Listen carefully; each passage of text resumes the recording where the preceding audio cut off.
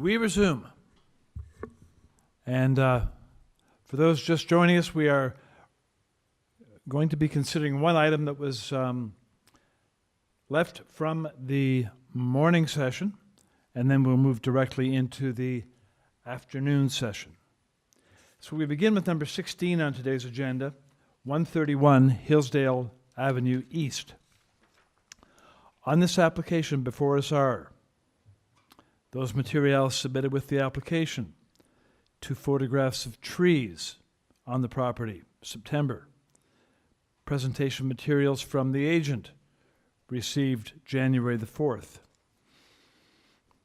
There's a commenting report from transportation, and there is correspondence in opposition from the following addresses: 123 Hillsdale, 121, 136, 110, 129, 118, 169, 148, 128, 161, 84 Manor Road, East, 133 Hillsdale, East,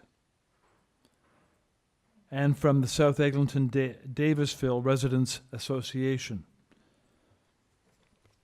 So we'll ask the agent to join us, please. Glenn Rubinoff, you've been unmuted. Hello, good afternoon. It's afternoon. Glenn Rubinoff. Yes. Yes, thank you very much.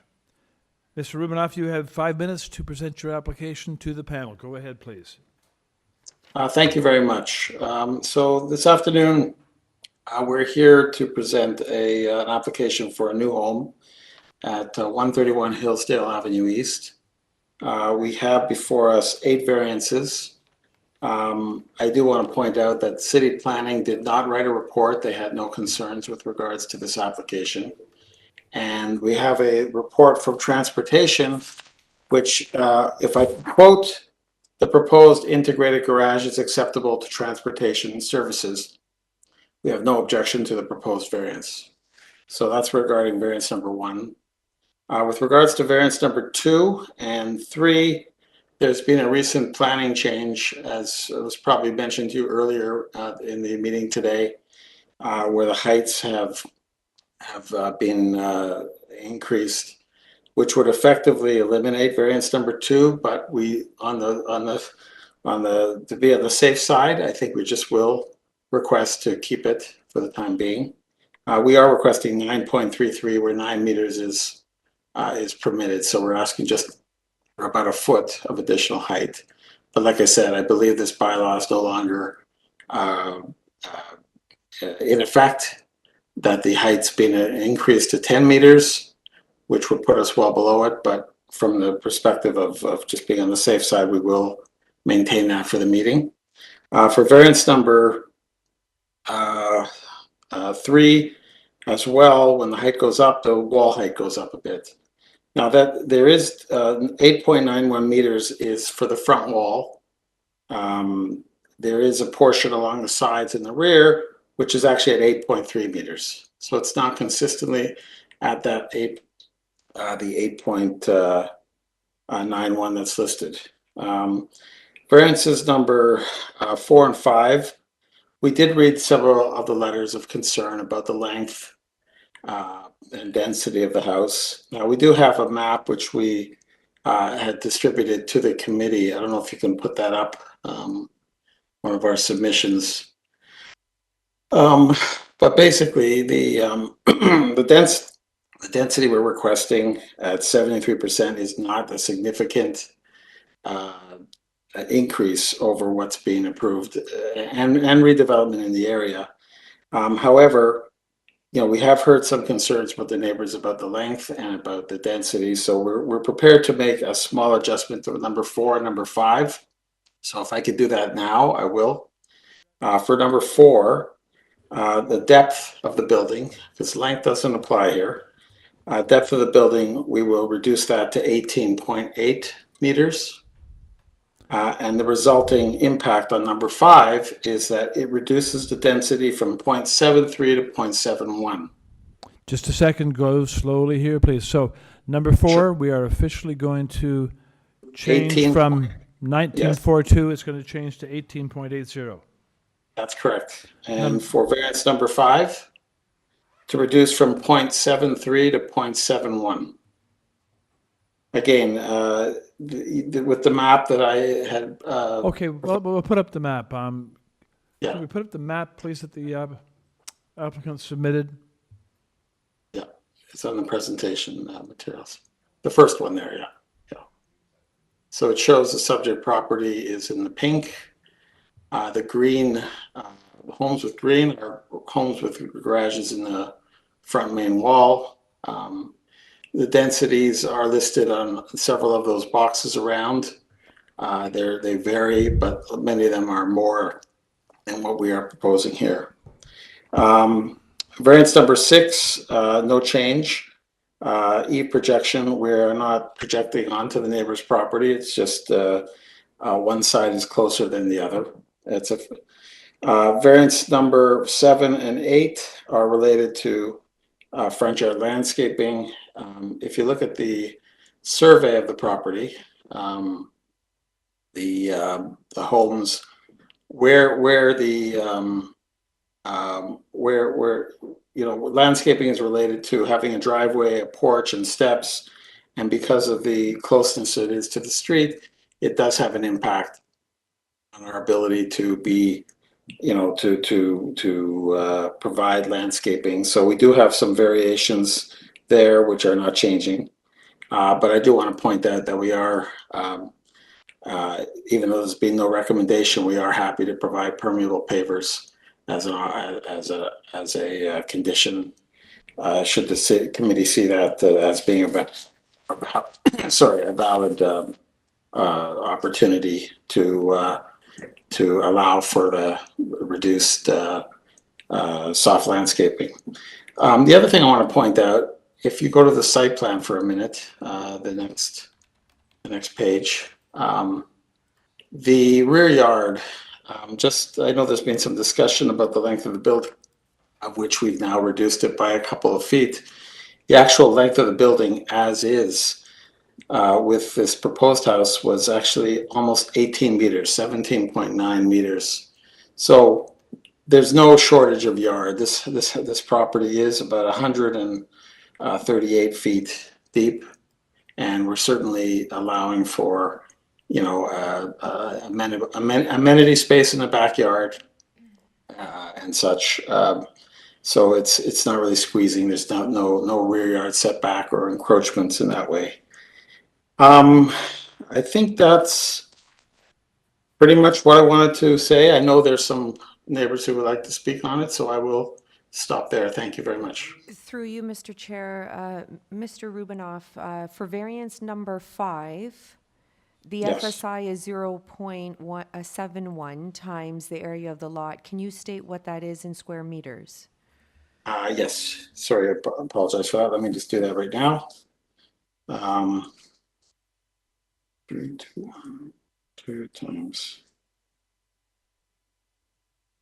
228.05 square meters. Thank you.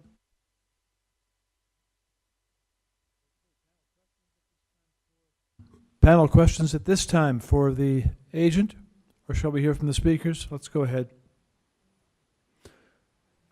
Mr. Moderator, first speaker, please. Sol, you've been unmuted. Good afternoon. Hello. What's the name? Hello. Yes, good afternoon. You're with the panel now, and you have 5 minutes speaking to to address the Perlmutter? panel. Hello. I did not hear my name well. Oh, it's Saul. That's all. Okay. Well, I have the existing numbers, so in any event, my name is Saul Perlmutter. My wife is here, Ann Perlmutter. Yes. We're at 133 Hillsdale Avenue East, right against the east side of the property in the application. Okay, Good thank you. Go ahead and address your concerns to the panel. Okay. We object to the variances on the application. Let me start with Variance number 3, height of the exterior wall and roof eaves projection.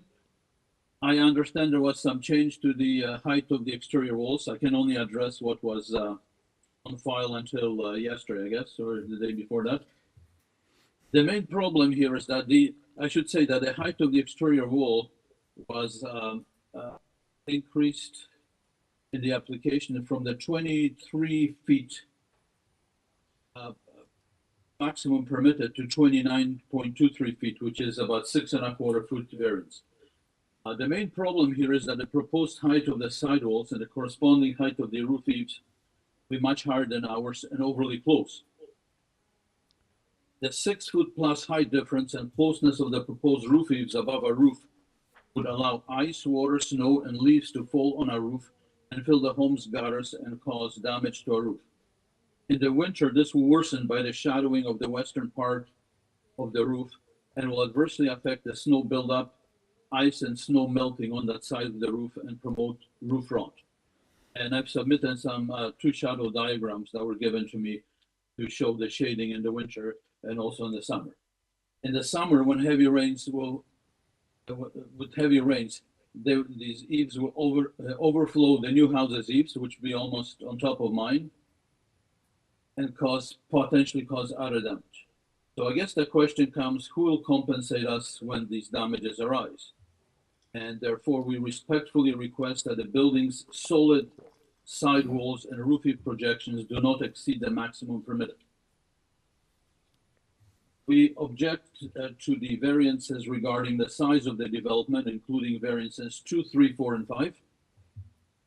With respect to variance 3, height of the exterior walls, which came out before, and the building depth or length of the building, their proposed height and depth variance create a large solid concrete wall immediately next to our backyard that will extend 33 feet past the end of our home and at a proposed height of 29.3, although that was changed, I understand. This will create a protruded wall of 965 square feet of solid concrete extending past our house. The new calculation, I just did that before, will be just over 900. However, based on the maximum permitted heights for the wall height, sidewall height, and length, the solid wall will be will be 575 square feet protrusion, which is already very large. So the proposed concrete size would vary by at least 390 square feet. This is due to the cumulative impact of the proposed height and depth variances in excess of maximum permitted. Impact. The impact to us on the proposed large concrete wall will provide an obstructed and unsightly view of some 965 square feet, now 901 square feet of solid concrete staring right at us in our backyard. This will affect our family's enjoyment of our backyard from our south back windows, which include the kitchen and dining room, an outdoor deck, plus upstairs a bedroom or a study.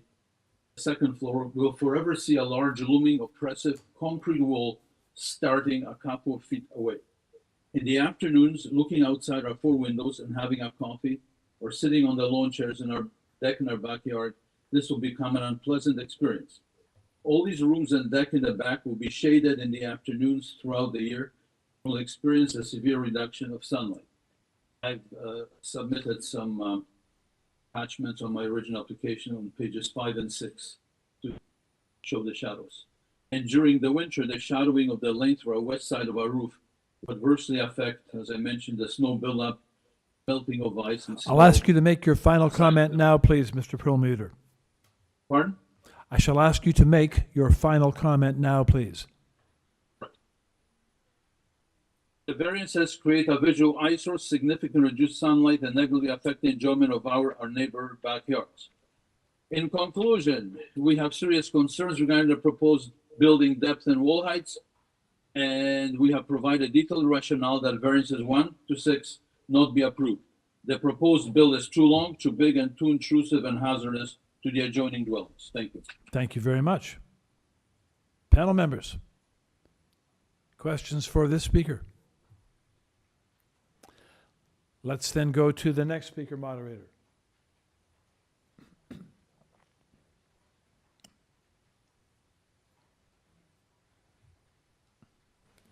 Hello, my name is Melanie Parker. I own and live at 129 Hillsdale, so I'm on the other side of 131. I share all of Saul's concerns, but I'm not going to speak to them right now because he's already done that. I have lived here for 25 years with my partner, Ron Bishop. I'm going to talk about how the huge building would affect the sunshine on my yard and on my lifestyle.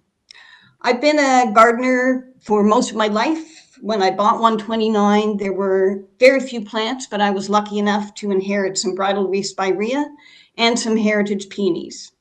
I have a log of the plants that I've added and where they were placed.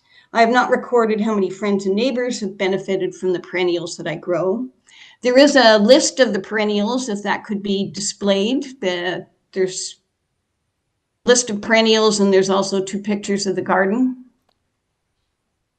Okay, just a second. Okay, carry on, and we'll Okay. bring that up. Okay, so I counted, and I've now got at least 26 perennials and probably a lot more.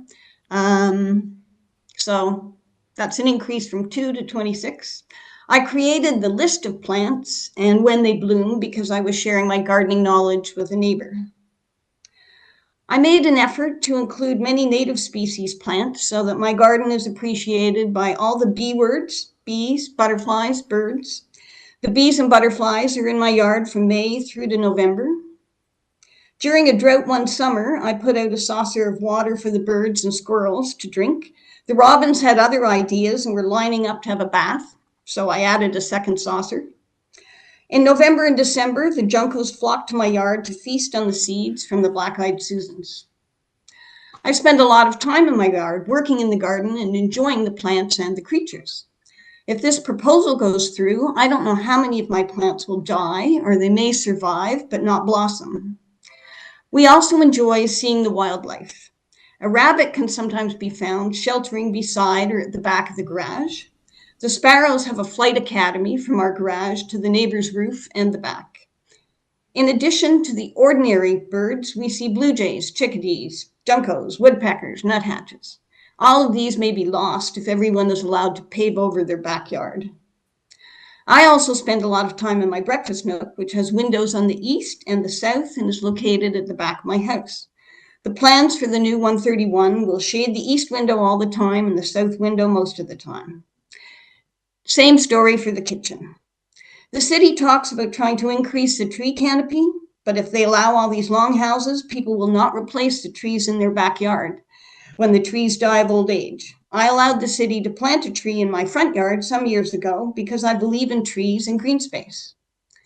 The plans for 131 also propose a new driveway for the house, which will remove a public parking space. This is a concern as parking is quite limited on our block. I ask the committee to refuse the application as it will have a very negative impact on the enjoyment of my home year-round. Thank you. Thank you very much.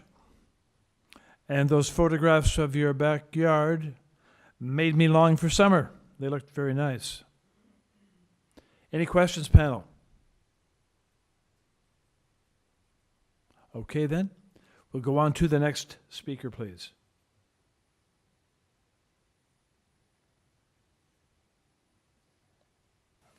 Sadaf, you've been unmuted. Everybody, can you hear me? If we do hear you very clearly, go ahead, please. My name is Sadaf Purjawahari. I've prepared sun shadow slides. Would you bring them on the screen?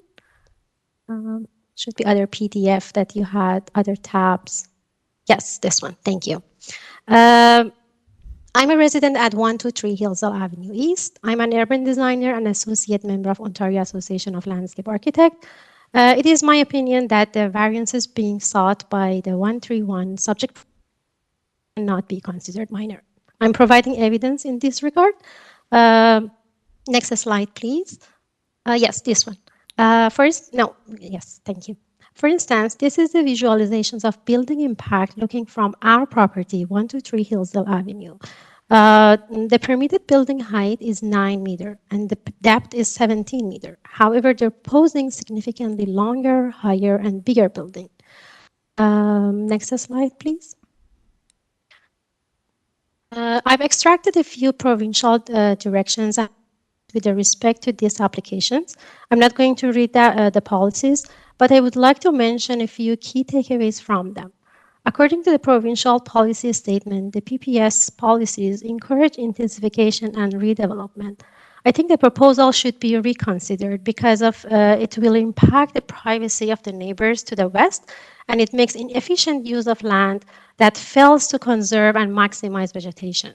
The growth plan and official plan set out policy to support complete communities and improve social equality and quality of life.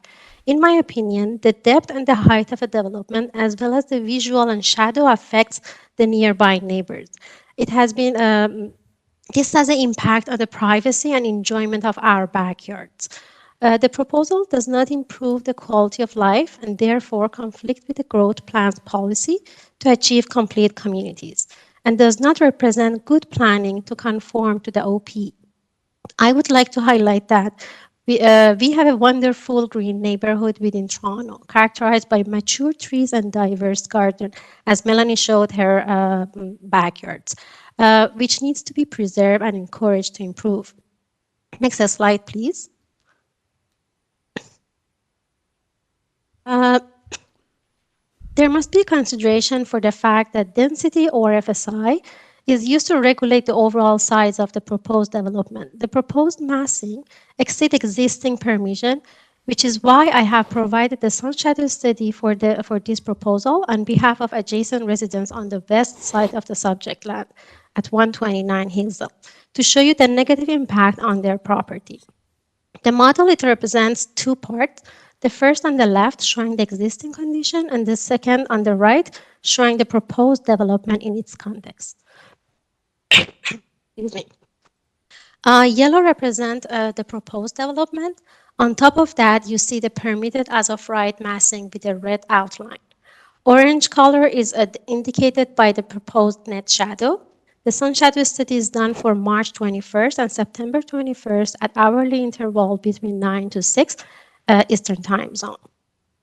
Please keep scrolling to the next pages.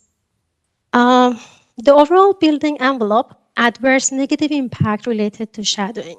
The impacted view are the overall size of the proposed massing, building length, and resulting FSI. My closing comment is that new development should comply with existing zoning permission and be consistent in height with existing houses, and through the articulations of volume should transition related to the adjacent condition.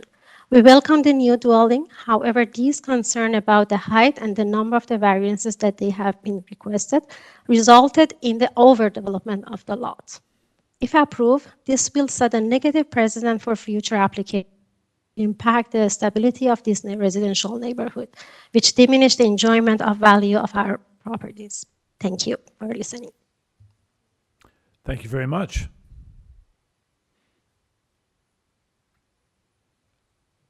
Any questions, panel? Let's hear from the next speaker, please.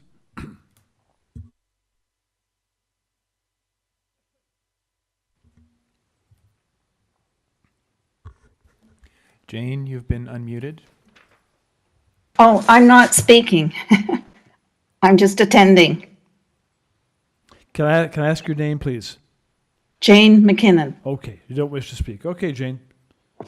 Very good. Next speaker, please.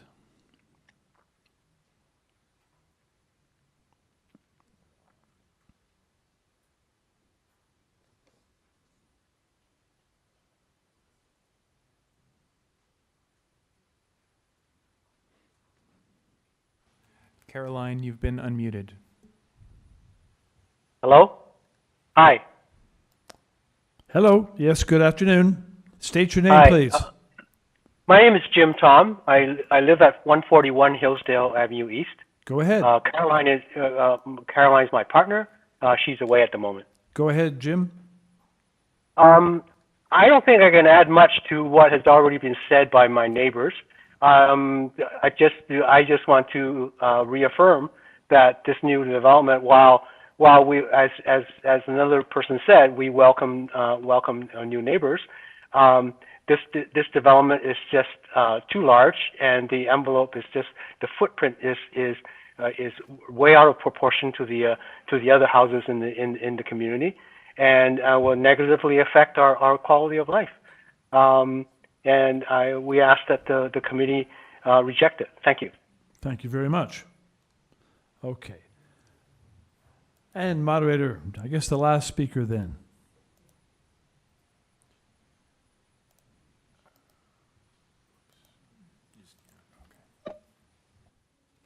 Al, you've been Hello. unmuted.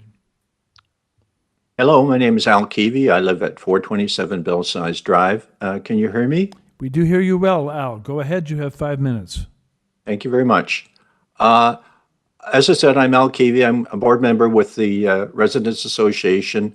Our Residents Association's been active for over 55 years, assisting residents in matters of land use planning. Several local residents have asked me to take a look at this application and provide our perspective. There's lots of slides in my deck. I'll point to about 5 of the slides and provide some additional commentary on top of it.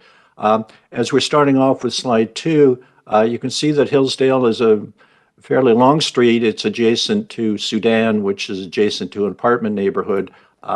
So it's a fairly busy part of the city, as you can imagine. In the Hillsdale neighborhood, we have 52 dwellings on the north side of the street and 60 on the south side. I have highlighted what I call the positive slope integral garages in the broader neighborhood. There's one located at 185 Sudan Avenue. It's post the Davisville bylaw. The bylaw was introduced in 2018. And another house at 102 Manor Road. I've driven by both of those houses. They do not share the adverse impacts that are potentially associated with this development.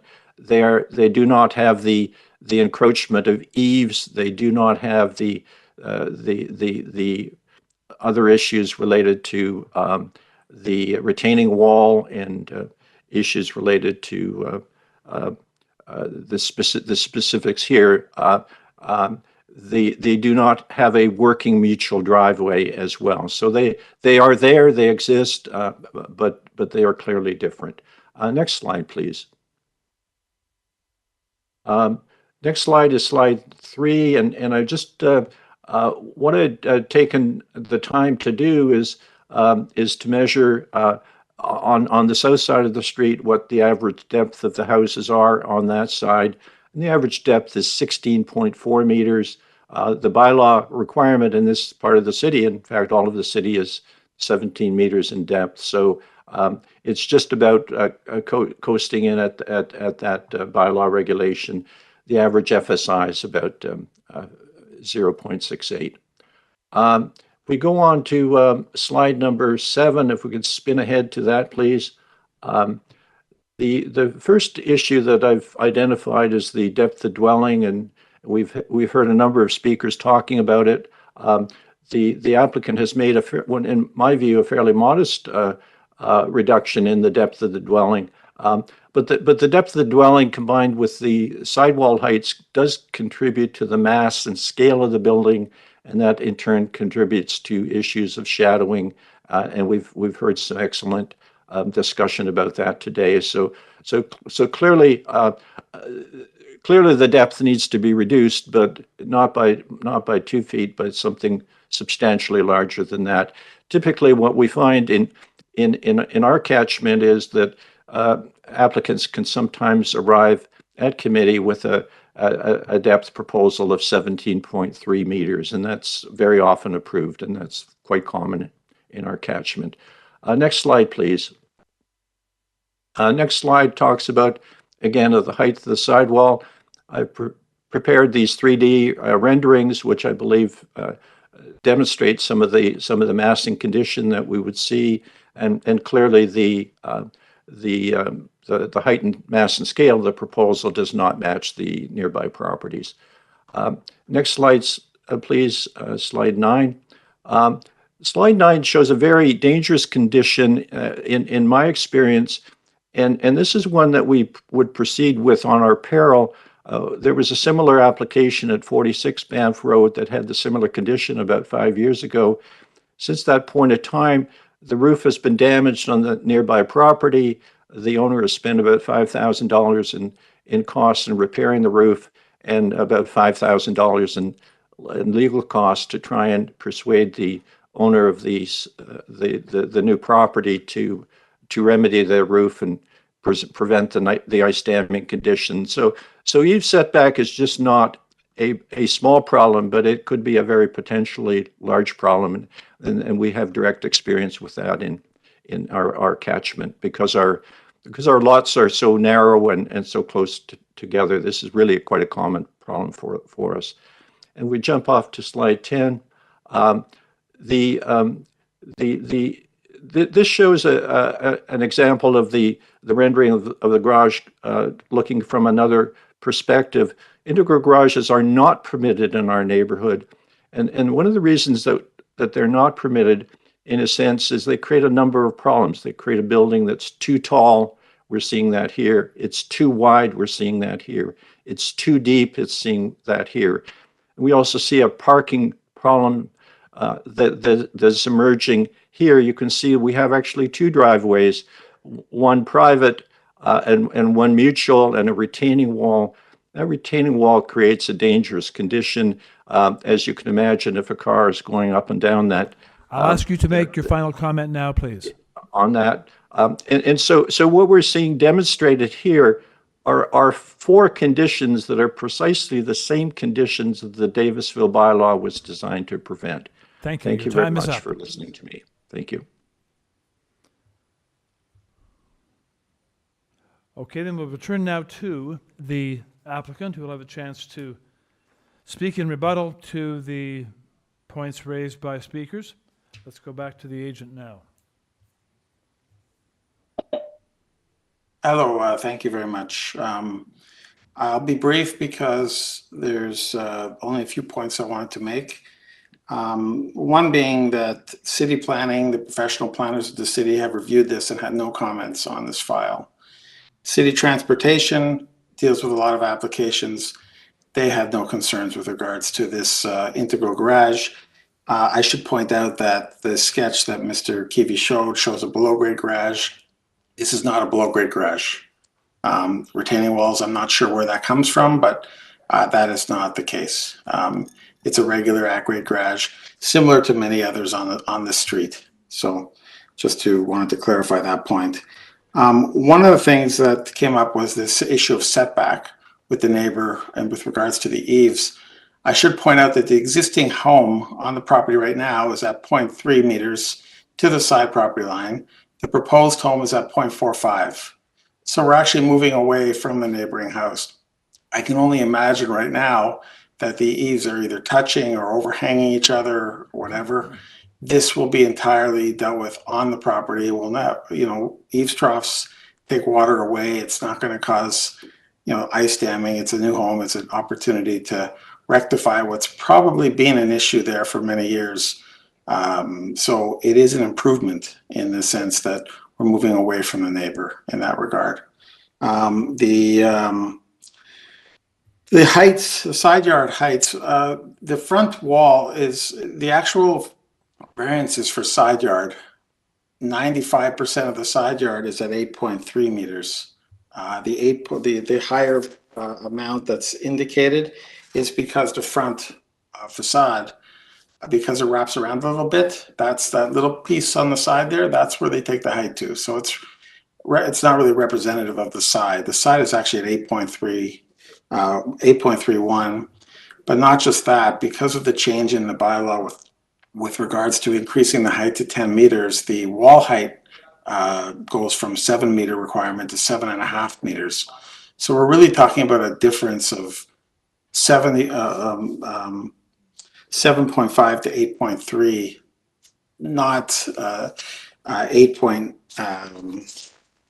8.9 from 7. So there's a lot of, this is a new bylaw, and it's what we've been dealing with these last couple of weeks, going through them with the city planning department.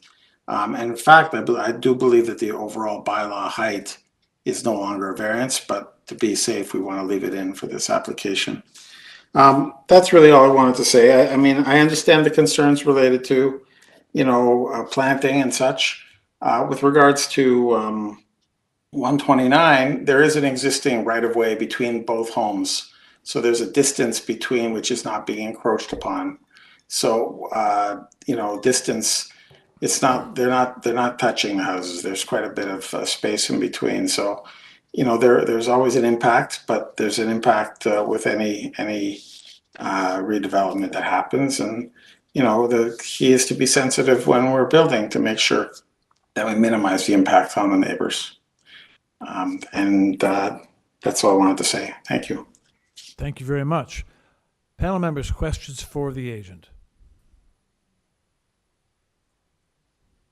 Mr. Clay, go ahead. Thanks, Chair. Maybe if we could pull up the location map for this property. And maybe, yeah, just zoom a little bit. Yeah, so I'm just trying to figure out, and maybe you can help me, we've heard an awful lot of concern about depth.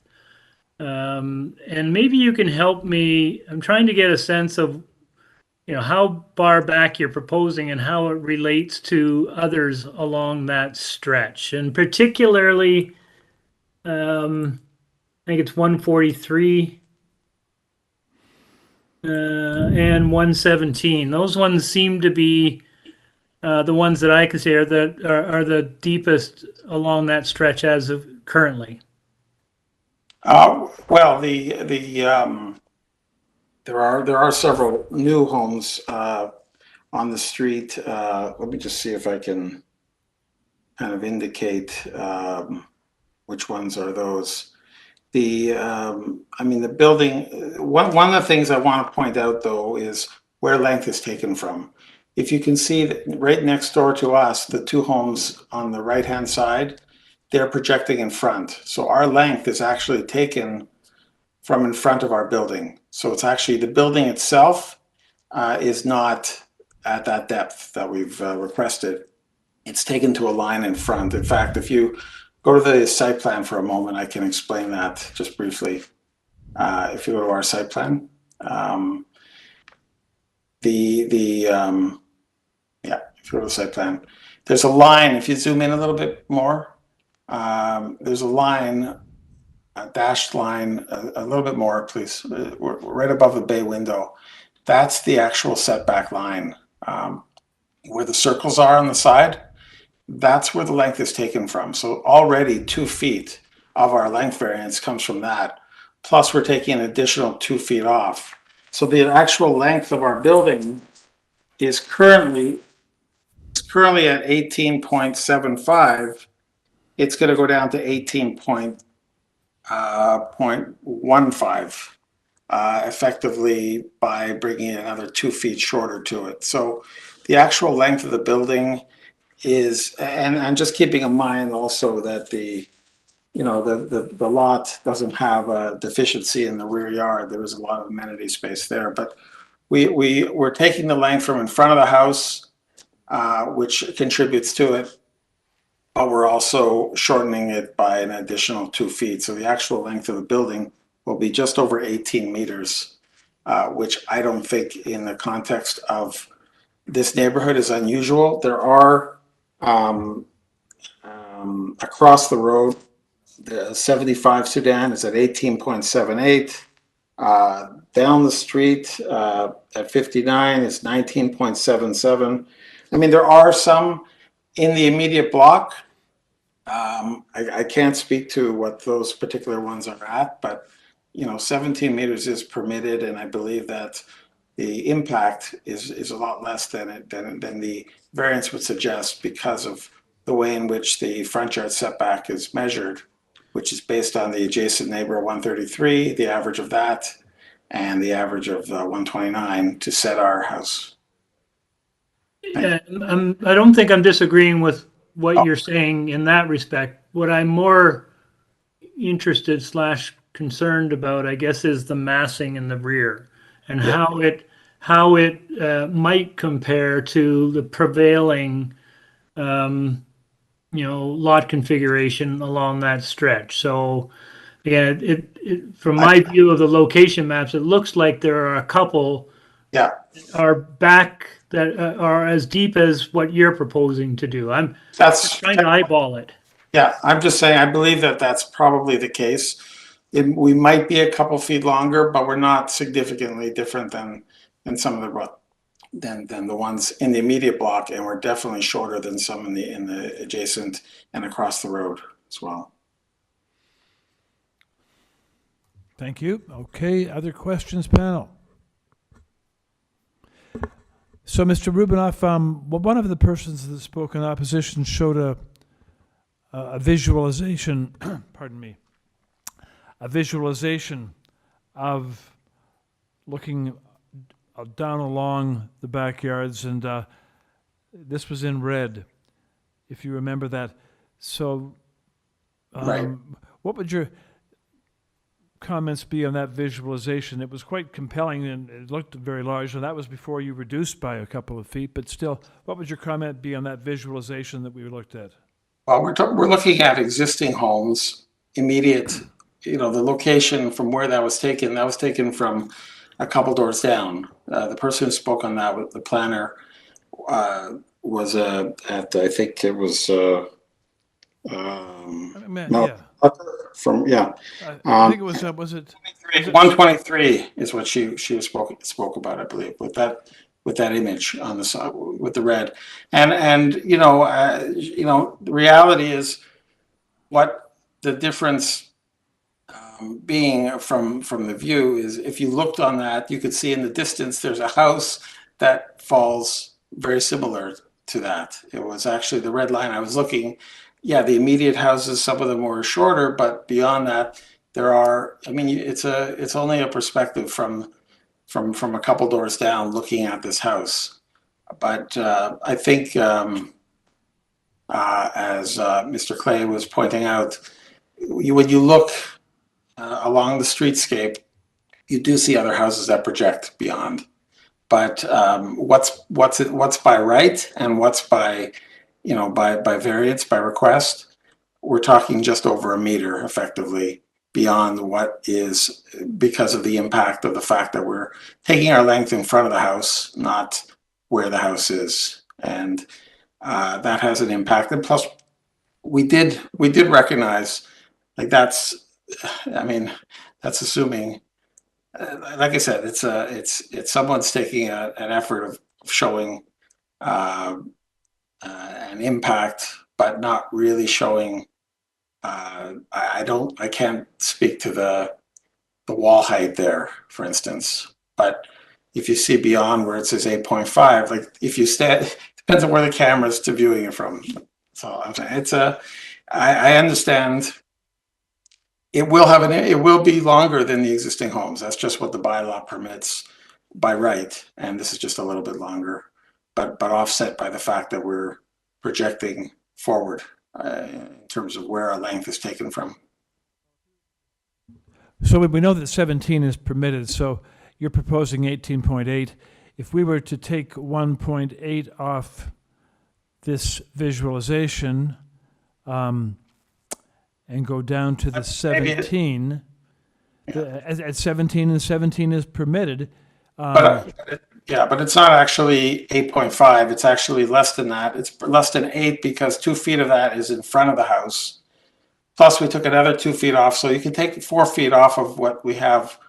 What's shown here is effectively what my point is that it's showing,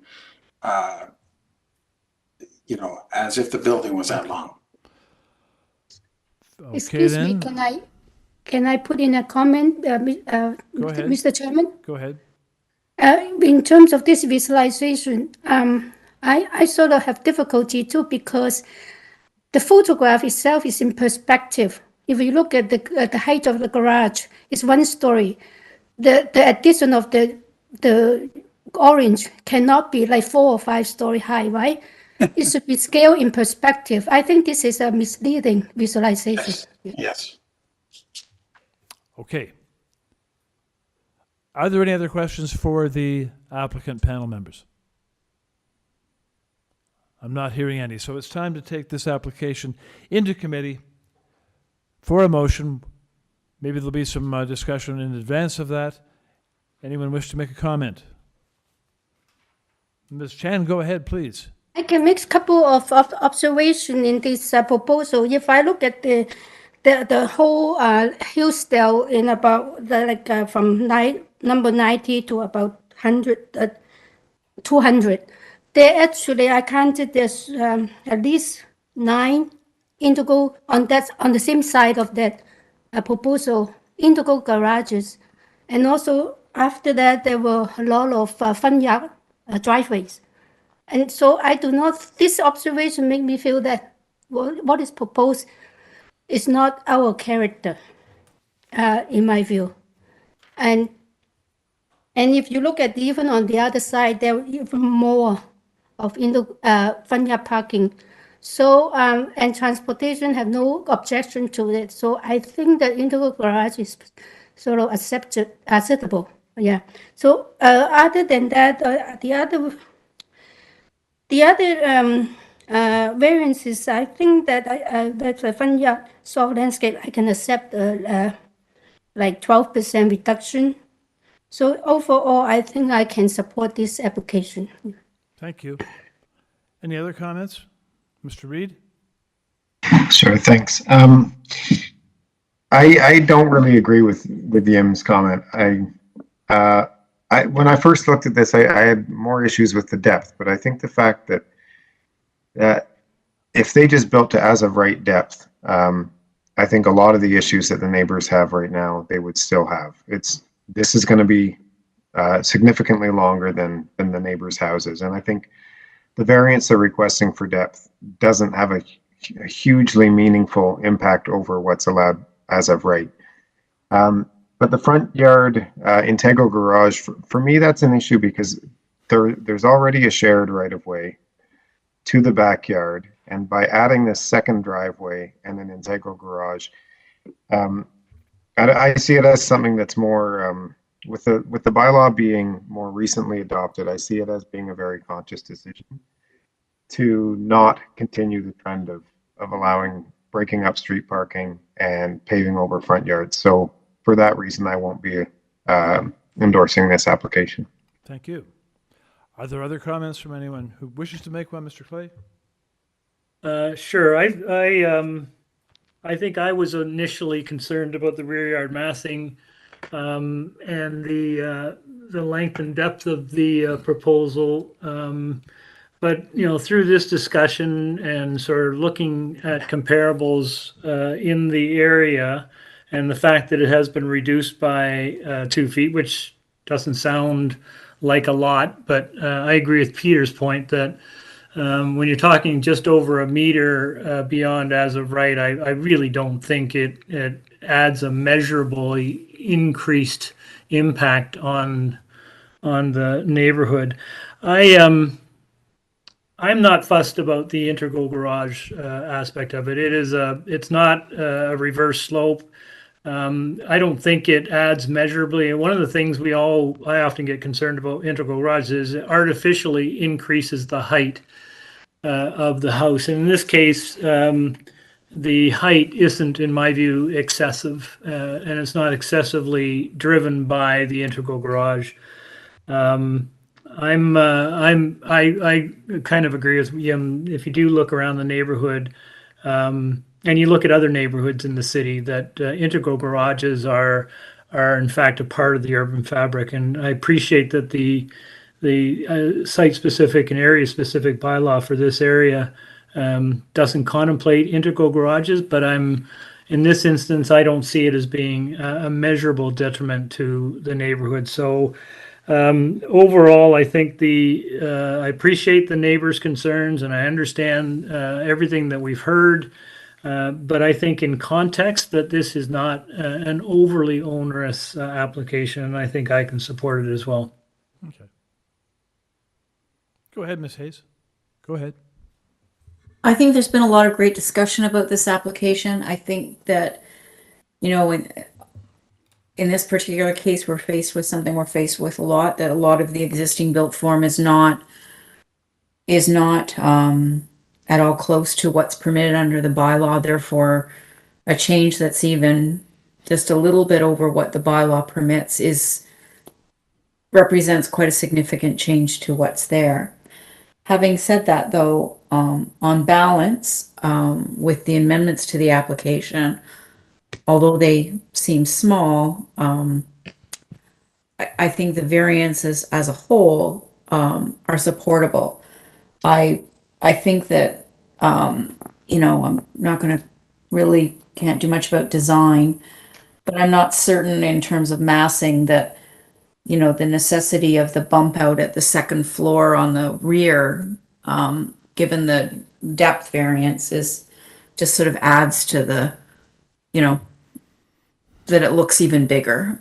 But having said that, from an integral garage perspective, they are quite common. I don't have an objection to them on that basis, and I can support the application as amended. Thank you. For my part, the issue is in the backyards and the impact on neighboring backyards. The applicant has reduced his proposal somewhat. As I looked at that, though, even with the as of right 17, the as of right 17 meters is going to have an impact, but that's as of right. So I think the application would be more sensitive had it simply stood at the 17 meters. Saying that 17 is allowed, therefore we should add 5 more feet or 1.8 meters to that, doesn't make sense to me. So because of the impact on the backyards of the extra 1.8 meters, I won't be supporting this application. I look to someone for a motion, please. Ms. Chan, go ahead. Sorry, Larry wants to make a motion. Oh, okay. Oh, no, Okay. I'm quite fine for you to go ahead. Okay, as we discussed, and for the reasons that I'm supporting the proposal, I will move for approval with the amended variances, and also for the front yard paved driveway should be permeable pavers. Yeah. Is there a second to that motion? It is seconded, Mr. Clay. So moved and seconded to approve the amended application. All those in favor, please, show of hands. Those opposed. So let the record show that Mr. Reed and Mr. Mullock were in dissent. The motion is carried. The amended application is approved. And with that, the panel wraps up the first part of the agenda, the morning agenda. So we shall move on now to the afternoon portion. And for those joining us for the afternoon portion, we thank you for your patience. And I say to you, good afternoon. Due to COVID-19, Committee of Adjustment public hearings are being conducted virtually by electronic means through WebEx Webinar, an online digital platform, and streamed on the Toronto City Planning YouTube channel.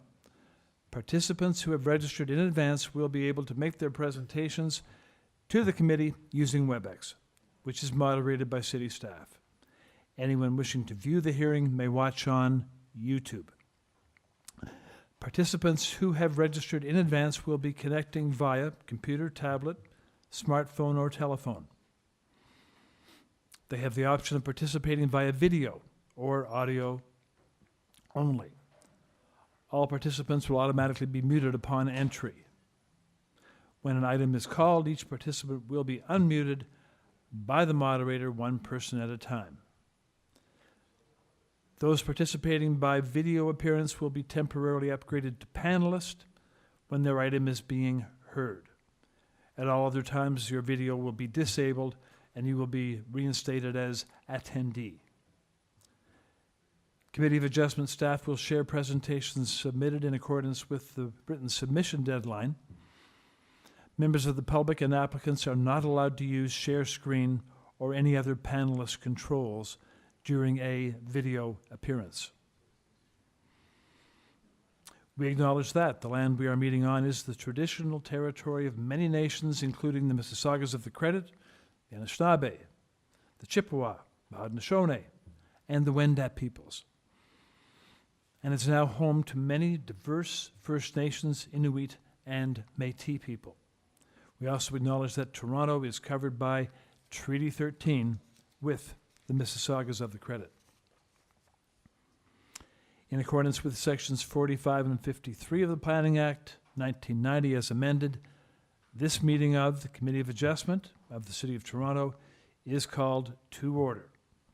The Committee of Adjustment considers applications for variances from the provisions of the zoning that apply to property, permission to extend or to alter non-conforming uses, and consent to sever property in order to create new lots. Anyone in attendance today who wants to receive a copy of the decision of the committee on an application must submit a written request for a decision by email. Please ensure that you include your name and address and email address, because Committee of Adjustment and TLAB will be sending notifications by email only.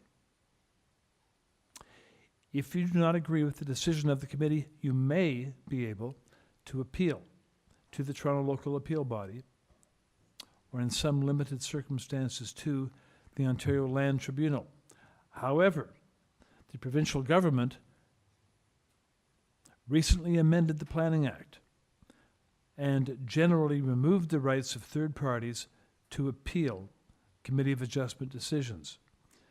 As of November 28, 2022, only the applicant, the Minister of Municipal Affairs and Housing, and specified persons and public bodies are permitted to appeal decisions of the Committee of Adjustment. Now, I'll call each item in the order that it is listed on the agenda. Where an application is uncontested, the agent or applicant may be requested to make a presentation by the committee. When a committee does not require a presentation, if the applicant wishes to say something about the application, they should advise me, the chair. Each speaker, including the applicant or agent, will be given a maximum of 5 minutes, and I will comment to you as you approach the mark. Please remember to confine your remarks to the matters outlined in the application. The applicant or agent will proceed first and may be asked to make a presentation. Please note the committee may not entertain revisions to proposals at the hearing today. The committee may decide to defer the application if substantially revised to ensure the revised application is accurate and that all those entitled to notice are informed. After the agent, individuals in support of or opposed to the application will be invited to speak. Committee members may ask questions of each speaker. When all speakers are finished, the applicant or agent has an opportunity to rebut. And that will mark the end of discussion. The application will then be taken into committee for a decision.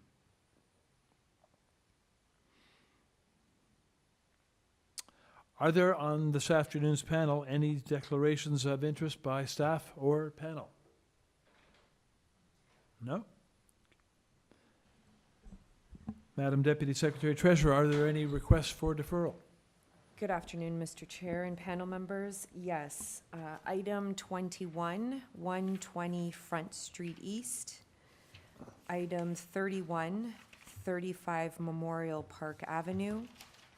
And then item 39, which will be heard later on this afternoon, 15 York Street.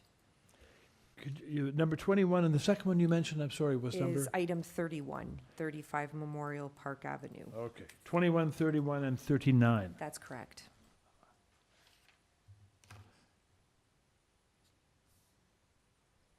All have deferral requests. Yes.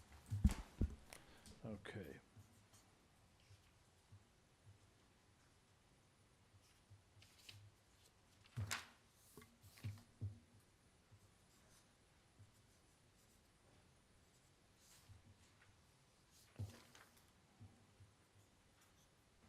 And through you, Mr. Chair, I do not see any applications this afternoon requesting to be withdrawn.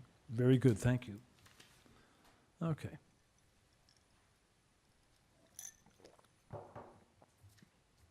Well, let's then deal with the deferral request perhaps first. Number 21, that applicant should certainly be with us by now. So we'll do 21, the deferral request. Agent, would you join us, please?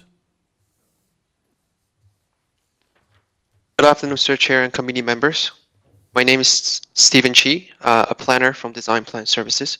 We've been retained by the owner of 120 Front Street East. Okay, good afternoon to you. Could you tell the panel, please, why you wish to defer?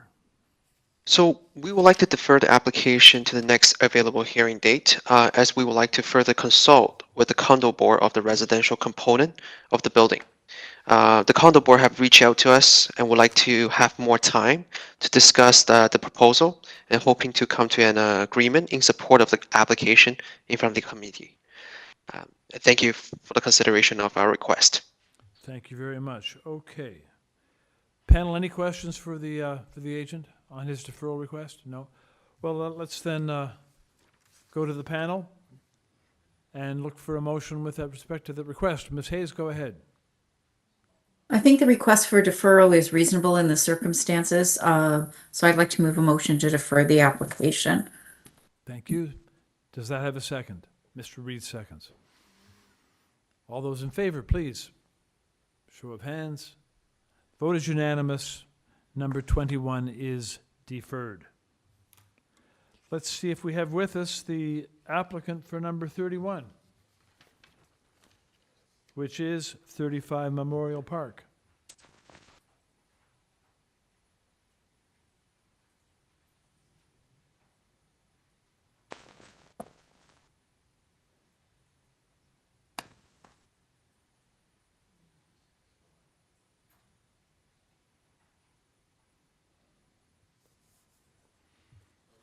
Good afternoon, Mr. Chair Good and committee afternoon. members. State your My name, name please.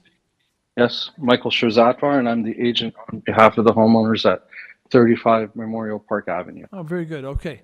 Good to have you with us. Tell us, please, why you wish to defer. In lieu of the recent staff report from Urban Forestry, we would like an opportunity to revisit our proposed garage location and driveway to minimize the impact on a city-owned tree.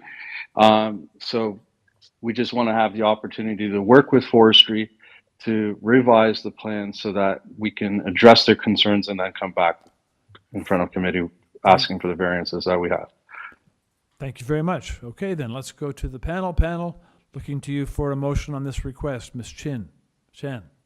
Yeah, okay, I think it's a very reasonable request, and I hope they will work together well. So we move to defer this case. Thank you. That is seconded, Ms. Hayes. Moved and seconded to defer number 31. Those in favor, please show hands. And the motion is carried. Number 31 is deferred. Now we'll see if number 39, if that applicant is with us now.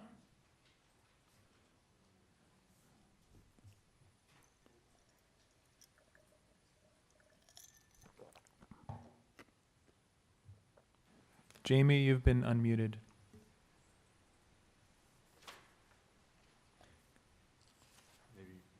Good afternoon. Jamie Cole, you've been unmuted.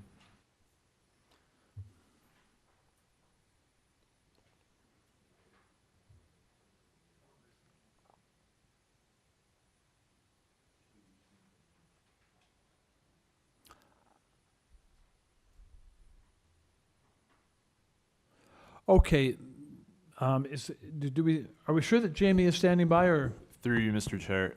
Jamie Cole is indeed in the meeting, but I believe they may not be present to Okay. pick up the call because I think it's a bit too.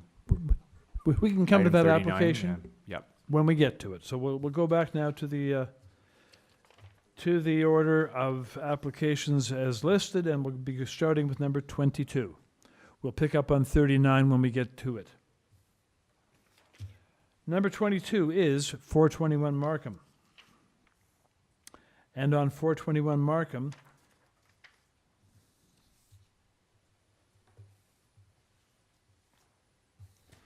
the materials before the committee are those submitted with the application, cover letter from agent, copy of minutes from February 28 public hearing,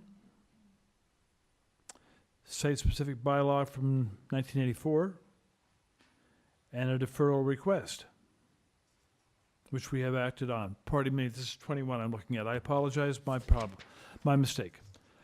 Number 22, 421 Markham Street. Committee has before it materials submitted, cover letter from December 22. There's a tree site plan from September 27, and there is comment report from community planning and from urban forestry. So we'll now ask the agent to join us, please. Hello.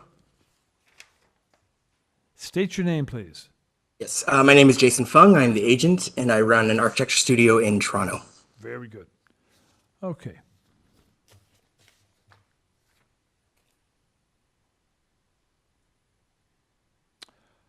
Okay. Panel members, on this one, I wouldn't mind a brief presentation. I have some concerns about it. So I'm going to ask you to go ahead with your presentation. Yeah, no problem. I'll just dive in. Mr. Chair and committee members, this is a proposal to build a 3-story fourplex, complete with the rear laneway suite. Each suite is about 1,200 square feet, 2 bedrooms each, 1 suite per floor kind of thing. The design challenge of creating comfortable, functional dwelling suite spaces while having the overall form look like a single-family dwelling. The main building design has matched the original existing dwelling's building depth. The proposed height matches the neighborhood's precedent overall, and in architectural form. And in our side yard setbacks, we match on the north side, and we are reduced actually on the south side. We brought that side yard setback to 4 feet. The rear laneway suite has been lifted off the ground, leaving space for 3 at-grade parking spaces not asked by for zoning. That's also to give a minimal impact to a tree that's to the south. And we have an arborist engaged, and we will be submitting for a tree injury permit. Looking from the street, overall, we've developed a design that is a modern take on a more traditional home, in keeping with some of the new developments on Markham Street. And working closely with city planning the past year, this is the result design, of course. In terms of the planning report, there are 2 conditions. We are fine with the first condition of planting a new tree in the front yard. That's great. However, in the second condition, it's about landscape screening for the front basement walkout. We've already placed an architectural concrete wall on the basement front entry at the height that matches this 4-story porch datum in the neighborhood. And so, I mean, as you can see on the front rendering of the last page there, this already helps mitigate the basement walkout from street view, and any additional landscape conditions beyond that, it seems unnecessarily limiting to our design. Like we're going to need a rail anyway, a handrail, and for example, two properties north of us, 485 Markham Street. It's a 10-suite. It's a 10-suite building. It has no screening of their basement walkouts. It just shows iron railings, and it doesn't negatively impact the street frontage as other basement walkouts on the street. So we would like to ask for condition number 2 to be striked from being a requirement. Yeah, anyway, as a variance standpoint, I think they're mainly technicalities. We are in keeping with a lot of the existing building kind of envelope limitations. But yeah, overall, we're excited about the projects and feel we're within keeping of this neighborhood fabric. With respect, I hope the committee views this proposal in favor, and thank you for your time. I'm concerned about your rendering because it shows a front yard with soft landscaping, but you're proposing a front yard with 0% landscaping where 75% is required. Are you not? Yeah, I mean the existing building. So if we go to the our cover letter, it shows what the existing building is. I mean, we do take up the front portion for the basement walkout, but if we see the existing porch on the image down below, it already comes up to the property line, the existing porch. So I mean, the only landscaping that's there is that little strip in front of the bay windows. That's the portion that's to enter the basement walkout. It hikes underneath the protecting porch. I don't follow yet.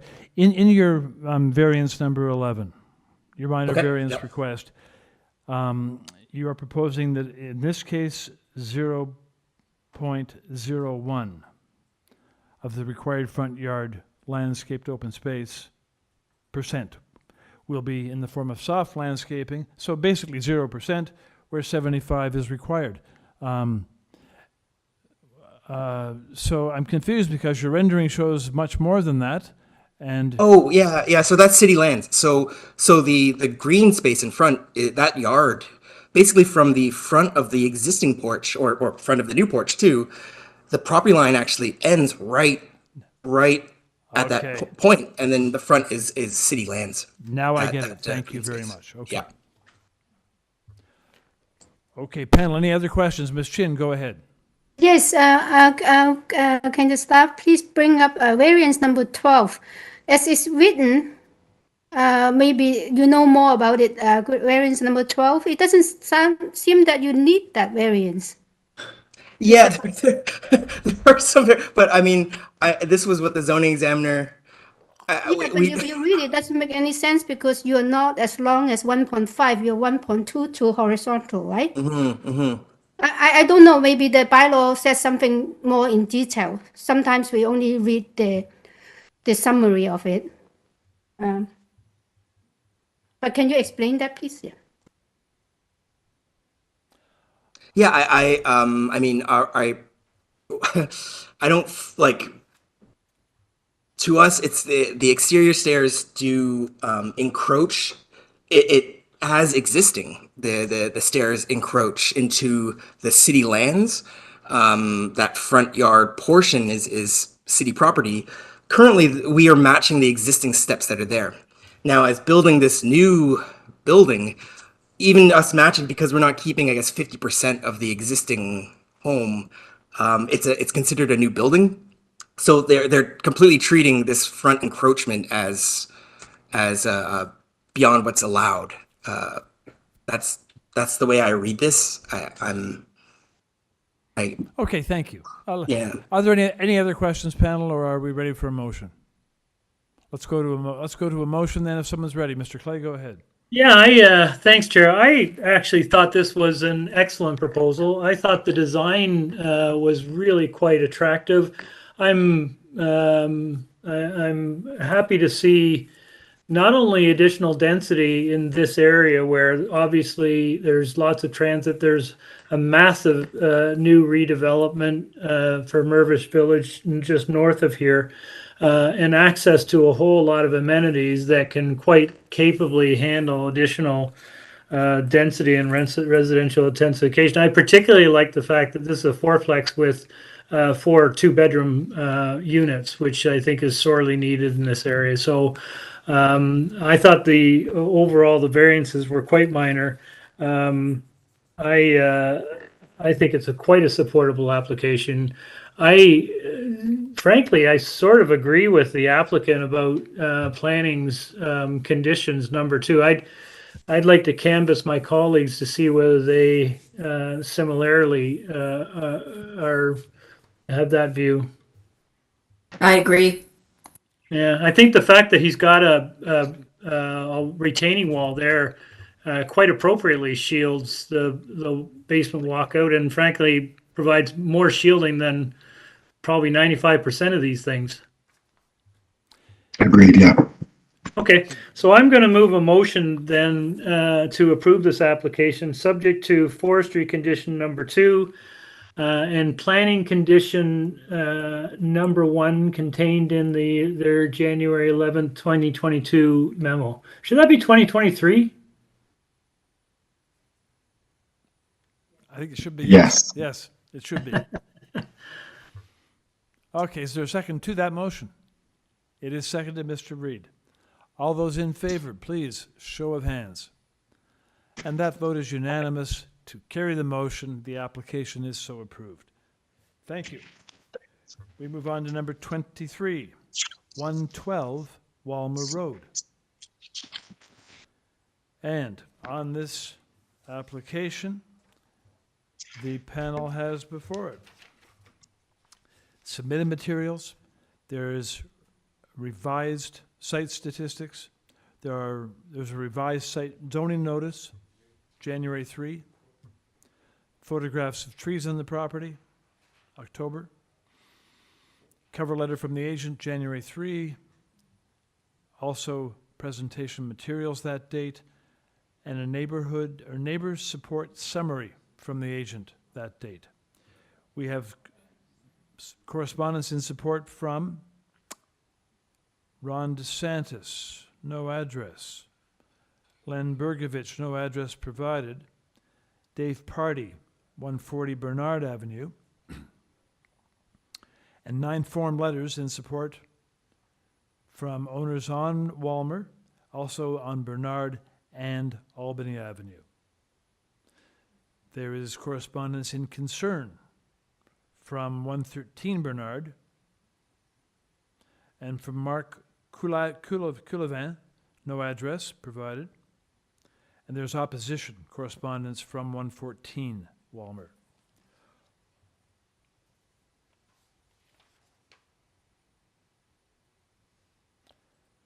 Okay, then, let's have the agent join us, please. Hello, my name is Heather Doubledam. I'd love to make a brief presentation if the committee is open to that. We'd like you to do that, please. Go ahead now.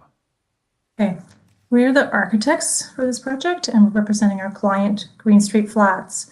They focus on purpose-built rental units in established neighborhoods, which could be considered as gentle density. So the application in question for this project is to renovate and add to the existing 3-unit rental dwelling unit to increase the number of units to 6. The footprint of the existing dwelling will be maintained at the front and the sides, with an addition on the rear and 3rd floor. So as a result, the majority of the existing brick walls will be maintained. And actually, some of the variances are triggered due to the location of the existing walls. And due to the change of the zoning bylaw in November, 3 of the variances no longer apply. So I won't spend much time describing those ones. And a few of the variances are duplicated. So effectively, there's only 7 unique variances for this application. Let's go slowly then, and let's make sure that we're all dealing with the same variance list. So yes. So the first 2, number 1 and number 2, are related to the entrance to the basement rental unit. Just a second. Which is located. If we could do it this way, please. I'd like you to tell me which variances remain and which variances are being eliminated. Okay, I can just go through them one by one. By number, just by number, yeah. Yeah. So that's my plan. So number 1 and number 2 are related to the entrance to the basement rental unit, which is located below grade outside a walkout. So there's an entry door at the front of the dwelling. Heather, Yes. No, yeah. if you're before you start your presentation with respect to the nature of the variances and the rationale, I'd like to establish the list of variances that remain on the application. Okay. Sure. So, number 1, number 2, number 3, number 4, number 5, Number 6 no longer applies because it relates to the height of the Fine. main walls. 6 is struck. Okay. Well, we're not striking it, we're just noting that it doesn't actually apply anymore. So it shouldn't be of concern for this application. Well, are you asking for that to be approved, or are you going to eliminate it from the consideration? I think just to be safe, we would ask that it be approved. Okay, that's different. You see, that's a different thing. Go ahead. Okay, and so then based on this discussion, I would say that we're asking for them all to be approved. You're asking for them all to stand. Okay, so Yes, all the because, variances stand. Okay. Yes, so number 12 and 13 are related to the proposed building height. And so since, the bylaw has changed and it's technically no longer variance, but since it's such a new bylaw, I guess it's probably safe to ask for them all to be approved. Go ahead with your presentation, please. Okay. So variances 1 and 2, you can see actually in the image that you have up on the right-hand side, there's an entrance off of a walkout to the basement unit, but it's obscured by landscaping and a railing. Variances 3 and 4 are related to the proportion of the size of the primary unit compared to the secondary units. So it's more of a technical thing, that the percentage of the primary unit has to be larger than the secondary units, but all the units are relatively the same size. They're all 2-bedroom units. So this is more of a kind of semantics, I guess. Variance number 5 and number 11 are related to the balconies at the front of the dwelling. So these balconies on the 2nd floor and the 3rd floor, they span the width of the existing house. So they're basically supported by the side walls of the existing house. So it triggers a side yard setback on the north side because the north wall of the existing house, you can see right there, yeah, where the cursor is right on the property line. And variance number 11 has to do with the projection. And the only reason that's triggered is because of the side yard setback, because the bylaw says that the balconies can't project more than 1.5 meters, but they actually only project 1.2, but the side yard setback triggers that variance. So those are both related. And variance number 6 is the height of the side main walls. So those actually conform to the new zoning bylaws now, since that height was raised by a meter. Number 7 is an important one that I wanted to bring up because it's related to floor space index. The ground floor level was raised up by 0.3 meters just to get a little bit more light in the basement apartments. And so that area is now counted, the basement area is now counted in the FSI, when typically it's not. So any other dwelling on the street, it wouldn't be counted. So if that basement area hadn't been included, the FSI would only be 1.17 times the area of the lot, not what's noted in the zoning notice. And that's why there was a revision to the zoning notice, because we noticed that the examiner missed it and we brought it to their attention. And so this also is related to variance number 9, which has to do with the height of the ground floor off of grade, and that it's slightly higher than what's allowed, but it's really completely in line with all the other porches of all the adjacent houses. I shall ask you now to make your final comment, please. Okay, what are the most important ones? Building depth, I think, is an important one. If you could just quickly flip to the page, the second page. What we're requesting is in line with most of the dwellings on the street. It's only 6 inches further than the dwelling to the north. So generally everything is in keeping with the neighborhood, and this dwelling looks like a single family dwelling from the street. Thank you. Your time is up. Thank you. Panel members, questions? We'll hear from the speakers in opposition then. Mr. Moderator, first speaker, please.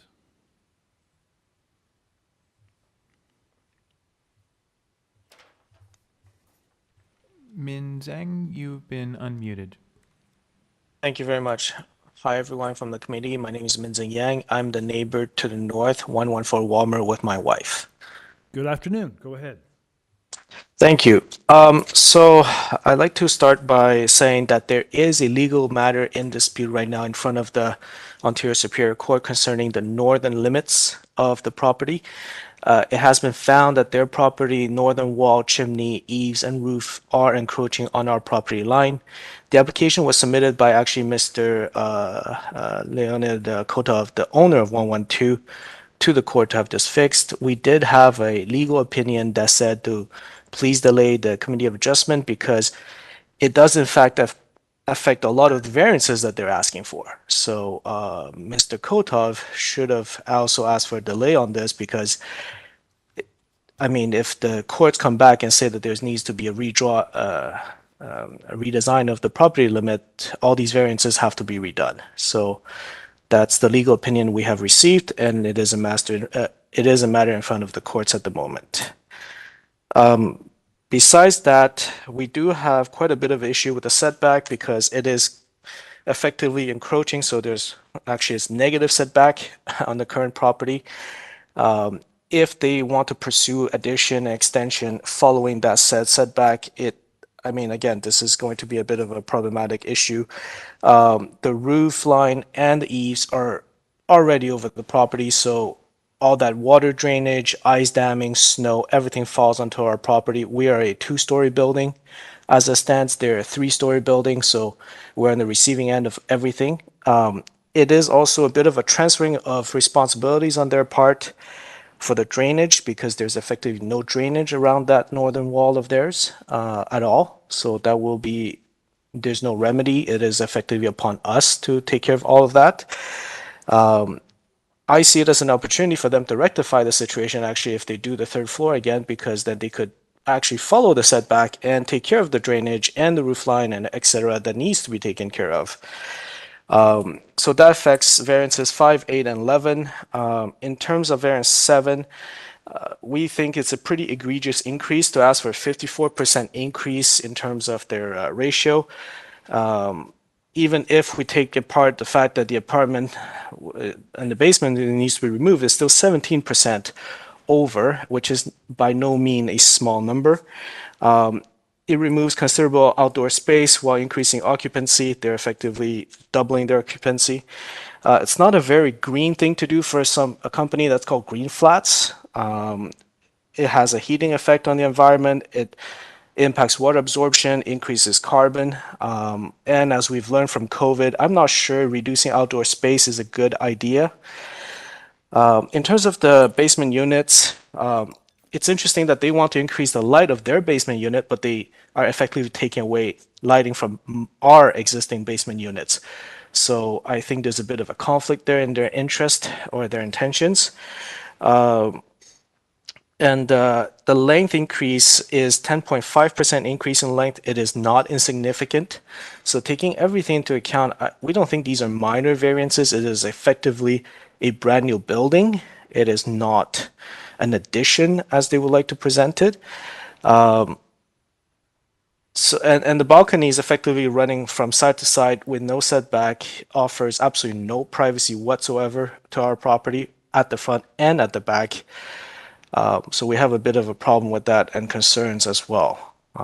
So it is, we don't believe that these are minor issues. It is transforming the property completely. Thank you very much. Questions? You're welcome. Questions, panel? No. Next speaker, please, moderator.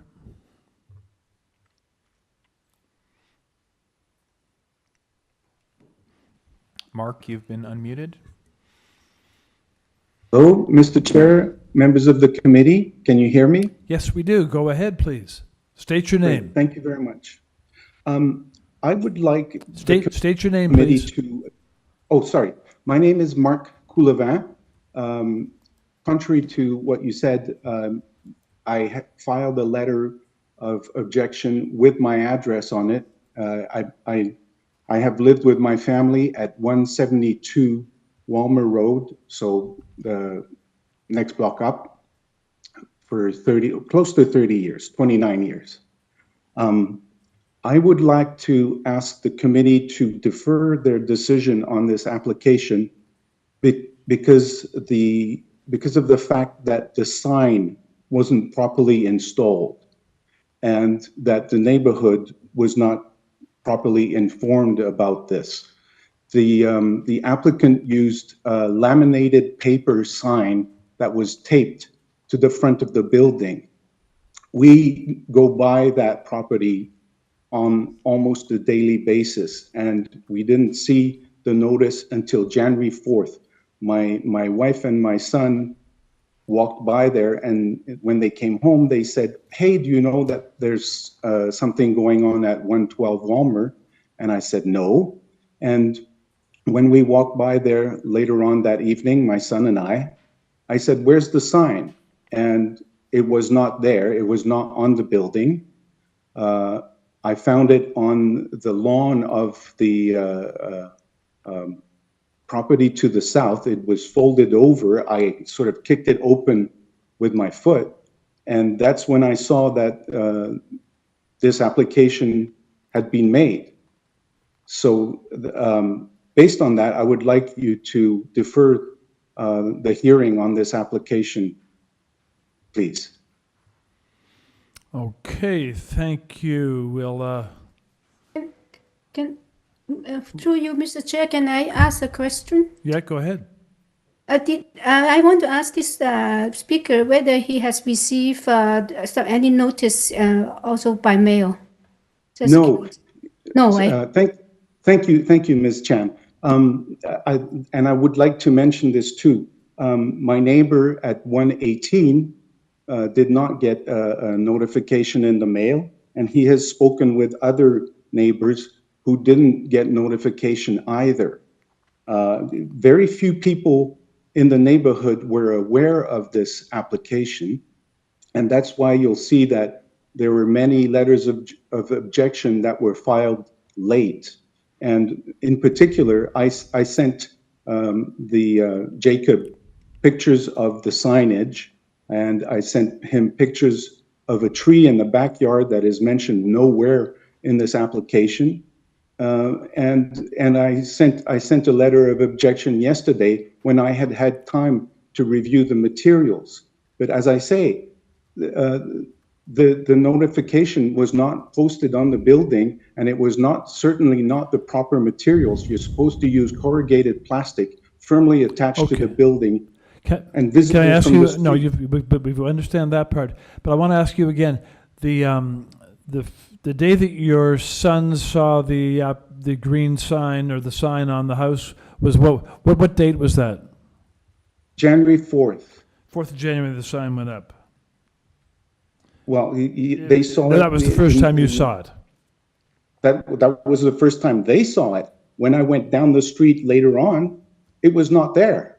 Okay. As I say, it's a piece of flimsy paper that's taped okay. No, we've been through that. The building. Do you have any other comments to make about the? Any comments you'd like to make about the nature of the application, impact of application? Yes, I do. I just wanted to say that, if I sound insufficiently prepared, it's because I didn't have enough warning. One of the things that I wanted to bring up is that, and I sent pictures of this. There are pictures of the tree that were submitted by the applicant. There's a privately, what's it called? Sorry, a protected private tree in the backyard at 112, very close to it. It's within 1.20 meters of the proposed building.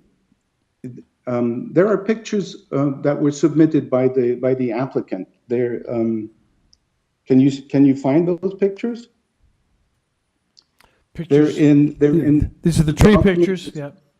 Just bring them up. Go ahead. Can't really see that. Okay. Okay, that's the one. As you can see, this tree is located very close to the house. It's within 1.20 meters of the proposed building, the actual trunk. And as you can see, it bends north into where the building would be, where the proposed building would be. So and there's no sign of, there is no tree protection bylaw declaration It's not mentioned on the tree protection bylaw declaration from the applicant. There's no tree report from the city. And I'm wondering how this tree will be protected from a building that's going to go right in the middle of it. Okay. Okay. I also have, sorry. If you have another I point, also I'll let you make one more point, and then we're going on to the next speaker, please. Oh, well, I'd like to talk about the variances.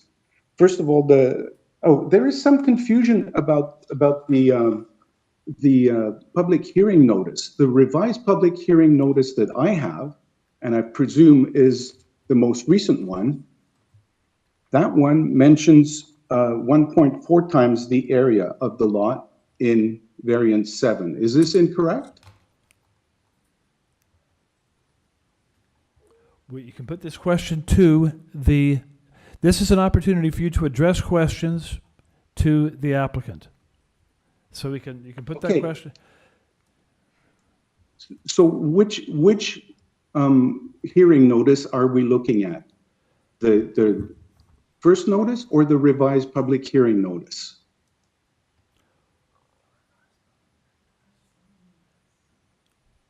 Just a second. The Thank one you. that the panel is looking at,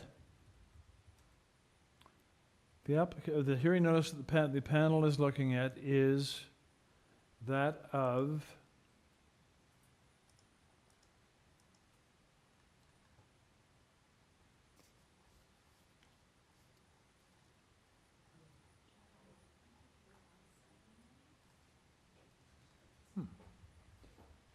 Through you, Mr. Chair.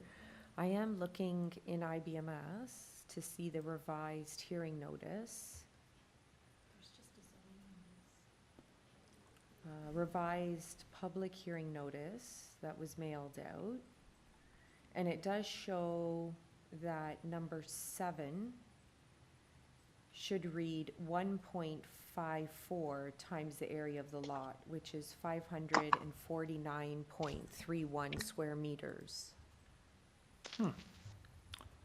Okay, the number 7 on the one the panel is I know, dealing with is we don't have the revision. But that's the notice that went out. Okay.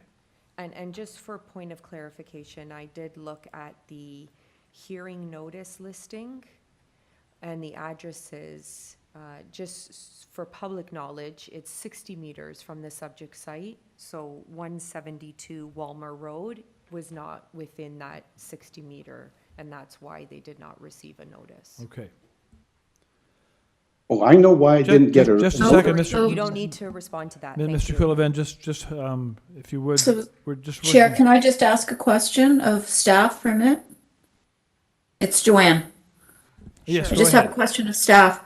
So the notice that was part of our package then is the number 7 the only difference between the notice that was in our package and the revised notice? That is correct. Through you, Mr. Chair, that is correct. So it should be the FSI should be, the actual request is 1.54? Yes. Okay. And 549.31 square meters. Okay, which is more onerous than what was distributed. thank you.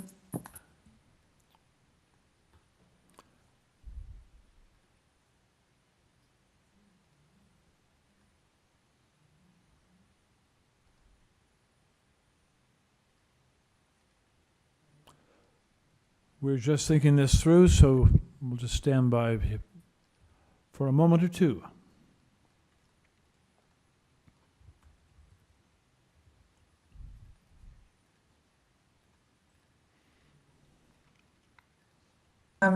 Committee, can I please just raise one point? It's Heather Doubledam. The second notice was distributed. No, Heather. Not at this time. Not at this time. No, we're just sorting out this issue that has been brought up regarding the actual public notice that is under discussion. So we need to sort that out first, please. So through you, Mr. Chair, the revised public hearing notice was circulated to 60 meters to landowners within 60 meters of the subject site, so that was correctly done. It just didn't make it into the package that the members have. As for the signage, we did receive the sign declaration that the sign was posted within the allotted time. Now, whether or not that sign was maintained in that location, that's something that the agent will have to speak to. Okay. And if this requires a deferral because lack of notification, then that's something the committee members will have to consider. Okay then, so maybe we should go now to the applicant to, Mr. Chair, can I just ask one more question of staff? go ahead. So are the plans that the panel have, were there any changes to that? Or the plans that we have match what the notice would have been, although we didn't have that notice as part of our package? Through you, Mr. Chair, the plans reflect the notice, the revised notice that was sent out to the landowners. Right. Thank you. Okay then, so let's go to the applicant. Now is your opportunity, Heather. We have some questions for you. So through you, Mr. Chair, we do have one other speaker in opposition. Right. So I'm not sure if we want to go back to the applicant only to ask them the question about the signage. That was my thought. Yeah, and whether or not that sign was in the same location for 10 days leading up to the hearing. That was my thought, yeah. So Heather, that's the question for you. Yes, no problem. The question? The sign was posted. There was a windstorm and it blew down. The owner routinely checks the property, and as soon as he noticed that it was down, he put it back up. So yes, it was up for the period of time that it was required to be. Thank you. Okay, that's all for now. Okay. Sorry, one other thing. Through you, Mr. Chair. I'm looking at the picture of the sign, and it seems as though it was taped to a wood structure as part of the house. And perhaps maybe that is not suitable for proper notification. And so that's something that I would put before the members today.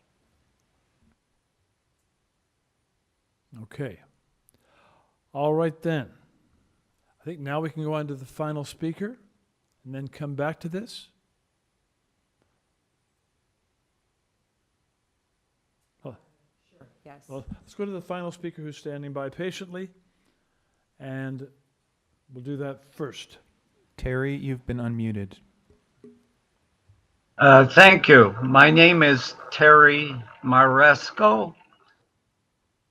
Adelina Cardenas and I own the property at 118 Walmer Road. It's very close to the subject property. Go ahead, Terry. I was only aware of this application when Mark Coulivan called me about it on January 9th. And I don't know where these notices have gone, but I have not received the original or the revised application. So I very hastily put together my concerns. The very first one is that even if the sign is posted as it was against the house, you cannot read it from the sidewalk, and it is partially covered by a bush, particularly if you approach the house from the north, which is the direction I would be approaching. So that was my first concern. I think Mr. Yang very eloquently covered a lot of my other concerns, but I feel that with so many variances being requested, we have to look at the total package rather than just the individual variances to see if they are substantial. And I feel that the overall impact is of a major change rather than just a minor variance. That was my second one. Well, that's a good point. How will that impact you? You talk. How will this major change, as you describe it, how will it impact you? It would impact me in that I think it sets a dangerous precedent for the street. At the moment, the house across the street from me, 116 Walmer, is vacant. And if this same developer who has, I understand, another proposal in the same area was to buy that property, I would be looking at the same concerns again. I feel that it, on the whole, as was pointed out in the request for variance number 7, it's quite a substantial variance. When you say 1.5 times the permitted amount of space, it is quite substantial. I'm also concerned that it seems that this developer is not waiting to see what the outcome of the dispute over the property line is. I would hope that there would be a proper setback. I would hope that that would apply throughout the neighborhood. And I don't want to see precedent set where people can build right to the very property line. And in this case, possibly over. And the balconies are an issue as well. It appears to me that the people standing on those balconies would be able to look into the windows of the neighboring house. So anyway, I think that covers my main concerns. Thank you, Terry. I'll see if the panel have any questions for you. Panel members? Not hearing any. Okay, thank you. Let's go back then to the agent. Agent, you'll have 5 minutes now to rebut. I want you to focus your comments on what was brought up by the people that have spoken. Go ahead. Okay, agreed. I think I'll just deal with them in order that they came up. There is no dispute regarding the property line. The dwelling has been there since 1903. And the issue, if you look at the surveyor's real property report that was submitted, the property line is on the north wall of the dwelling. The issue is really just related to an old title, and my client brought it to the attention of the neighbor just that this is ongoing, but it has no impact on any of the variances. The current eaves are actually being removed. The proposal has no projections on the north side for that reason. All of the eavesdrops are within the property line, and the water, the drainage is being dealt with, so it has no impact on the neighbor whatsoever. The issue with FSI, it was something that we actually brought to the attention of the committee. And in my letter, I explained that when you add the basement area in, it actually makes it seem like it's much larger than it really is. So without that basement area, it's only 1.17. So it's a very minor increase. The length of the building lines up with the existing dwellings on the street. The issue of raising the ground floor, we did that to avoid underpinning for environmental reasons. A lot of decisions that we made had environmental reasons just in terms of our practice and the clients. Dealing with Mr. Coulivan's comments, a lot of what he said wasn't accurate. All the neighbors within 60 meters have received both notices. The only change between the notices was the thing that we brought to the attention of the committee, which is the change in FSI, and it's really just has to do with the basement area, which is not normally included. The issue with the sign posting, it's very clear. There's no bushes on the front of the property. There's a small tree to the north, but it has a trunk, so it shouldn't have been obscured in any way. The photos were submitted. Everything was done the way that was supposed to have been done. So anyone who said they didn't receive the notice, they must not check their mail if they're within the 60 meters.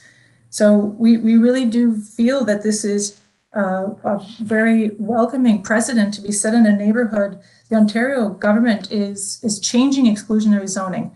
And Toronto specifically is rolling out programs creating more multiplexes in neighborhoods close to transit and with other infrastructure. So the point is this is adding rental units to a neighborhood that already has rental units.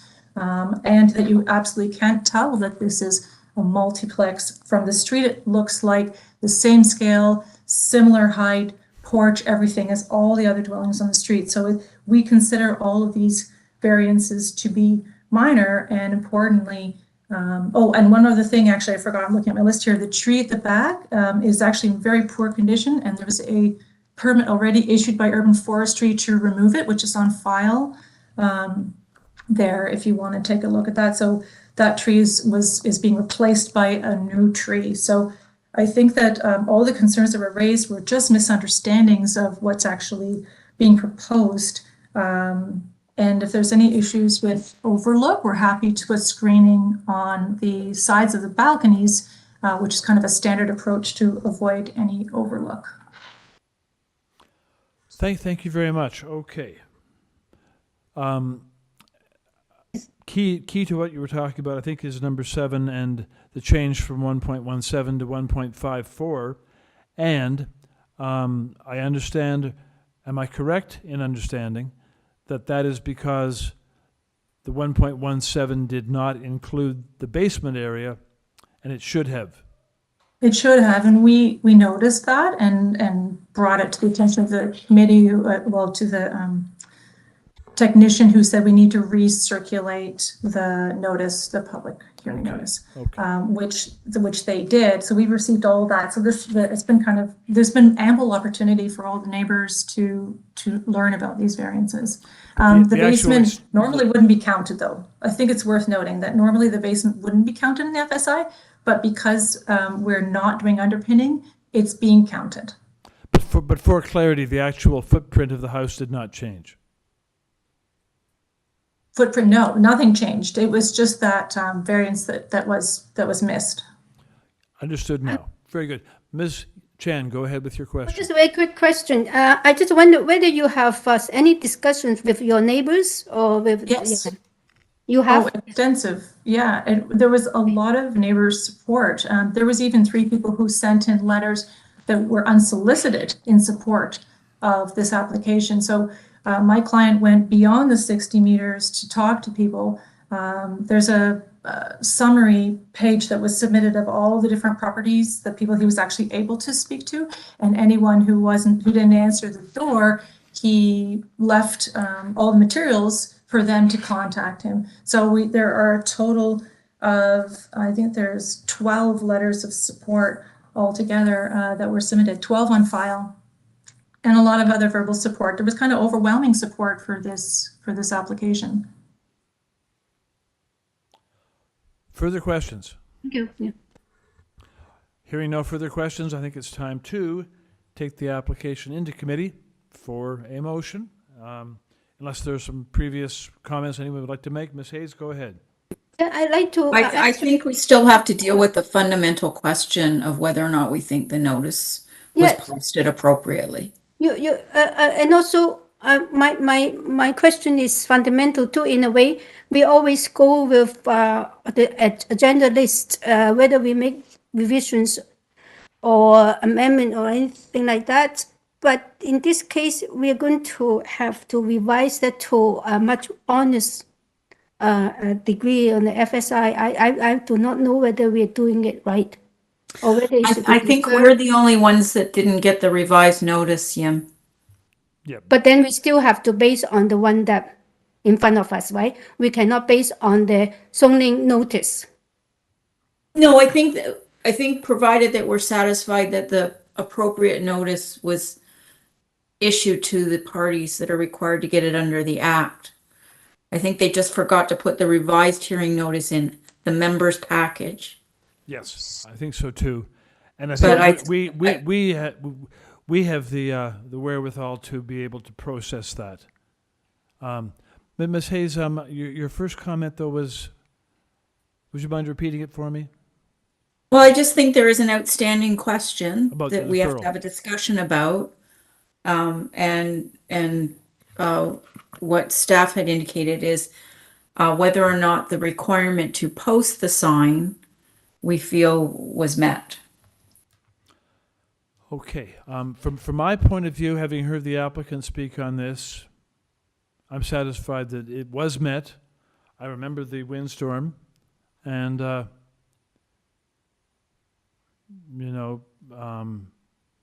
figure it went up, but perhaps it didn't go up as solidly as it might have. Any other thoughts about that? Yeah, I don't know. I would agree as well. I feel like the intent of the posting period was met. None of us can say what actual time was the sign was up. But we know the sign was up for at least a significant portion of the time period as required, and the circulation happened. So I'm fine making a decision on this application. Okay. Mr. Clay. Yeah, I am too. I agree with Peter. Everyone within the 60-meter radius appears to have been sent the appropriate notice. It might have been, maybe the sign fell down for a day or so, but I'm reasonably comfortable that sufficient notice has been provided. Okay, I agree. I just thought we need to discuss it because it was raised as an issue. Oh, it's a very good idea. Okay, thanks. Okay, coming to the application itself. Anyone ready with a motion? Or anyone want to comment on the application itself in terms of the variances? Ms. Chan, go ahead. In terms of the development, I think it's a very appropriate development for the area, and it's really convenient, and also in that whole area is filled with different types of residential buildings. I have no problem with the development, and in fact, I think it is a good one. Thank you. Anyone ready with a motion? Mr. Reed? Sure, I agree with him. I think this is a very creative way that packs a lot of density in a very sensitive way, I think. But so does that mean we need to change one of the variances, or is the copy that staff is working with fine? I think we do have to change one of them, yes. I think we have to change number 7 to read 1.54 because that's what we all understand in this panel, and that's what we're voting to approve. Yeah. And we now understand it simply involves adding the basement in without changing the footprint. Exactly. Okay, so given that, I move to approve the application as amended, but I also would like to put in a condition that the north and south sides of the second and third floor rear balconies have 1.5 meter screening to ensure privacy for the neighbors. Very good. That is seconded by Mr. Clay. So, panel members, it is moved and seconded to so approve the amended application. Those in favor, please, show of hands. And that vote is unanimous to carry the motion and to approve the amended application.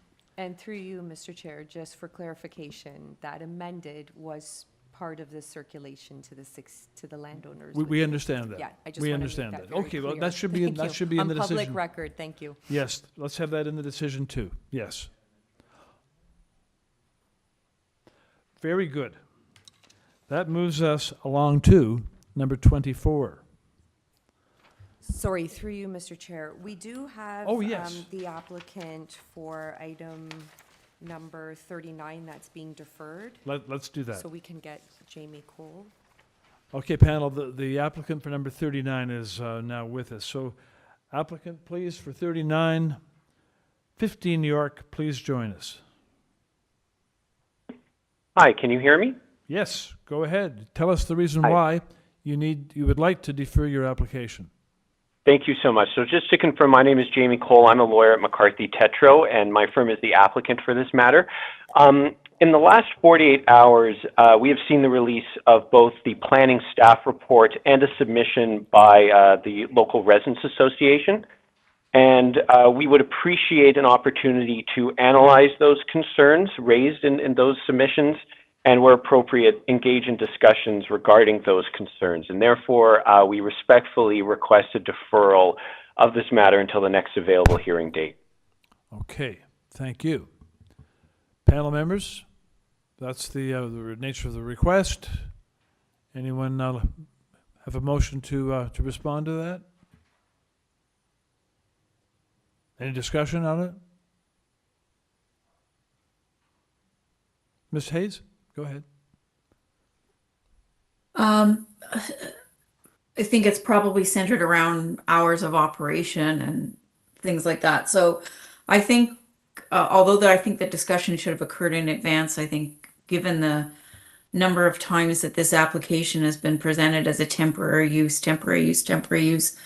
I think it serves everybody's best if we have as many discussions as possible before it comes to the committee. So I move to defer. Thank you. That is seconded by Mr. Reed. Moved and seconded to defer. Those in favor, please, show of hands. The vote's unanimous. The motion's carried. Number 39 is deferred. Thank you. Chair, can we have 5 minutes?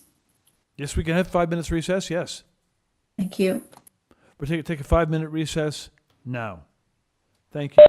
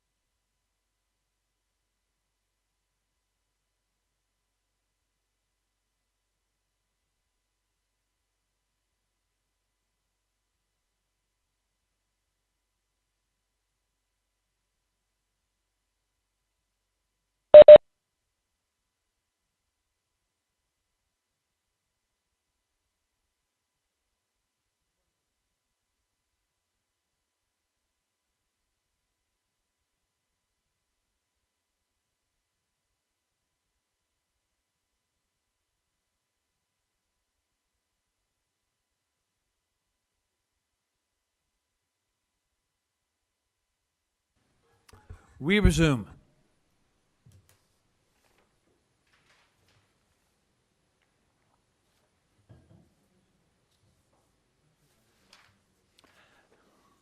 And we resume on application number 2451 Vine Avenue. On this application, before the committee are the following materials. Copy of those submitted with the application, cover letter from the agent, September. Correspondence in opposition from 49 Vine Avenue, which would appear to be the house next door.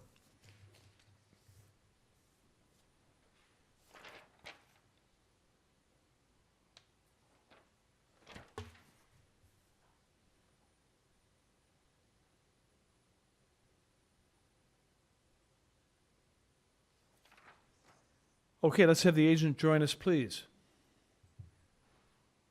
Good afternoon, Mr. Chair and committee members. My name is Andrew Dales. I'm the planning consultant for the owner of 51 Vine Avenue. Okay, very good. Good afternoon. Let me just check with the moderator on something. Is there one person standing by? Okay. So, Mr. Dales, you have 5 minutes to present your application to the panel. Go ahead, please. Great, thanks very much. So I was going to ask for page 2 of the architectural drawings to be brought up, but I think this context map should suffice. So the property is located northwest of the intersection of Keele Street and Dundas West in the Junction neighborhood. On behalf of the owner, I'm requesting a single variance to permit the use of the existing industrial building on the property as office space. So the building has existed on the property since at least 1947, although we weren't able to confirm the exact construction date. And for this application, no construction is proposed outside of the existing building envelope. And again, it's one variance to use this building for an office use. Despite the redesignation of the property to neighborhoods in the 2006 official plan, the property was not included in the city's harmonized zoning bylaw 569/2013, leaving the property industrially zoned under zoning bylaw 438/86 for the former city of Toronto. The enforced light industrial zoning category, which is I1D2, again under the old bylaw, permits a variety of manufacturing uses, retail and service shop uses, warehousing and storage uses, workshops and studio uses, and automobile related uses.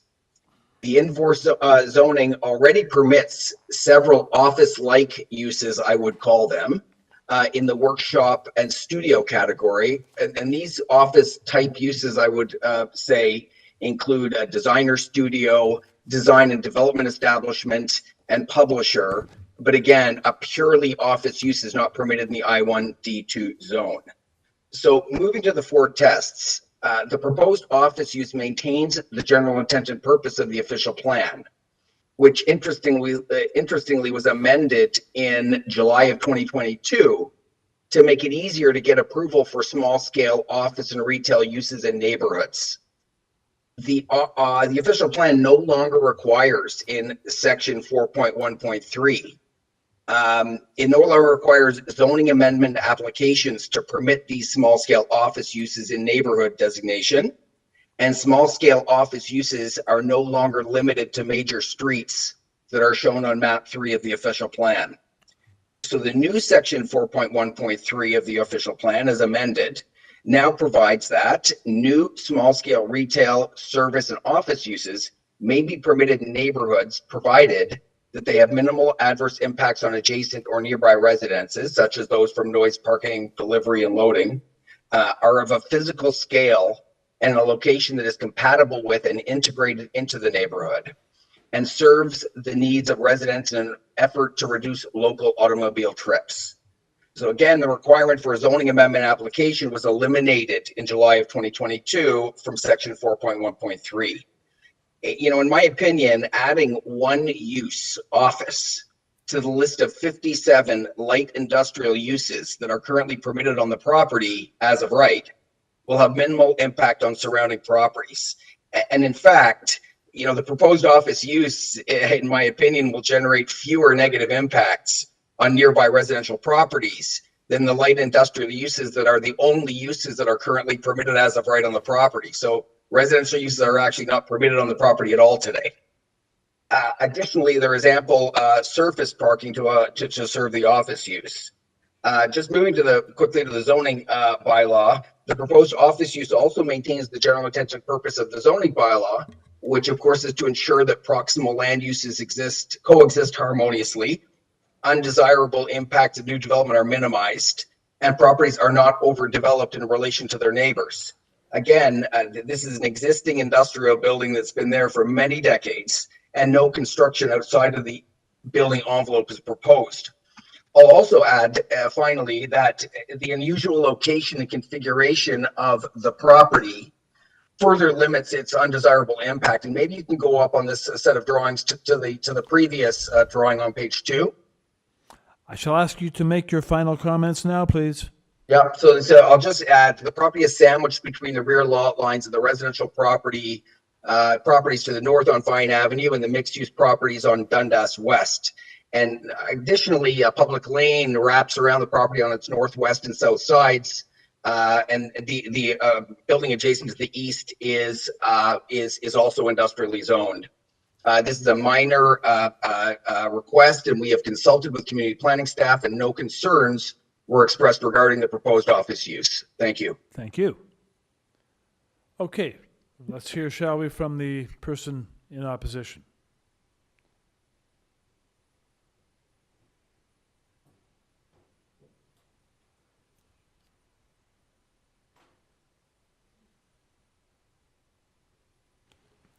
Arcot, you've been unmuted.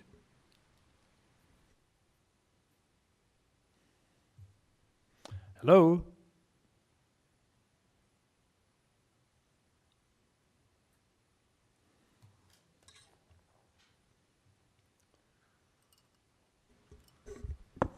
Arcot, you've been unmuted. Can you hear us?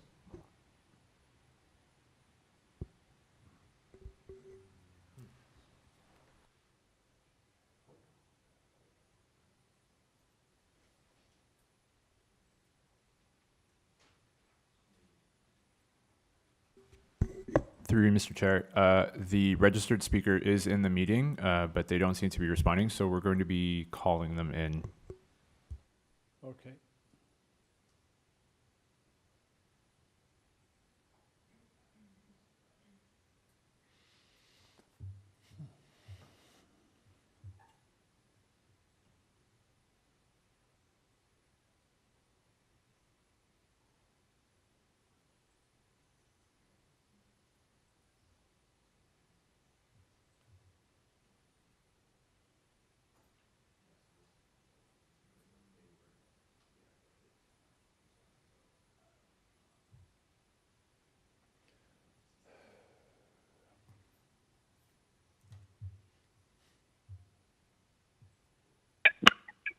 Can you hear me?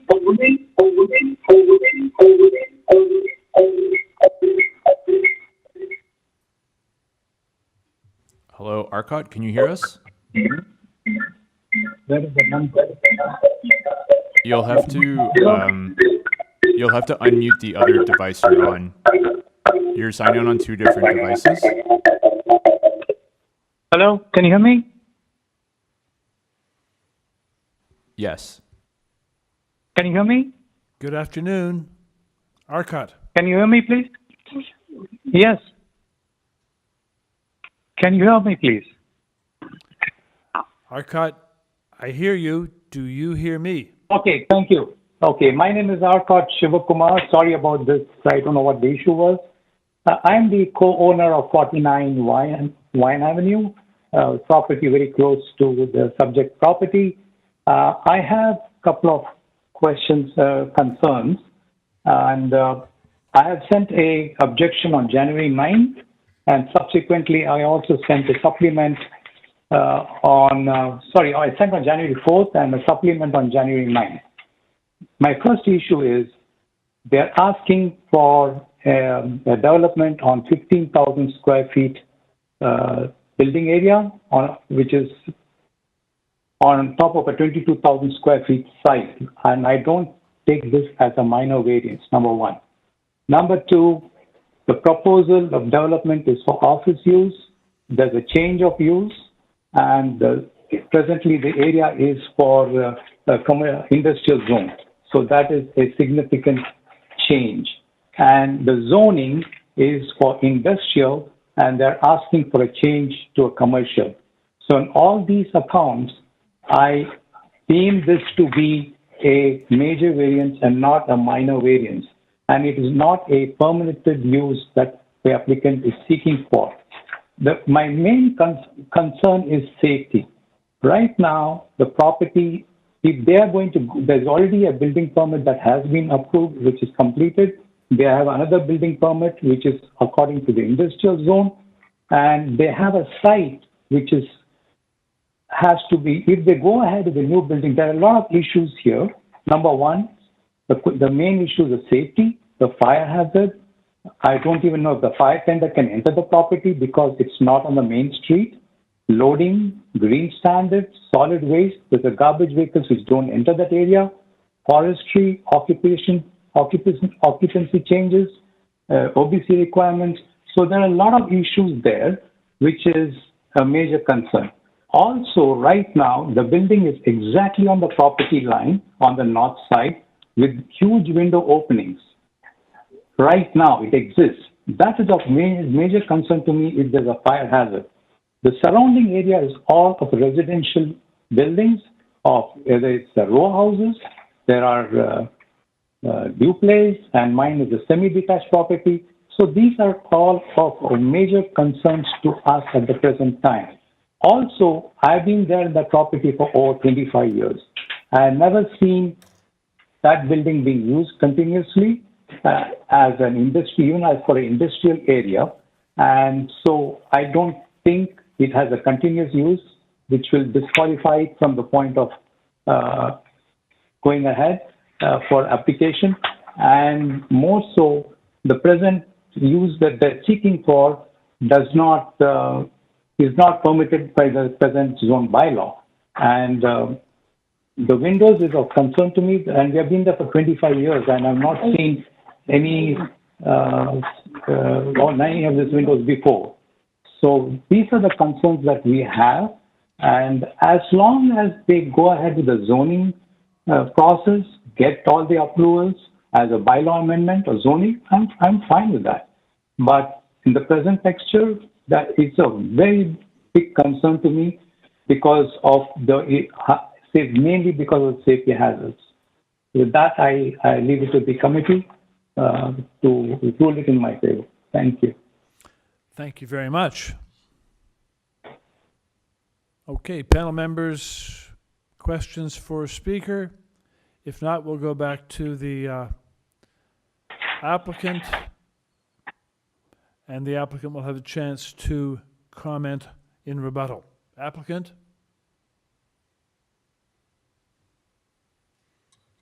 Yes, I'm here.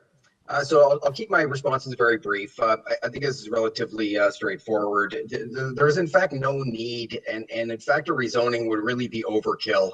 We're not proposing any change outside the, it's the existing building that we're proposing an office use in. The building has been there for many decades, as I've mentioned. There's no need for rezoning, under the official plan now that this the OP has been amended. And certainly in the context of Section 45(1) of the Planning Act, this certainly it can be dealt with the Committee of Adjustment. I'll just note, once again, and sorry for just repeating myself, but I think it bears repeating, that the permitted uses, the only uses that are permitted on this property that include light industrial and manufacturing uses are certainly more impactful on the residential uses to the north on Vine Avenue than using the existing building for an office use. And I'll also mention again that the building already has permissions for, I'll call them quasi-office uses. A designer studio, a publishing house, that kind of thing, is really kind of in line with what we're kind of talking about right now. Is just the specific use category of office is not permitted in the I1 D2 zone. And finally, I'll just address issues of fire safety and OPC issues. Those are dealt with at the building permit phase, and certainly this will be subject to a rigorous building permit process and review by Toronto Building, and any issues that come up in that review process will certainly be addressed. And solid waste, finally, will be dealt with the same way it's been dealt with on that property for years and years. So there should be no change in that regard. Thank you. Ms. Chan, go ahead. This is just for my own education. Can you tell me if this was approved? Is the industrial light industrial use be eliminated or will be just added on to the permitted uses? So it's a good question. All we're proposing to do is add the use, right? So we're not proposing to rezone the property from I-1D2 to something else under 569/2013. We're just proposing a less impactful use in that current list of permitted uses in 43886. My question is that it's actually you're also allowed to convert it back to a light industrial.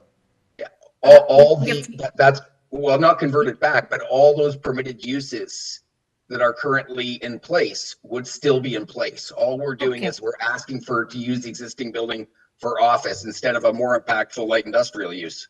Thank you. Yeah, I understand now. Thank you. Very good. Thank you. If there are no further, Ms. Hayes, go ahead. Thanks. I just wondered whether or not the OP defined what small scale was.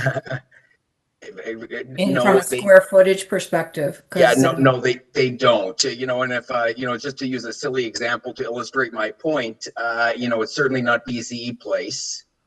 So it's up to it has to be looked at. What small scale means has to be looked at in context. And there was a submission that it's 15,000 square feet. Is that correct? I think that's correct, but I think it's relevant to state that building again has been there for a long time. It's not like we're proposing to build it. I'm not arguing that point. I'm just your justification. You're centering on this change to the OP, so I'm just drilling down a bit on that. Yep. So no, I'm just. Is it one business office space? Is it multiple businesses? Is it being carved up? Like, what's the nature of that? So I don't have a good answer to that question because we're not sure. The owner of the building has not, given the fact that office was not a permitted is not a permitted use under 43886. They have not yet embarked on their leasing plan. So I think they prefer to get a single tenant for the whole building. That would be great. But my guess is the number of people working in that building per square foot would be similar whether it's a single tenant or multi-tenant. What is depending upon the nature of the tenant, it might impact the type of traffic and activity levels as well. So, thank you. Is their applicant a current tenant, and what is the current use of the property? The current use, my understanding is that the last use of the property is currently vacant, but the previous use was a light industrial use that was allowed under the zoning bylaw. It's currently vacant, though. Okay, it's vacant now, okay? Yep. Okay, panel, any further questions? If not, we can take the application into committee and go to a motion. Ms. Chan, go ahead. Yeah, I think this is actually a very good proposal for a vacant building. And I think that change from light industrial to office use is actually create less impact in the residential neighborhood. And since it's a non-conforming use anyway for so long, I do not think that it will actually create any negative impact. So other than that, I'm in support of the application. Is there a second? Ms. Chan moves approval. Second to that? It is seconded, Mr. Reid. Moved and seconded to approve. Those in favor, please show hands. The vote is unanimous to carry the motion. The application is so approved. And the panel moves along to number 25.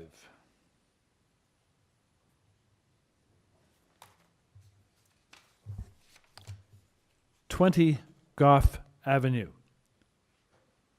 Before us, we have application materials, revised site plan, January 6, revised zoning waiver, same date.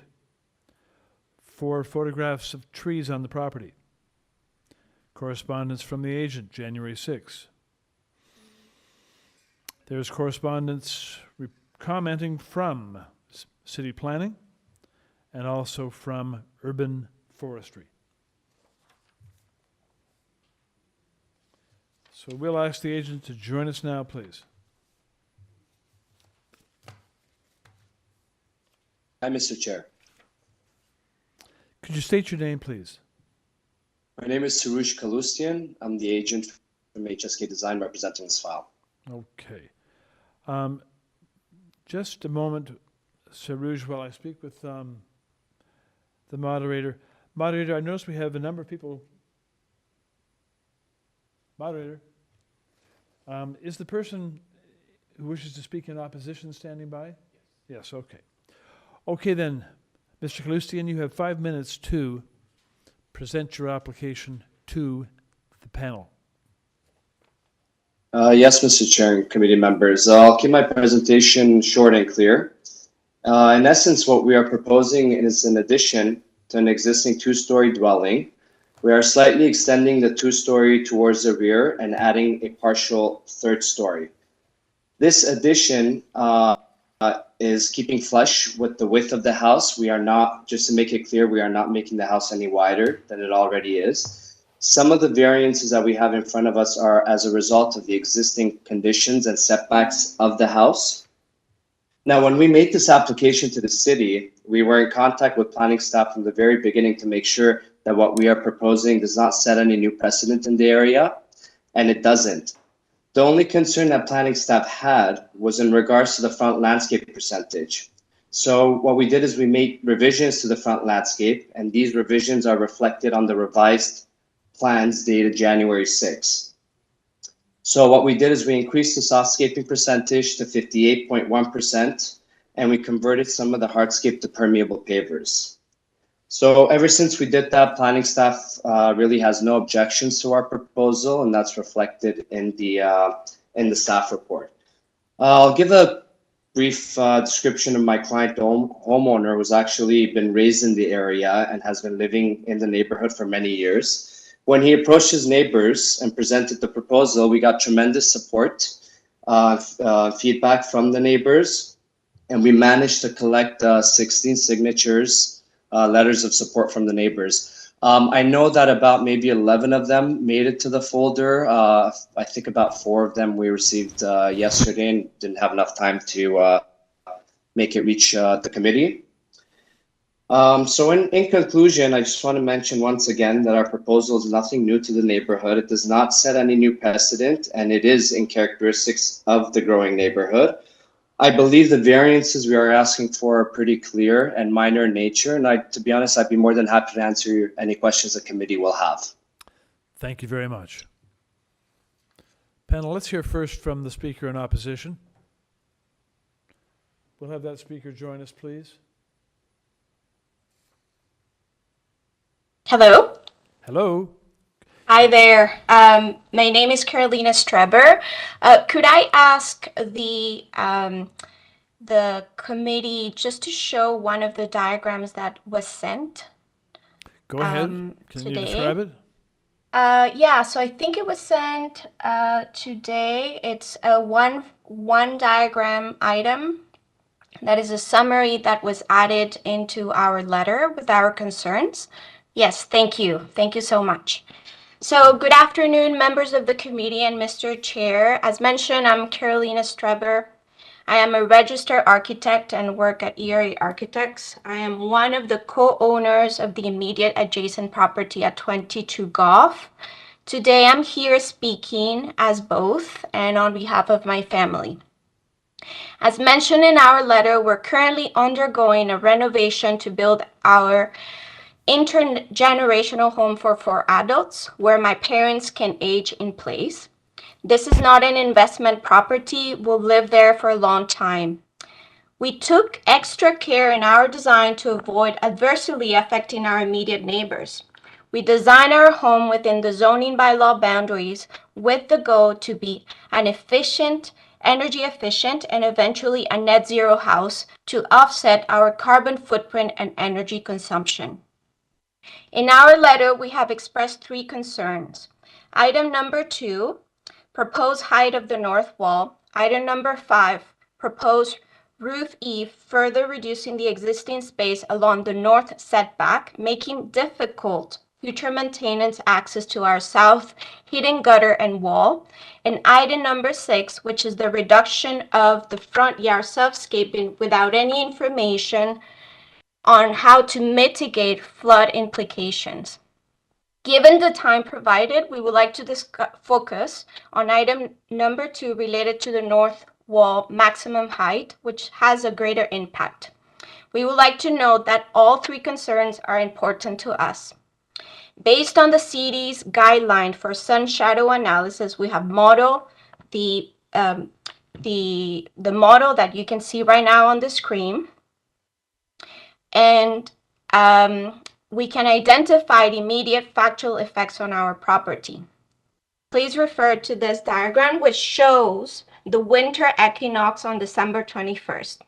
So what we can see here is that there's a reduction of approximate 60% of natural lighting throughout a year at the south skylight. There's also a reduction of approximate 40% of access to effective solar gains for solar panels. And there's higher heating and energy costs for us in the future if this was approved. My professional opinion is that the proposal can accomplish the same design intent with the different massing of the 3rd floor addition. As an example, the volume could be shaved to allow direct solar gains in our roof, respecting setbacks, basically adjusting the geometry. Second, the internal ceiling heights, which are maxed out, are driven the height of the north wall. These could be lowered. Based on these facts, we believe the proposal is not meeting 2 of the Committee of Adjustment goals. The variance requested is not minor and reasonable.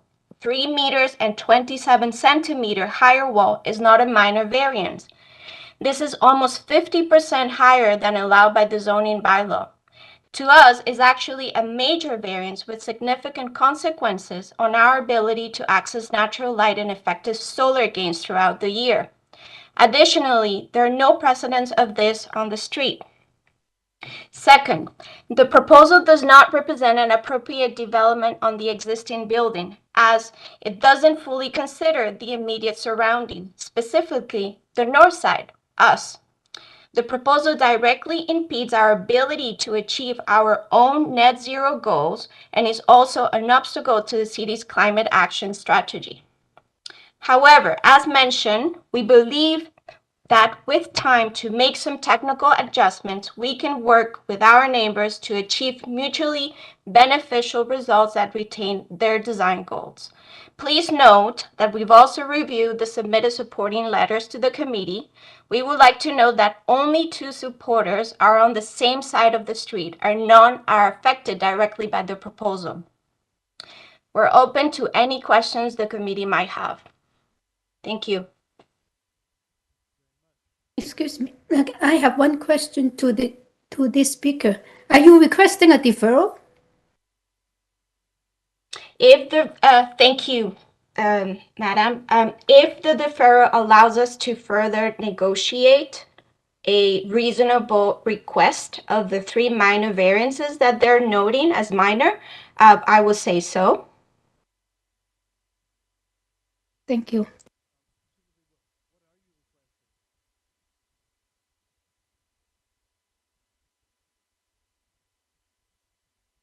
Okay then. So, what are you requesting though in coming before the? You've told us about the impact of it. You would. Are you requesting refusal? Well, based on what they've proposed, yes. But I think, understanding, I'm very sympathetic. We are sympathetic of what they're try to grow. We're not against that. It's just the way that it's being presented. right? So I think with further negotiations and conversations with our neighbors, we can come up with reasonable solutions to this. I just would like to note that, like, we just heard about this application really, let's say, once the submission has been done, right?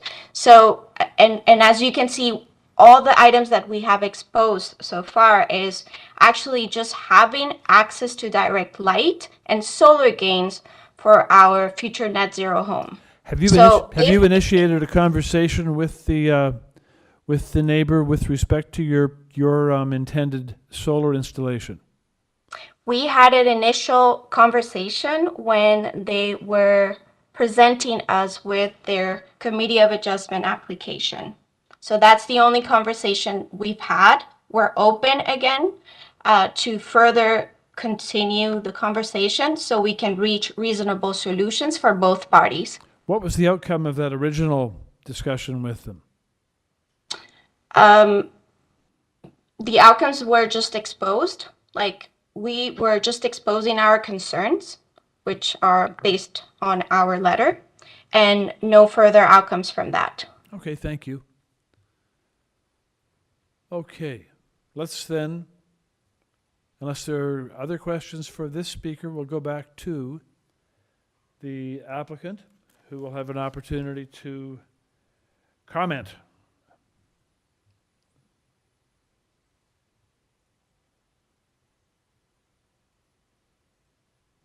Mr. Chair, committee.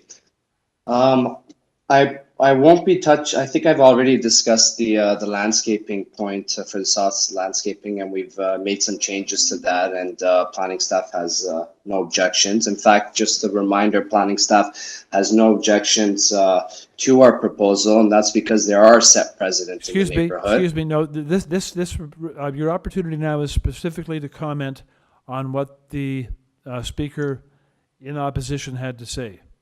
Yes, so I'm getting to the point. So one of the comments were about the eaves and no further projections onto the property.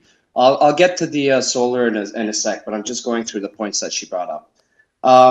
I just want to clarify that currently the house and the setback of the house is very close to the property line. So the existing house has eaves and gutters that actually project onto their property. So we are getting rid of that eave, and that's why we have a parapet wall being built on that side of the wall, because we can't project into their property by introducing eaves and gutters.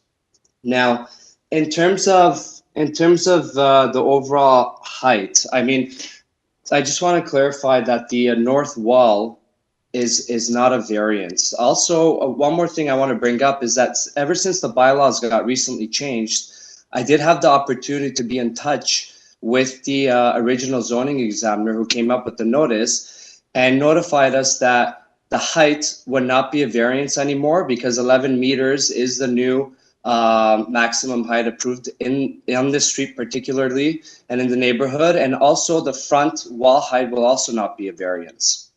So that only leaves us to the rear wall height variance that I can address in regarding to this.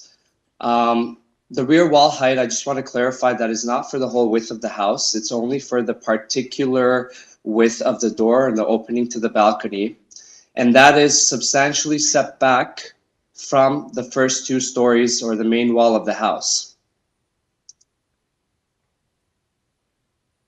So, I mean, in terms of the shadow, technically in right of way, we can increase the property height to 11 meters. This is something that any new development in the neighborhood is going to do.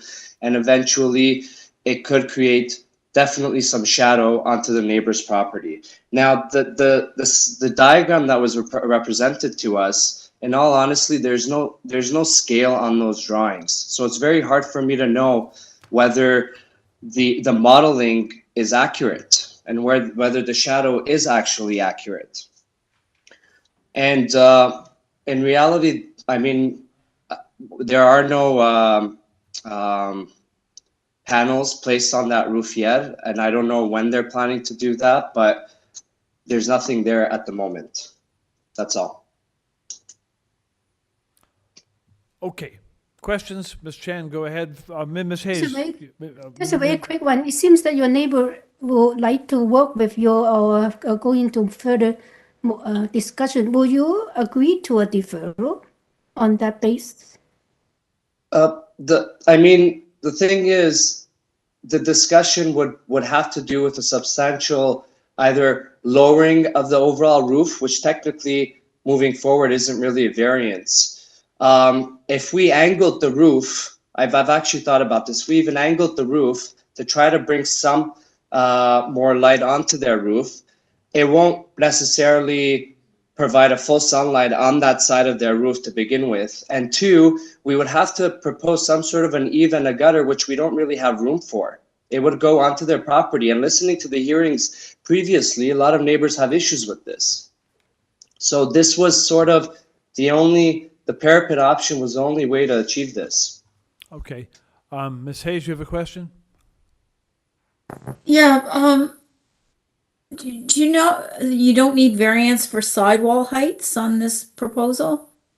No, there are no variances for the north wall side heights. So the wall height's 10.77 on the south side? So what's the bylaw allow for wall height? Well, there is no bylaw requirement for the sides. It's only for the front and the back. The bylaw in this area doesn't have a performance standard for wall heights? For the front and the back they do, not for the sides in this case. Okay. Mr. Clay. I'm just looking at your side elevation, and if I look at the rear elevation, it looks like there's some sort of railing off your third-story deck, but the side elevation isn't showing anything. So what are you planning to use as a treatment back there? Well, I'm assuming you're talking about that projected point almost sticking out. That's actually Looks like a platform. Yeah, we do have a balcony there in the back, and we've provided some privacy screening on the sides, and that's probably what you're seeing. So if you look at the side elevation, where's the privacy screening? Well, the privacy screening is essentially the portion past the 10.44 wall height, which is where the angled roof is towards the back. So I think there's a better, you can probably understand it better if you look at the third floor plan. Is the balcony inset? It is, yes. Okay, so there's walls on each side. Right. Correct, Okay. for privacy. Okay, that makes more sense.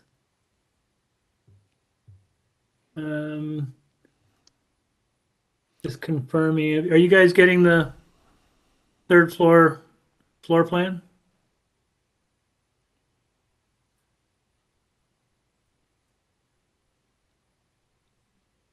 There it is. Zoom in a bit, please.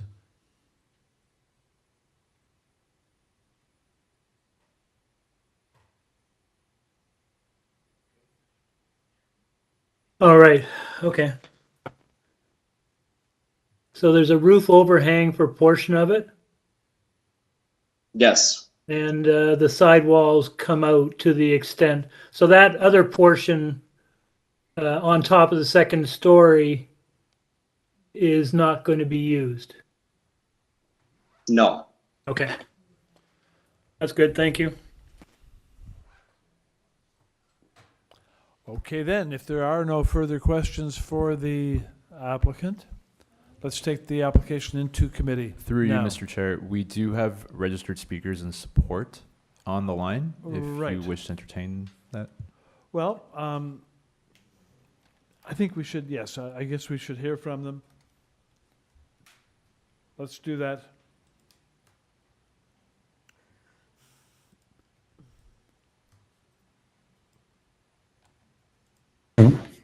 Green and Donnie, Oh, hey.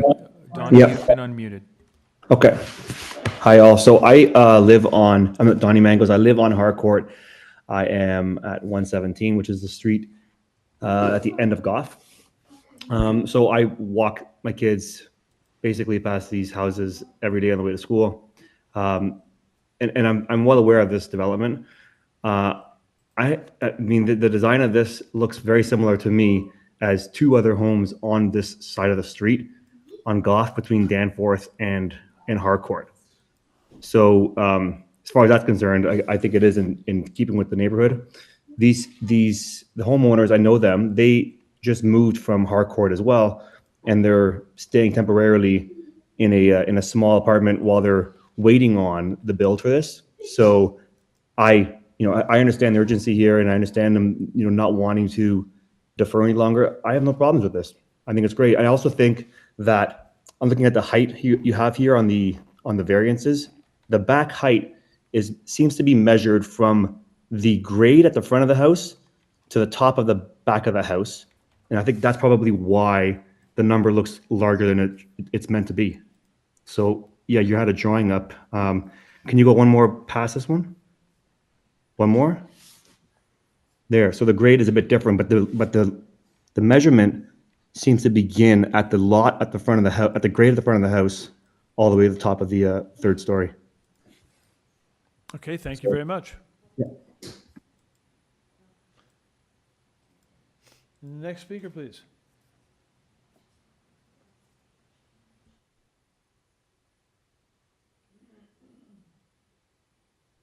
Denny, you've been unmuted.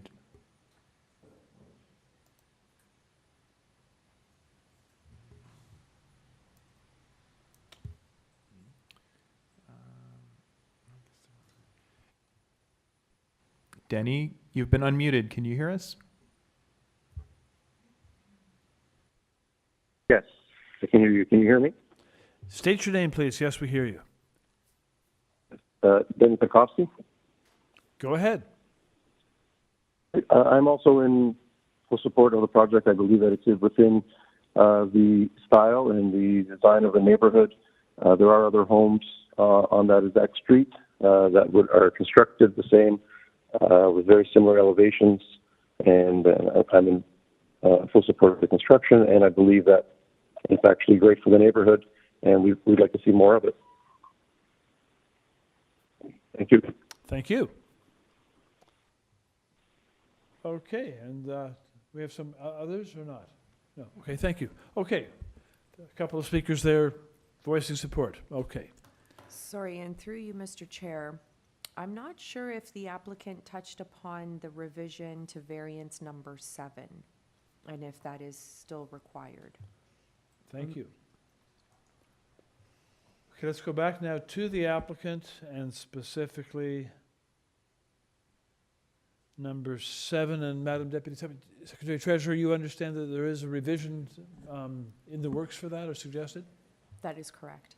So if they can just confirm if there is a revision, and for public record, state what that revision is.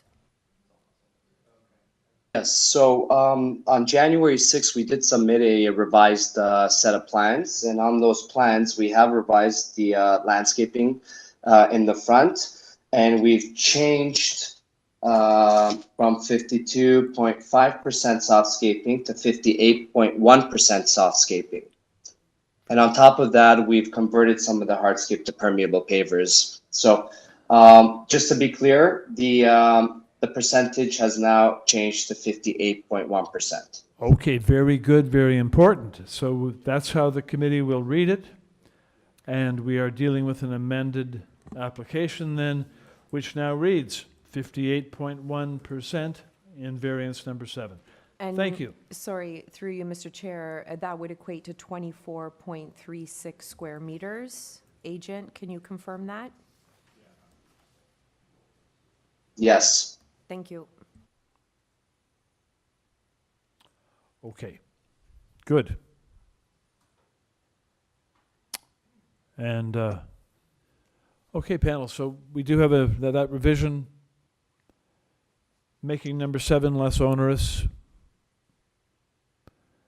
And I think we can take this into committee now.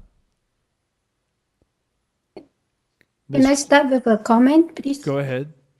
Yes, actually, the variances to me are fine.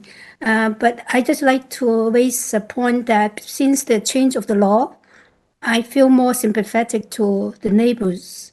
And I feel that maybe there's some attention in the future to just spend more time on canvassing the neighborhood.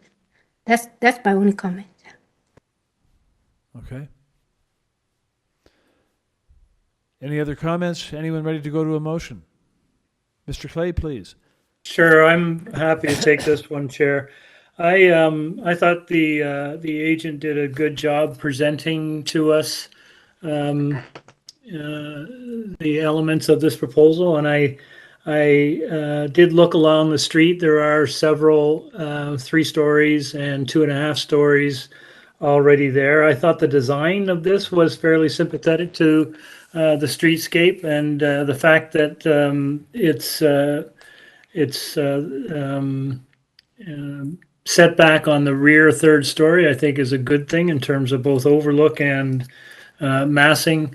I think generally this is a reasonable proposal. I don't think it would have an adverse impact. I do understand the next door neighbor's concerns, but the height of this proposal is, based on what we've seen now with the current variances and the changes, not unreasonable. So I think it's a supportable application. I'm prepared to move approval subject to forestry condition number 2.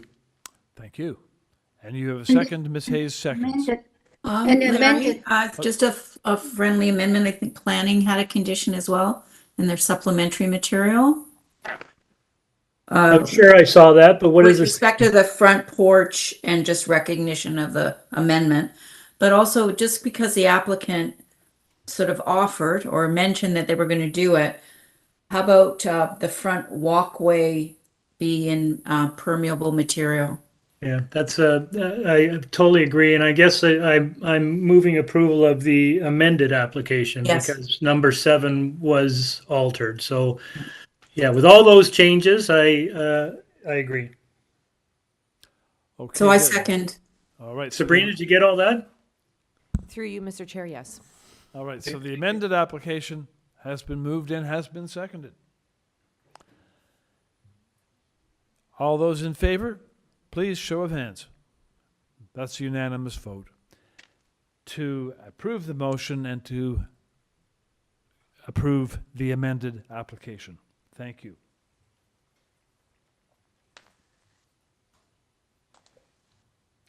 Number 26 is 78 PEARD Road. And on this application, the only materials before the panel are the application materials plus 3 photographs of trees received in October. Let's go to the agent on this and have the agent join us. Eduard. Good afternoon or good evening. I don't know what to say. My name is Eduard Begay. I'm the applicant for the submitted community adjustment application. Thank you. Good afternoon. It's still afternoon. Okay. So we'll just check with the panel. Anyone questions for the agent?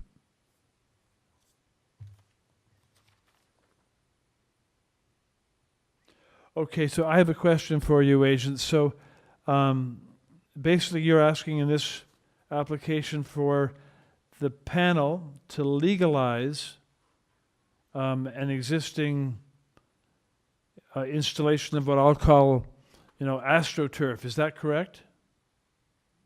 We're asking for a proposed covered deck that it's detached 4 inches from the rear wall. So it's not detached to the house. It's if it was 30 centimeters, 1 feet, we didn't have any problem. But because it's 4 inch, it's counted as a load coverage. And the side setbacks, the existing house has a side of the setback as a 1 point. It's required 1.2, existing houses, one side 0.9 and the other side 0.6 meters. We're asking for 1.17 and 0.6. And the minimum rear setback is 869, 25% of the lot length. The proposed is 6.21 meters. That's what we're asking. Okay.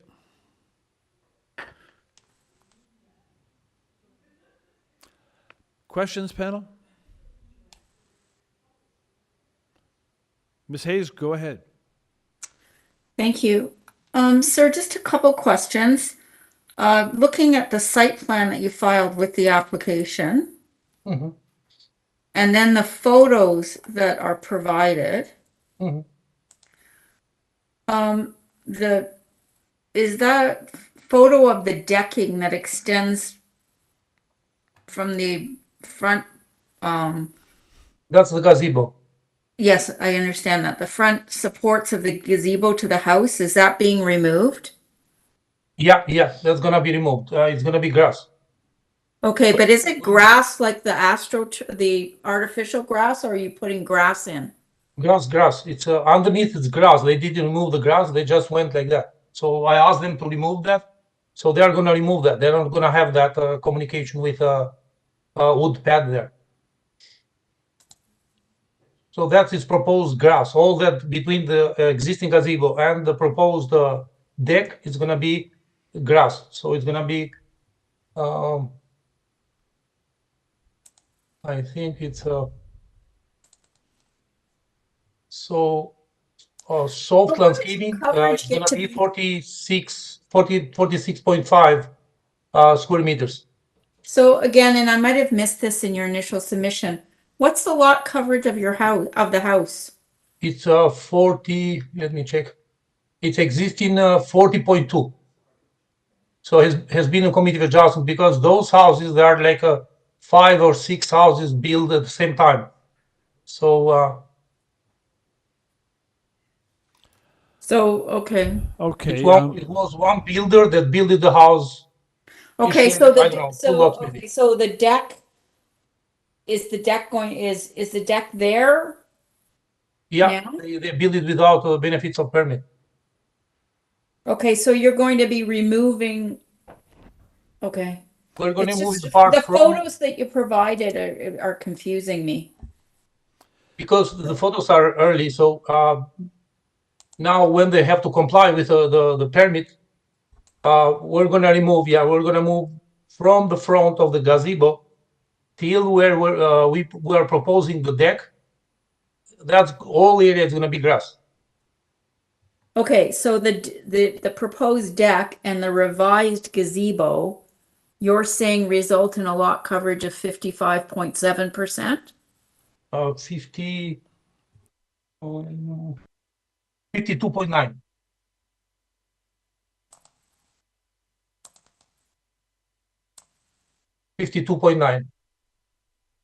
Okay, so are you amending variance 1 then? Because the notice says 55.71. I don't I'm know sorry, where we have the public notice says the lot coverage will be equal to 55.71. I don't know, on the drawings that I have here, it's the deck, it's 32.83 square meter. Looks like we have to amend it because that's my final set of the drawings that I have sent to the committee. So did you submit it for a revised zoning waiver after the notice went out? I don't exactly remember, but I might have done that to add more soft landscape. So are you then, okay, so what is it that you're actually requesting then? So what's the percentage and what's the square meters? Here it's 146. Let me see. So we're asking for 138. 138.19 load coverage. 138? Yeah, And that's what percentage? 50? 52.9. 52.9. Okay. Okay, so the revised deck and the revised gazebo represent 12% of lot coverage above what the house is. Is that what you're saying? 12. Well, you said the house was about 40. 40.2. Okay. Yeah. So 12.7. Yeah, 12.7. It's Okay, thank you. I want to mention that, sorry, interrupting you. I want to mention that it's detached. It's not attached to the wall, the deck, the cover, the roof. Is there a roof or is it open? No sides. It's a roof there, but I don't it's know. We open don't on have the a sides. picture of it. I can't tell. Okay. Yeah, I was looking, same thing. Sorry for interrupting, Joanne. I had the same question. If you look at cross section A, Yeah. it appears there's a roof. I think we're confused because the photos don't show A any deck. roof. But they asked me on the photos to show if there is any trees. So I just took the pictures. So maybe you could just clarify for us. So you have already built the deck portion and you're planning to proceed to build a trellis or a roof over top of it as well? So whatever is proposed here, I'm the applicant. I'm not the owner of the house, but whatever is proposed here is already built. Okay, but the photos don't show a roof. Because the committee of adjustment staff asked me only to show the trees, the back of the backyard, but only for the trees. So I took pictures to show that there is no trees on the yard. That was the whole idea of the pictures, not to show the existing trellis or deck. So in that photo that's in front of us now, that's that's your deck. That's already built? That's the gazebo at the back. A gazebo. That's a gazebo. That's a gazebo there. But what's the decking? Isn't that the decking in front of it? Okay, so the decking all is gonna be removed once they get the permit, if they get the permit. So all is gonna be removed, and under that it's grass under the deck. So all this part is gonna be removed. But there is a deck on the, okay, so there's Go back to the site plan. my understanding, there's a deck on the back of the house. Yes. It also has a roof. You are Yeah, it's going covered. to- Yeah, and it's there's covered. going to be some grass. And Okay, then there's going to be a gazebo with a roof. Is that correct? It's an existing gazebo, yeah. The gazebo, it's open, you can see there. Okay, but the deck and trellis cross section, drawing A4. That's the deck that is at the rear of the house, Yes. correct? Yeah. Okay, then there's grass. Yeah. And then there's the gazebo that's shown in the picture. Is that correct? Yes, you're right. But the wood decking between the front of the gazebo and the deck at the back of the house is being removed and grass is being put in there. Is that correct? Grass is existing there, but what did they do? They put it the No, but I'm plywood just or saying in a whatever. finished form, they're ripping up those boards. They are gonna go, the boards are gonna go. Okay, thank you. That's 100%. Just Question. one last clarification question. One last clarification. So the gazebo portion is already built. The deck is already built as well off the house? Yes, they So built it all the- without benefit of the permit. So, Chair, at a minimum, we have to change the purpose, right? Because it sounds like, is it not legalized? I believe it's legalizing, or the site plan I'm looking for here doesn't jibe with the photograph. The photograph shows the existing deck from the prefab gazebo extending toward the house. There's no existing grass area there now. Right now, it's a long deck extending from the prefab gazebo. This looks like a new deck. I know we're not legalizing everything because a lot of this isn't built yet, but this is not existing grass area. First of all, it's not grass, it's astroturf that is being used. And secondly, a lot of what says existing grass is actually currently deck. Well, I think when I asked the applicant, he said two things. The gazebo portion is already built. The deck portion is already built with a roof over top. And as Joanne pointed out, they're planning to remove some of those deck boards where the site plan says existing grass area. They're removing those boards and replacing that with grass. I think that's what he's proposing. So Larry, your question is whether or not the purpose should talk to legalization.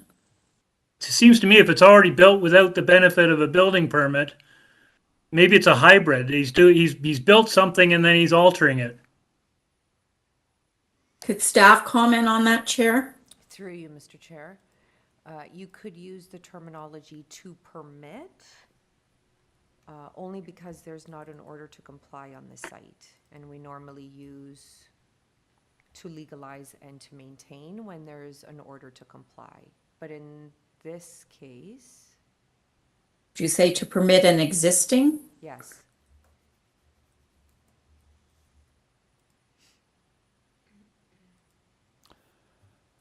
Okay, panel, shall we take this one into, are there any more questions for the applicant to clarify? Let's take this one into committee and try to sort through it. And we can work toward a motion. Okay, I'm concerned because the site plan doesn't appear to reflect what's actually been built. But we can deal with the site plan. Can I suggest we tie it to the site plan, because the site plan does show the grass area for the I would approval. agree, yeah. And I think that will clarify it, because otherwise you will have to describe the whole thing about removing deck and all that. But we tie it to the site plan, they have to build as. Yeah, I agree with you. And I think they're going to, Chair, I think they're going to correct what's there, change what's there to make it more palatable and put some grass in where the wood was. Okay. Maybe That's we what it could appears. stipulate that all the AstroTurf has to be replaced with grass, with legitimate soft landscaping. Yes. Anyone? I guess that the lot coverage seems awfully high, but if the house is already at 42, I guess then it's not as high. Contextually, it's not as high as one first imagines. So with the changes, and if we tie it to the site plan and the condition that any of the landscaped areas be grass, I'd be okay with it. Anyone ready with the motion? Okay, I'll go. Go, please. Okay, so I'd like to move a motion to approve the application as amended, with the purpose amended and variance with respect to lot coverage amended to 52.9, 138.18 square meters. Tying it to the site plan and on the condition that in addition to the area shown as existing grass on the site plan, that the AstroTurf surrounding the gazebo also be returned to grass. Very good. Is there a second for that motion? It is seconded, Mr. Reed. Moved and seconded to so approve. Those in favor, please show of hands. You amended the purpose, right, Joanne? Yes.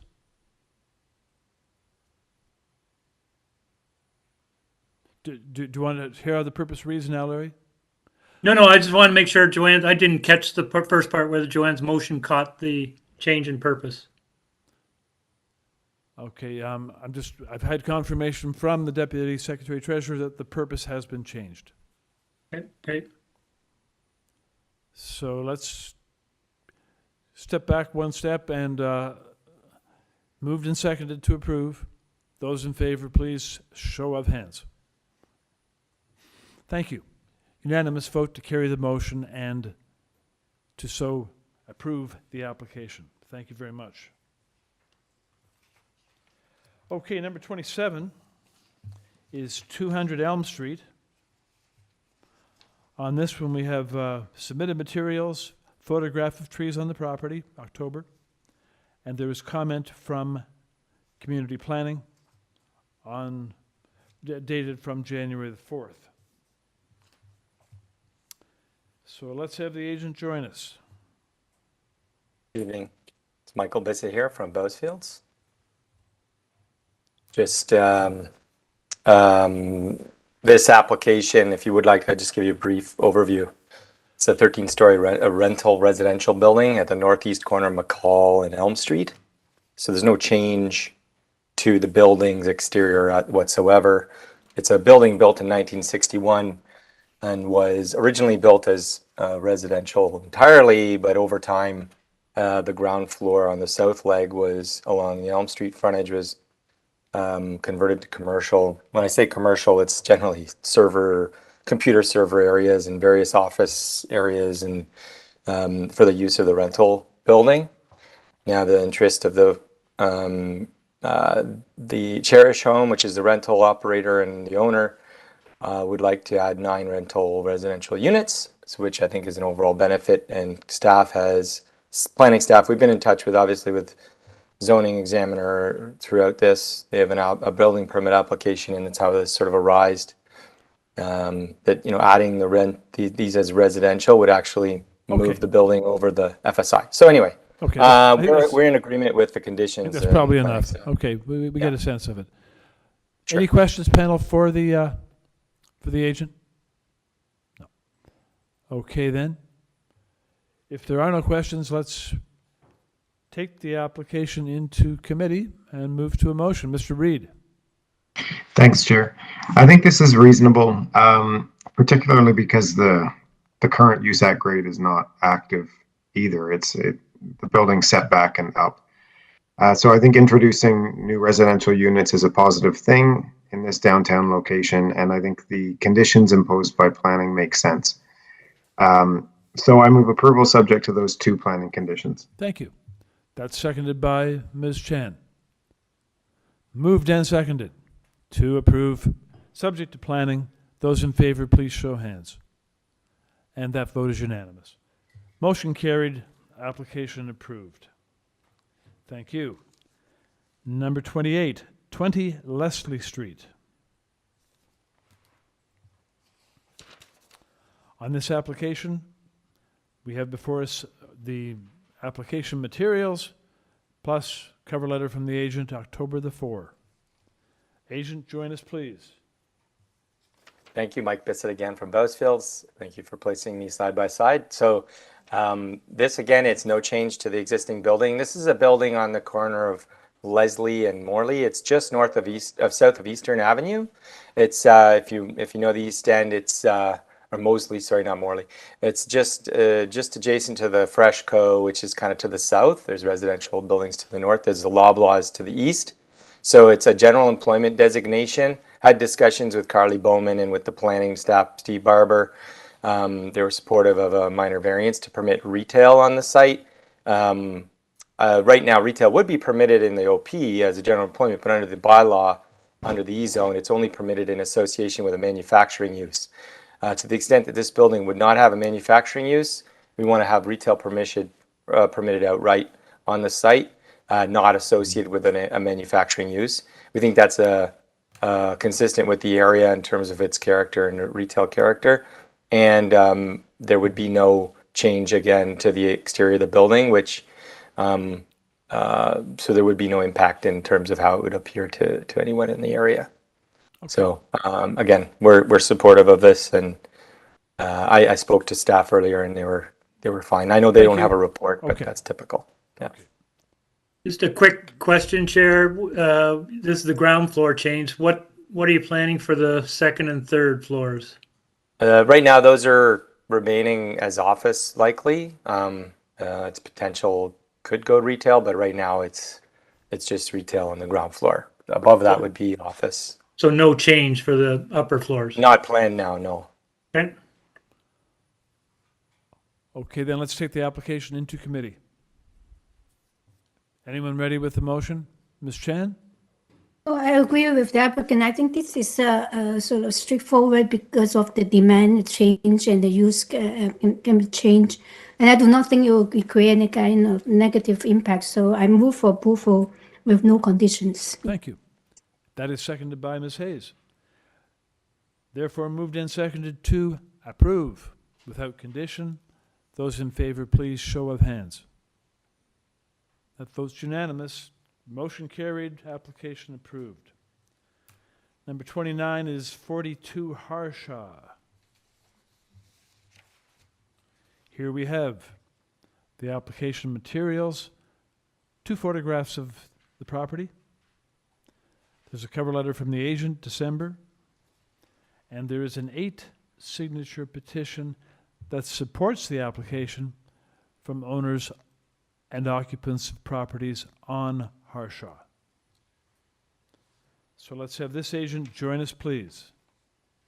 Good evening, Mr. Chair. This is Bamdad Baghdadi from BBA Design Studio, Inc. I'm the architect and the applicant for this application before you this evening. Good evening to you.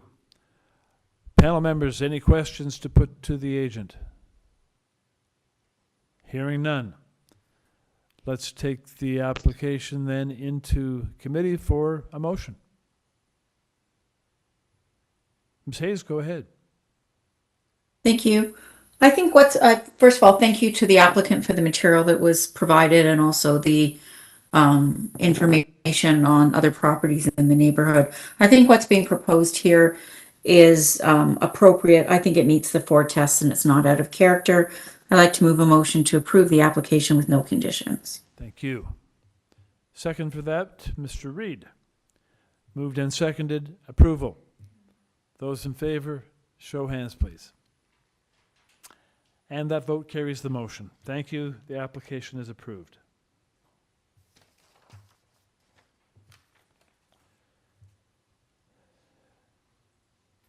Number 30 is 81 Robbins Avenue.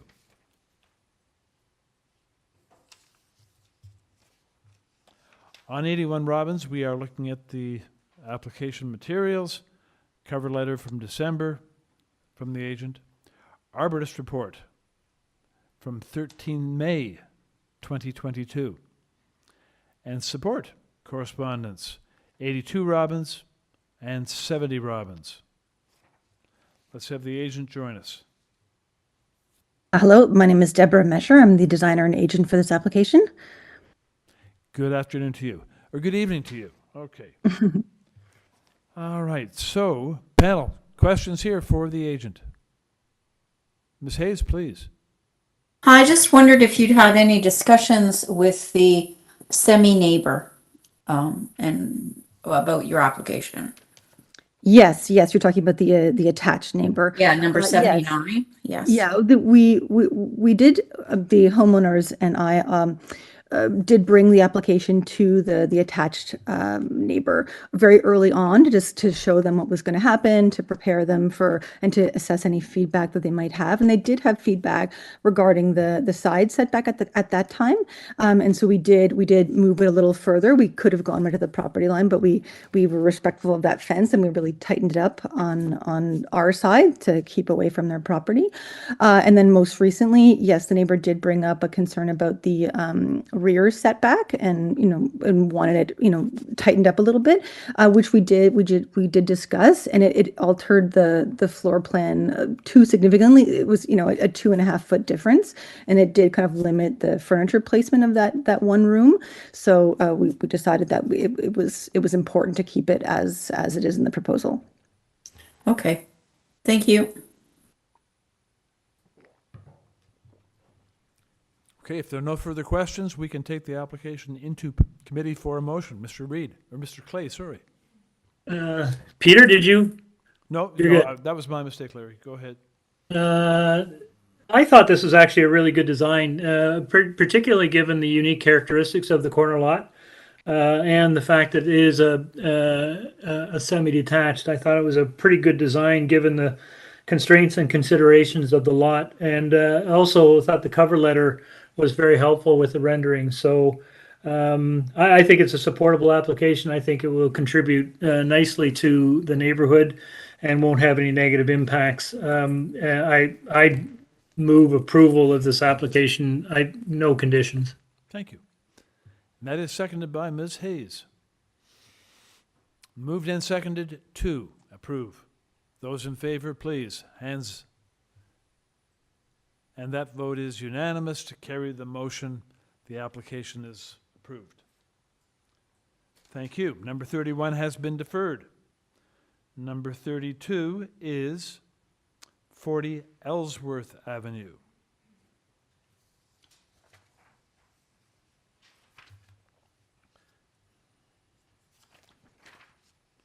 And on 40 Ellsworth, we have submitted materials with the application, 2 photographs of the property. There's a list of comparables from January the 9th. There is comment from Urban Forestry in the form of a staff report.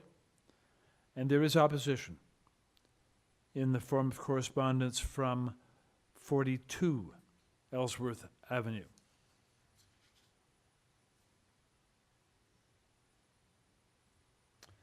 So let's have the agent join us, please.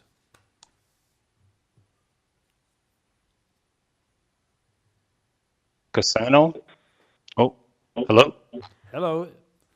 Hi, Mr. Chair. It's Enzo Lacasano. I am the agent for this project. Good evening.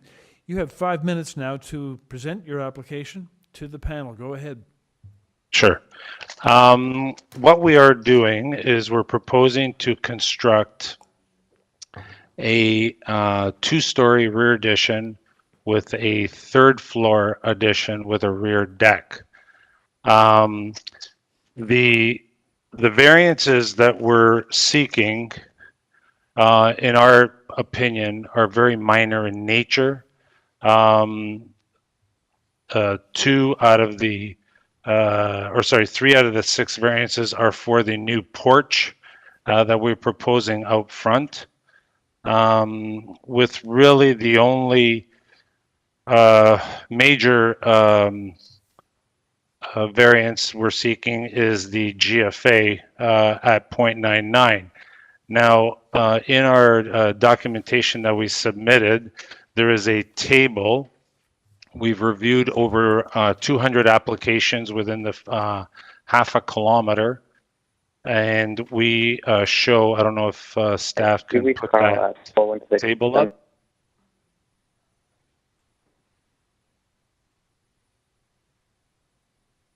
Hello. Yep. Can staff put the table? Oh, okay. Sorry. There's a table that was submitted under, no. That's the drawing package.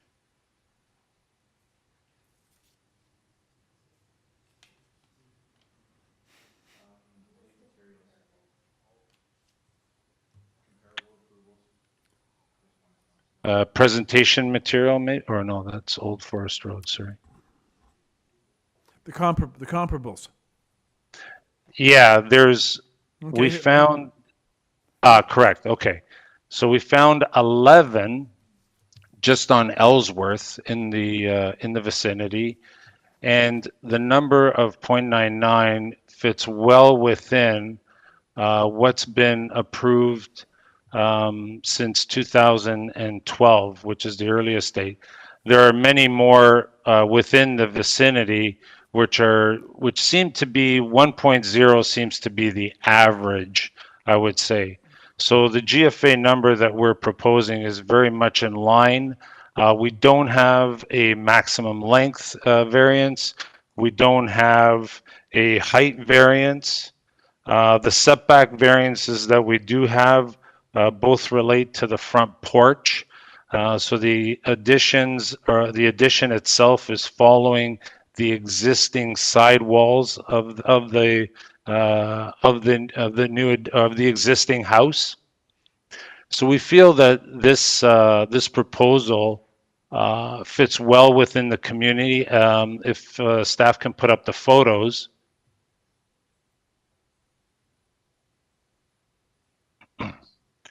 Now, this is an addition 2 doors down from our place, which would be very similar. And if they can put up the next one, you can see the language that we try to maintain on the street with the sloping roof and the dormers, which sort of fits in within this language, which is just to the right of our property.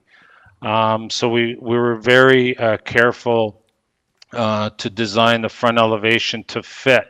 As you can see, the porch works the same way. It's a full width porch on the existing streetscape, which we're proposing on this project as well. So I think the proposal fits very well within the community. The GFA is well within the requirements. The front yard landscaping, yes, we are short, but that's because there is an existing front yard. If you can put up the site plan, I guess. First page. There's an existing front yard parking pad, legal parking pad that was approved. So with regards to the porch itself, it doesn't come out any further than the existing porch and falls very much in line with number 42. Other than that, this is a pretty solid application, and we hope that Committee of Adjustment can support us. Thank you very much. Okay, panel members, questions at this time? Okay, then let's carry on to the registered speakers, and we'll have the first one join us.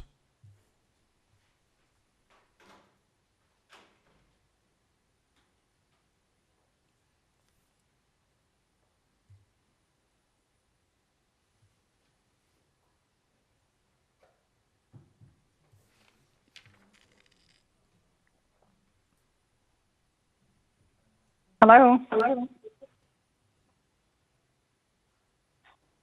Hello.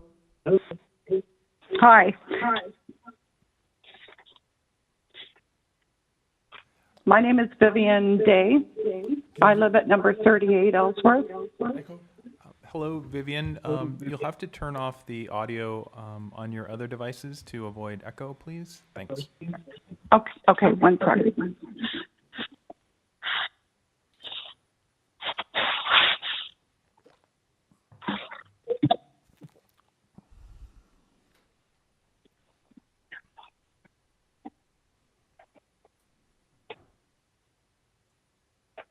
Hello. Hello, Vivian. I think we're okay now. Okay. Good, good, okay. Go ahead, you We're have ready to 5 go? minutes. You have 5 minutes now Okay. to address your concerns to the panel. Go ahead. Okay. We live at number 38. The applicant did not consult or discuss with us or any other neighbors regarding this project, which raises concerns about why there was no consultation, as there was no opportunity to discuss questions regarding construction over a mutual right-of-way and the feasibility of construction in such a tight space. With the holiday season, we've had really an adequate amount of time to try to prepare for this. Trying to contact city staff has been very difficult.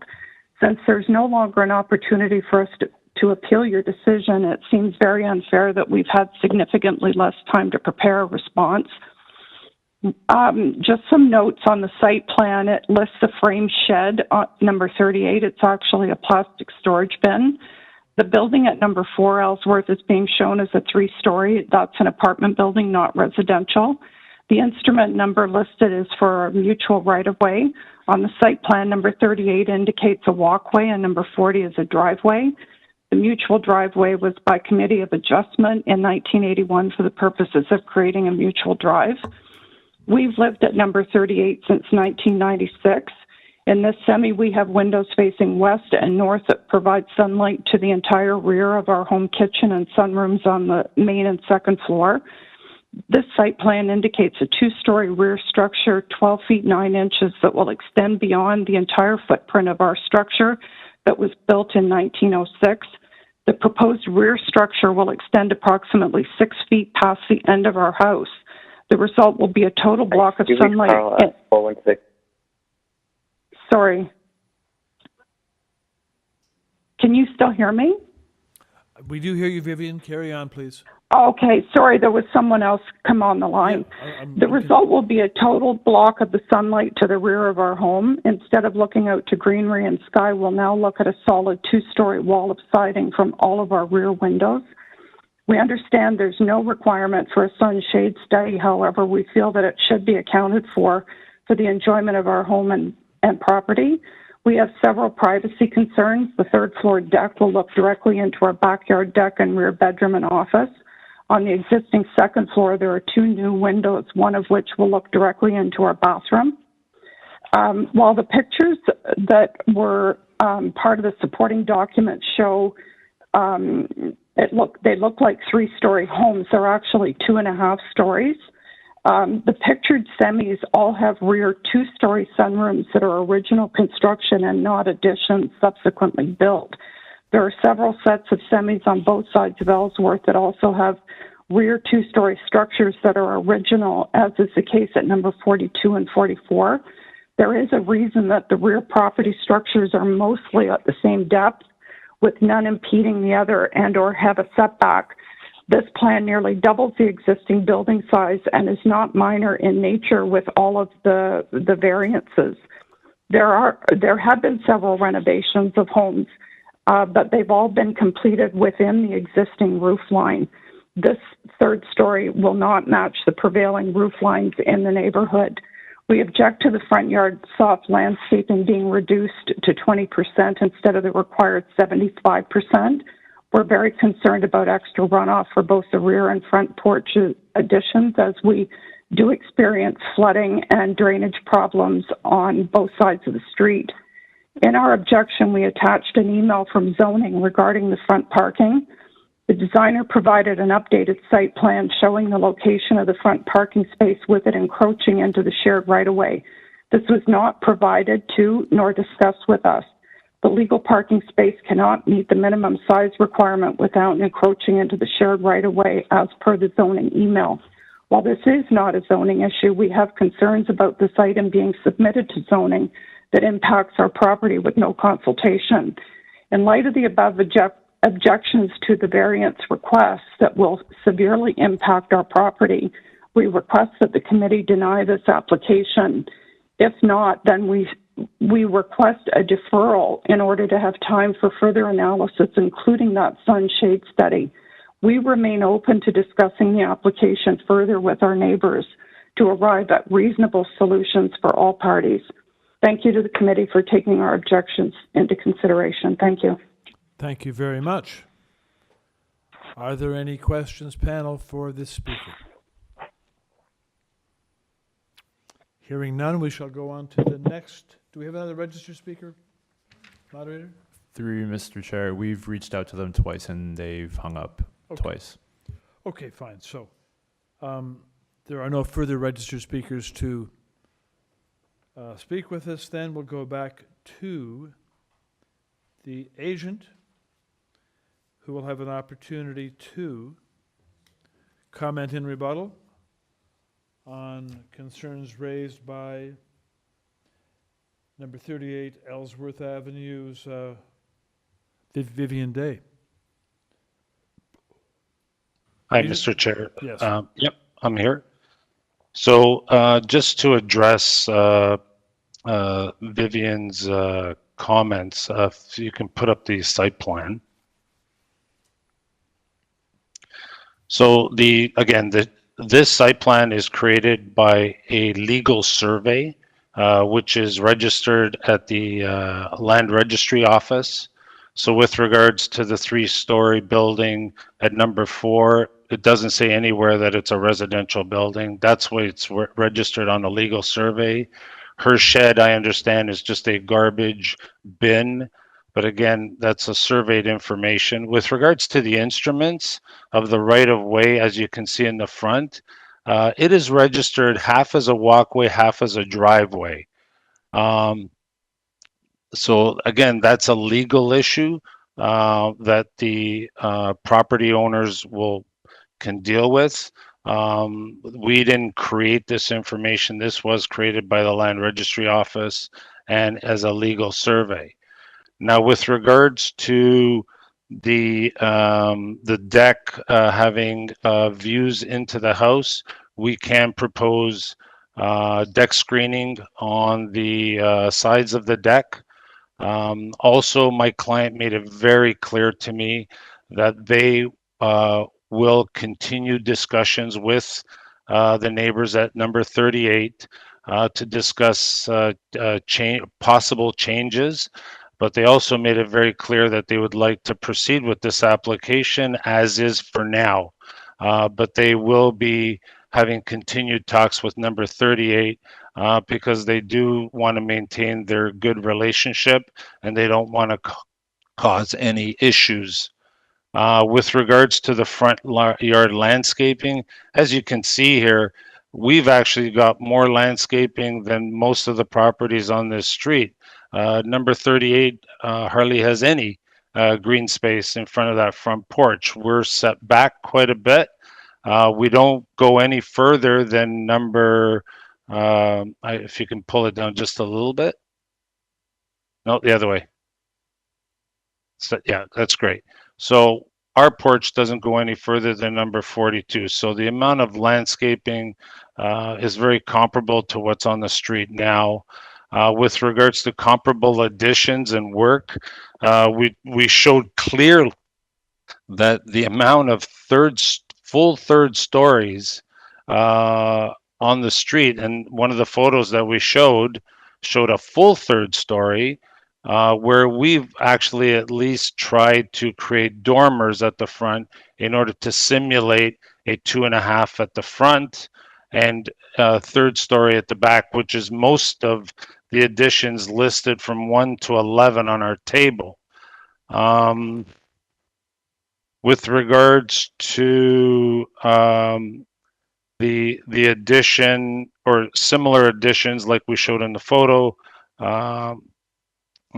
this is not out of the norm in the area. Now, with regards to the length, we don't have a length variance on this property, but as you can see here on the site plan, we're no longer than number 42. Yes, we are wider than number 42, but the length of the building is still well within the adjacent buildings. Now, number 38, like Vivian noted, this is a building from 1906.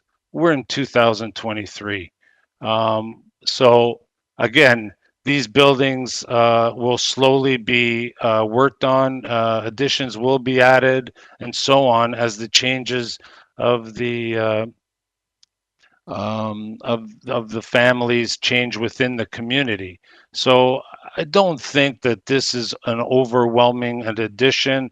I think this is actually a very nice addition that will now make it fit more than what it is now with regard, because it's a very odd house and it's a fully detached house where most of the houses on the street are semis. I'll ask you to make your final comment now, yep. please. So I respect Vivian's comments, and I can assure her that our client will have continued talks with her and with both neighbors, actually 42 and 38, before any work does get started. Thank you. Thank you. Questions for the applicant panel?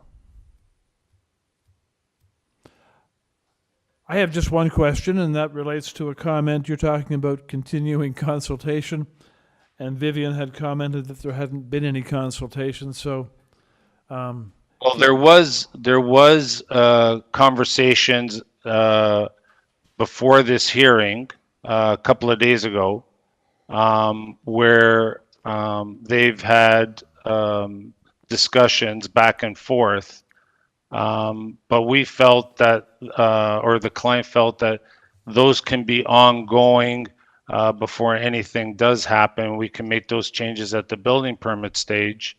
But they wanted to go through with this application and these variances for now. Okay. Panel members, if there are no further questions for the applicant, let's take this application into committee for a motion, please. Or if anyone has a comment first. Mr. Reed, go ahead. Thanks, Chair. Despite the objections of the neighbor, I think this is a reasonable application. I think it respects the depth of the buildings in the neighborhood, and particularly its neighbors.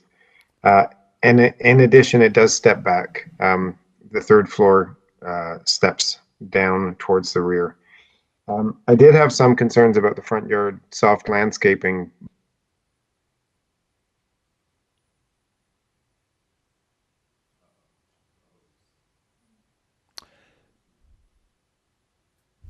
Okay, Mr. Reed, so you know you have frozen.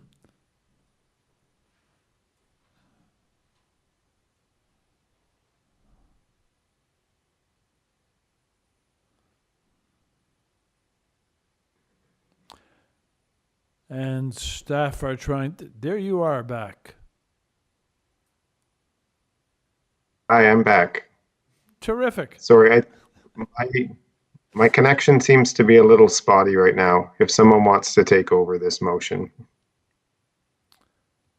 Okay, maybe for safety we should do that. Ms. Chan, go ahead. I can continue on the front yard soft landscaping. When with the number, it seems to be a big deficiency. But if you look at the site plan, it says that a large part of the soft landscaping is city-owned land, so that will make it, I think, acceptable to me. And other than, is that what you want to say, Peter? Yeah, that is what. That's it. Thanks. Yeah. Okay. Do you want to make the motion, or you? I agree with what you said. Previous, yeah. On the You go previous- ahead. It's no one's still showing up, so you can finish it up. Thanks. With the condition, forestry condition 1 and 2, I move for approval. Thank you. Can we do a friendly amendment? Just, Yep. I think, oh, Peter, you were going to say the same thing, I presume. We were going to put screening on the Yes. on the upper deck on both sides. Yes. Yeah. East and west. Yeah. Yes. Privacy screening, right? Okay. Yeah. Okay, good. Thank you for the teamwork, everyone. You guys have worked so well together that you anticipate each other's thoughts. Very good. All right, is there a second to that motion? I'll second. It is seconded by Mr. Clay. Okay, moved and seconded. 2, approve. Those in favor, please show hands.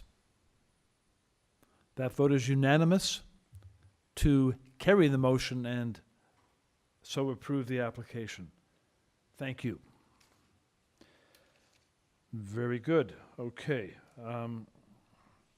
Number 33, 50 Old Forest Hill Road.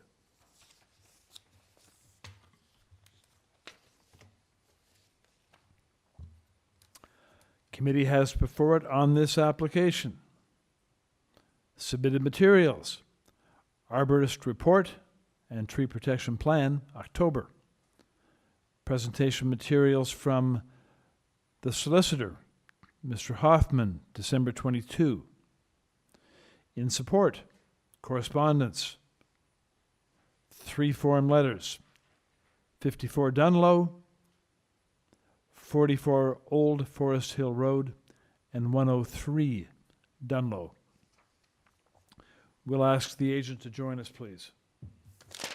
Good evening, Mr. Chair, members of the committee. My name is Joe Hoffman. I am counsel for the applicant at Goodman's LLP. Very good. Thank you. Panel members, questions for the agent? Hearing none. I'll hold it, Chair. So I wasn't sure if anyone was going to be calling in on this one. I just wanted to, so the length and depth. So is that basically because of the outdoor room in the rear?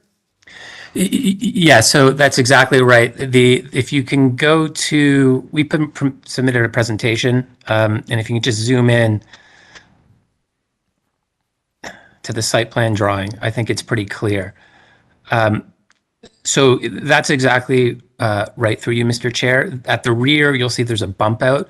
There's an garage that will be accessed from the rear, and then on top of that, there's an outdoor room that's an outdoor space for eating. But I think what's very important, if you could just scroll up towards the rear of the property, you'll see that there's some overlays on this site plan drawing. There's the proposal, but then there's an overlay in red, and then there's an overlay in green. And the line in green is the line of the existing house to be demolished. And so you'll see that the proposal is very much in keeping with what exists today. We're actually not proposing to shift the building any further deep at the rear of the property. And so the condition that exists today, especially as it relates to the neighboring properties, very much will remain the same as part of this proposal.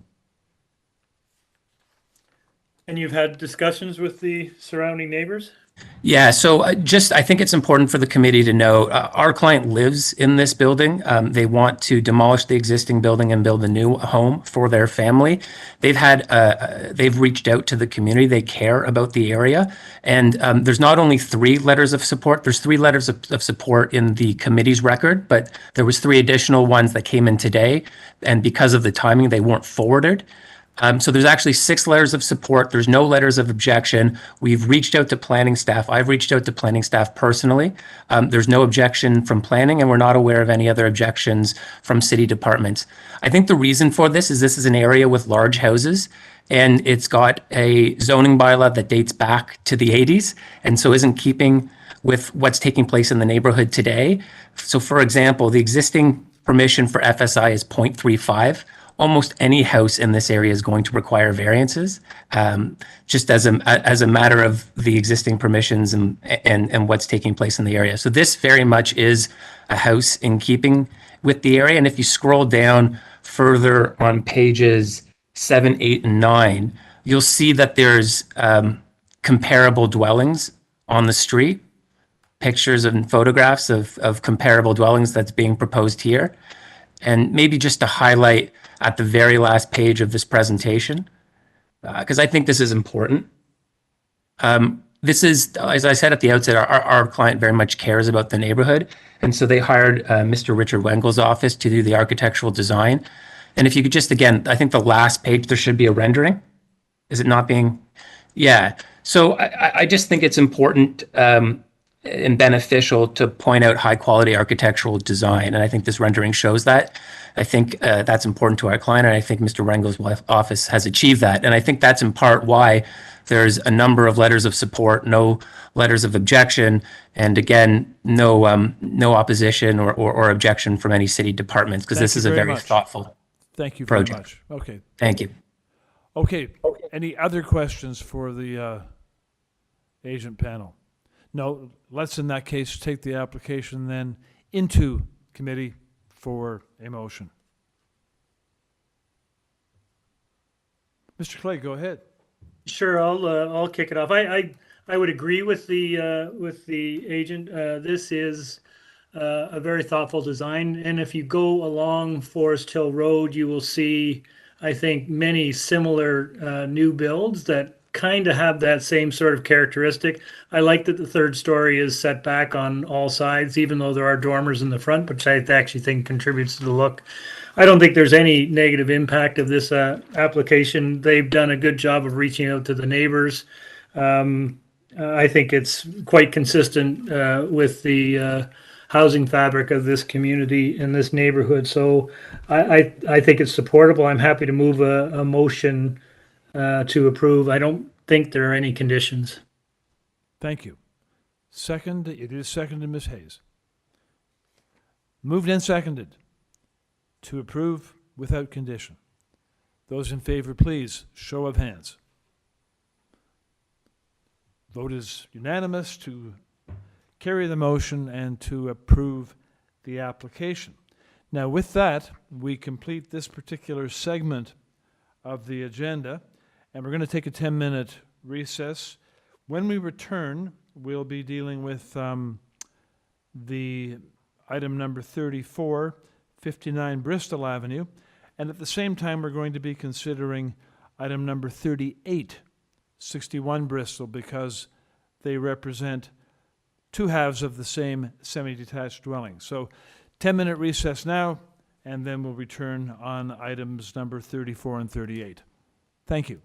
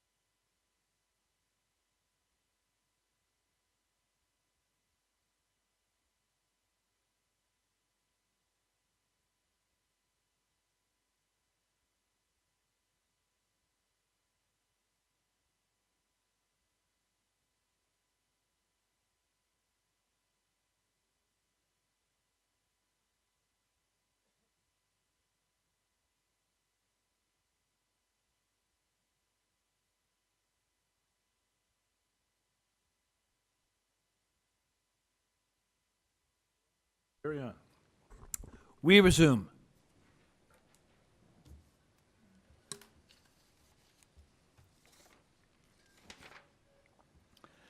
And we'll resume with item number 34, 59 Bristol Avenue. And I'll ask the applicant for number 38, 61 Bristol, to be standing by, please. Okay.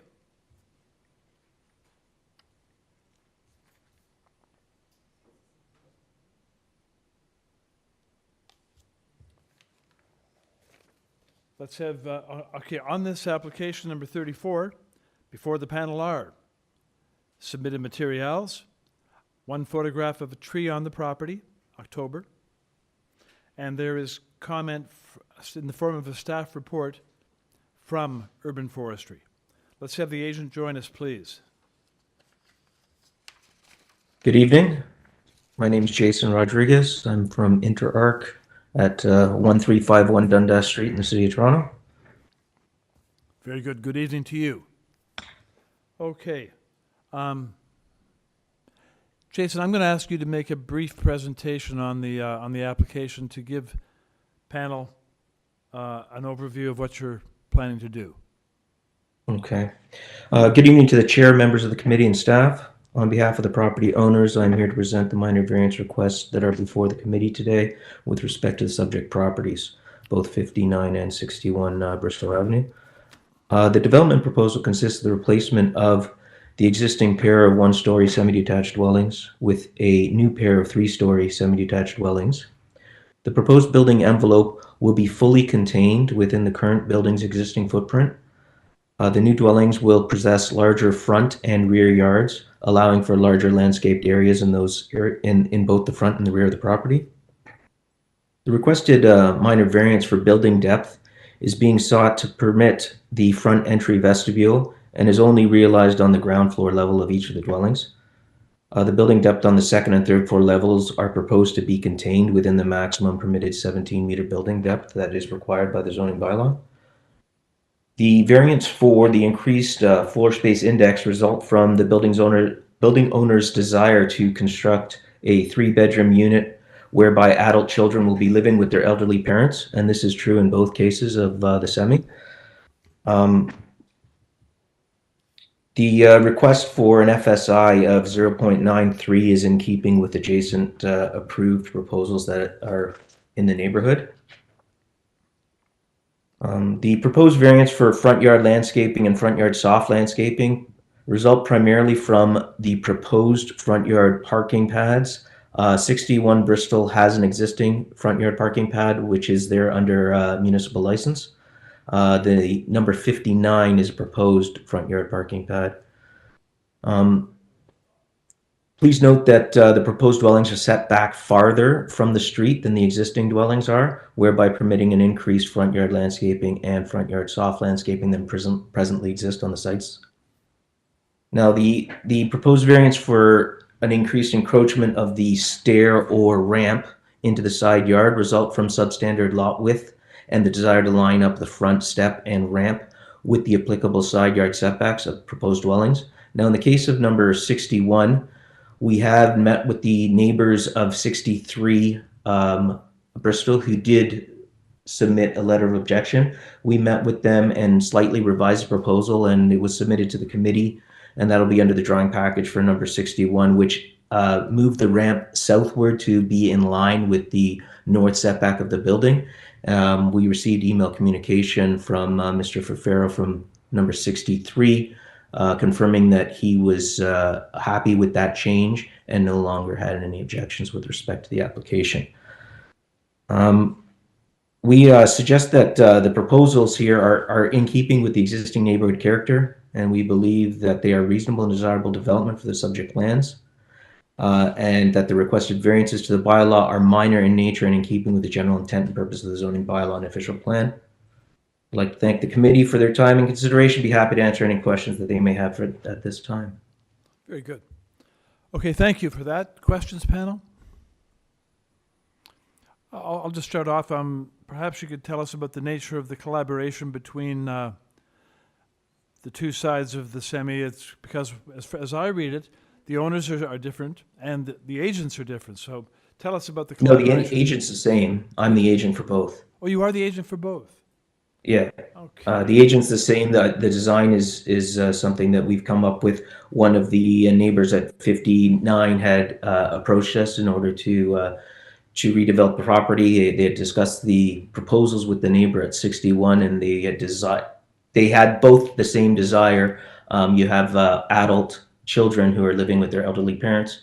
The neighbors at 61 have present mobility concerns, and that's why there's ramps on the 61 side and not on the 59 side. Oh, okay. All right. But I guess my confusion arose from the fact that it states the agent for 38 or for 61 is InterArc, and the agent for 59 is Jason. So I didn't realize that you are InterArc. Is that correct? Yes, I am InterArc. Yeah, Now I we're get it. one and the same.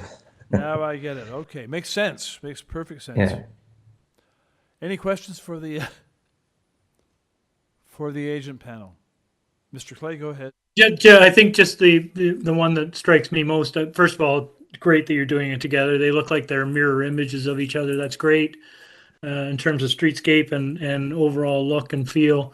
The balcony on the top floor, I see you've got a partition wall between the two semis, but open on the other side is At that? the third floor level? Correct, yes. Yeah, I guess we would probably want to have some screening on the exterior sides of both sides.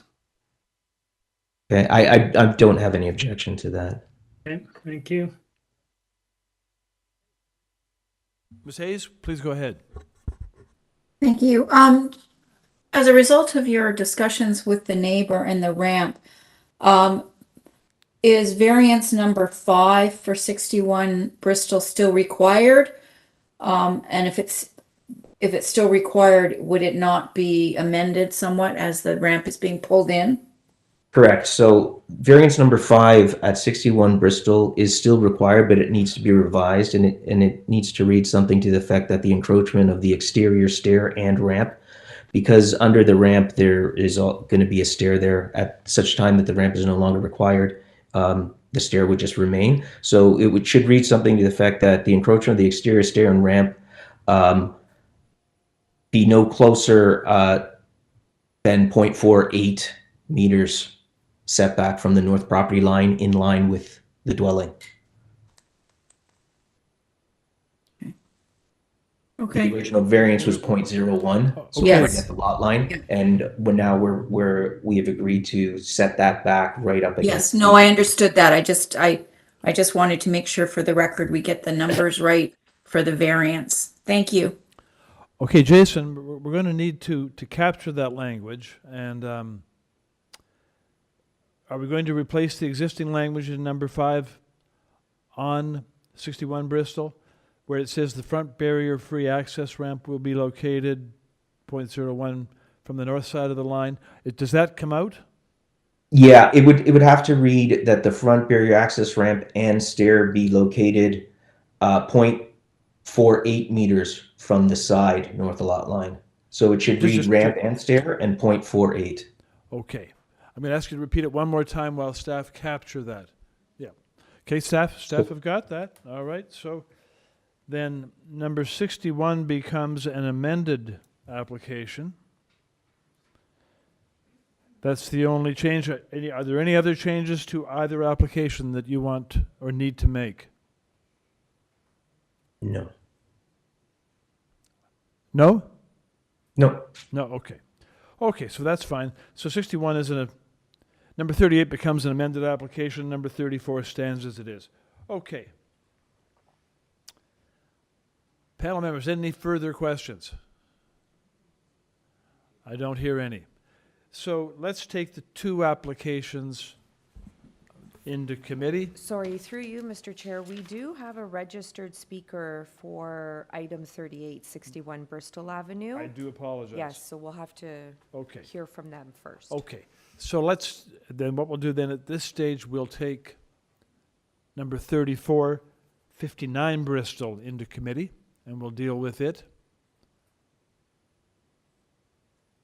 by way of a vote. and then we'll come back and deal with 61, and we'll hear from the registered speaker. So, number 59, Bristol, is now in committee. Anyone ready with a motion on that one? Mr. Reed, go ahead. Sure. I think both of these, I know we're only talking about one, but I think these are well-designed houses, and I think the variances are minor. And I'm glad that they're keeping with the general length and depth of the existing houses and stepping them well. So for 59, I'd like to move approval, subject to urban forestry condition 1, and that the south side of the third floor rear balcony have privacy screening to 1.5 meters. Thank you. That is seconded by Mr. Clay. All those moved and seconded to approve. Those in favor, please show of hands. The vote is unanimous to carry the motion, and the application is so approved. We'll now move over to item number 38, 61 Bristol. On this one, we have one speaker to hear from. So let's carry on and do that. Moderator, is there a speaker standing by on? Okay.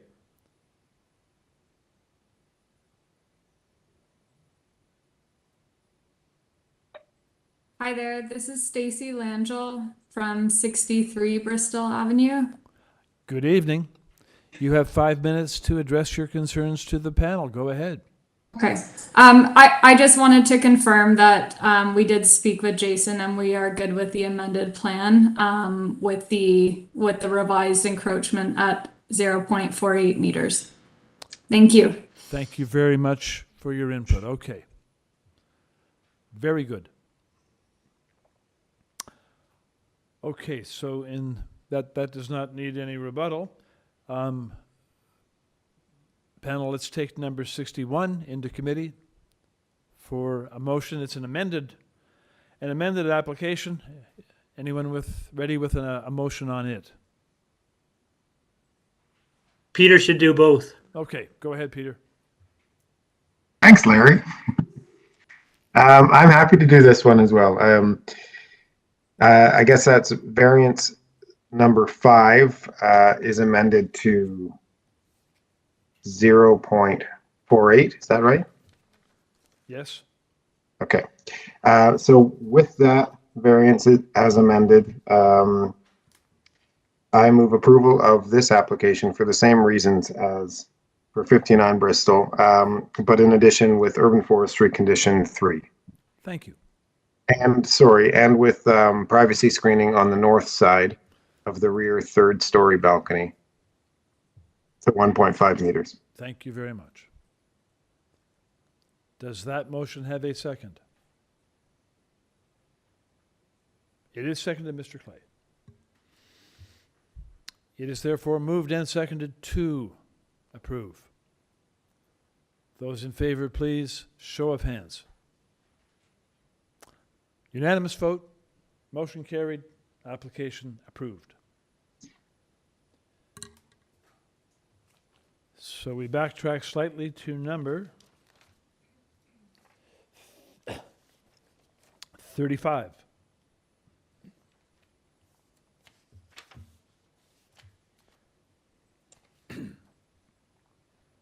On number 35, panel has before it materials submitted, 8 photographs of the property and surrounding properties from January 3. There is an arborist report, September 30. There is email from Urban Forestry. And there are staff reports from TRCA and Urban Forestry, both received for January. In support, there is a 6-signature petition signed by owners and occupants of properties on MOSSOM Place. We shall ask the agent please to join us. Good evening, Sir Chair and committee members. David Eagleman here on behalf of the owner. I'm a senior planner with Design Plan Services. Good evening to you. questions for this applicant panel? I am not hearing any, so we can take the application into Before committee. you move, Chair, I don't want to belay, but I must admit, so can you just like in 10 seconds, just explain what the front addition is? Yes, through you, Mr. Chair. It is essentially just a two-story front addition to the existing house. And I will just note the reason for the number of variances is really a product of three things. And I'll just be brief here. The first is the fact that this is an addition to an existing dwelling, and because the existing dwelling is not compliant with certain aspects of the applicable bylaw 569/2013, that's triggering a number of variances. The second being the fact that there is a slope on the subject property, and that slope is regulated by the TRCA. That is triggering a number of variances as well. And lastly, the fact that the existing adjacent dwelling to the east at 4 MOSSOM Place has a very large front yard setback that is more of an anomaly in the neighborhood. That is what is triggering a number of variances as well. So really it is a minor front two-story addition to the existing house, and the only reason for the number of variances that we're requesting are because of those three facts that are present on the subject property. And through you, Mr. Chair, it is in keeping with the neighborhood. The design of the addition maintains the design of the existing house, and it is in keeping and meets the 4 tests under section 45(1). Yeah, I think that was what was throwing me. I'm back and forth between the elevation and the existing house, and it's almost identical, right? Yes, through you, Mr. Chair, it is very similar to the existing house, and that was the intention. The addition was to maintain the design of the existing house and therefore maintain consistency and be in keeping with the existing character. Right. Okay, thank you. Okay. And through you, Mr. Chair, if I may just address one minor correction to the notice. Go ahead. There was an error on the zoning notice and subsequently the public notice for variance number 4, which is the side yard setback for both sides. The 0.61 meter is actually on the west side, and the 0.92 meter is actually on the east side. Whereas on the notice, it notes that the 0.61 is on the east and the 0.92 is on the west. I have brought this issue up with Committee of Adjustment staff, and I have confirmed with them that this is not a public notice issue, and thus a deferral is not necessary. Let me stop you there, because on the notice that we are looking at now, 0.61 is showing on the west side. 0.92 is showing on the east side, which I think you're saying is the correct version. So I think this notification that the panel is dealing with has it right. Through you, Mr. Chair, that is, committee staff have likely provided the corrected notice because I confirmed with them that this can be corrected. And so I never received that corrected notice, but I anticipate that is what happened. Okay, good. All right, very good. Let's take the application panel into committee for a motion. Ms. Hayes, please proceed. Thank you. I think the explanation provided to the applicant in response to Mr. Clay's question really rounded up the reasoning for the number of variances that are requested here, which on the surface you kind of go, okay, wait a minute, I've got to figure this out now. But I think in the context of the neighborhood and the property itself, I think that what's being requested is indeed minor. I think they've gone to extraordinary efforts to keep the character of the property. And I think that the variances meet the 4 tests, and I would like to move a motion to approve the application with no conditions. Thank you very much. I see a second from Ms. Chan. There's a forestry condition 2. Oh, I'm sorry. Thank you. Forestry condition 2. Thank you, Ms. Yeah. Chan. Subject to forestry. Okay. And seconded. Ms. Chan, you're seconding? Yes. Okay, moved and seconded to approve, subject to forestry. Those in favor, please. Show of hands. And the vote is unanimous to carry the motion and approve the application. Next, we have, again, 2 applications relating to the 2 sides of a semi-detached, number 36 and 37 items, 447 and 449 Lansdowne Ave.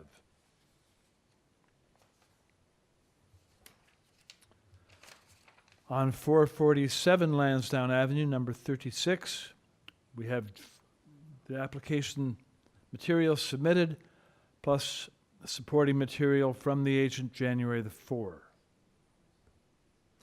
On the application number 37, 449 Lansdowne Avenue, we have the same materials. Different materials, but the same list. Those submitted with the application, plus supporting material January the 4th. Let's have the agent join us. Good evening, Mr. Chair and committee members. My name is Adam Brander. My address is 49 Bolton Avenue, Toronto. I'm the architect and the agent for the proposals at 447 and 449 Lansdowne Avenue. Very good. Good evening to you. Okay. Panel, are there any questions for this applicant? I'm not hearing any. Oh, Ms. Chan, go ahead. Just a quick one. Are these all just interior alterations? For you, Mr. Chair, yes. Okay, thank you. Yeah. Okay, then I think we can take the application into committee for a motion. Ms. Chan, go ahead. I can go.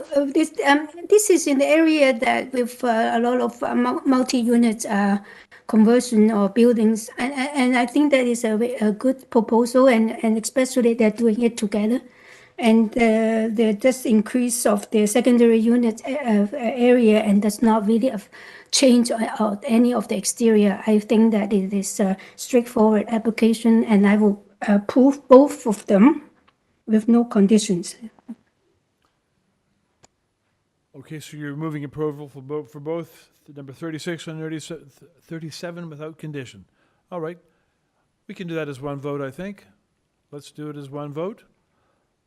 Those in favor, show of hands, please. Pardon me. I'm sorry. Who was the second on that? Mr. Reed.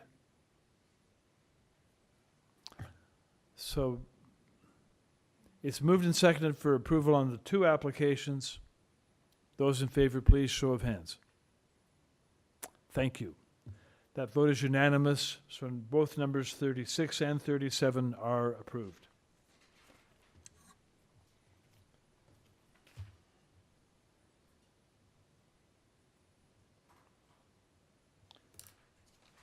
Number 38 has been dealt with.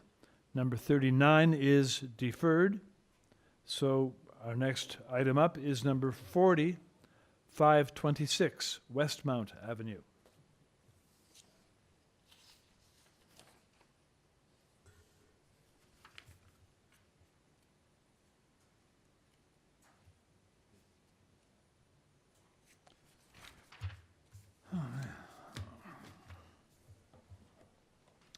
On this application, the committee has before it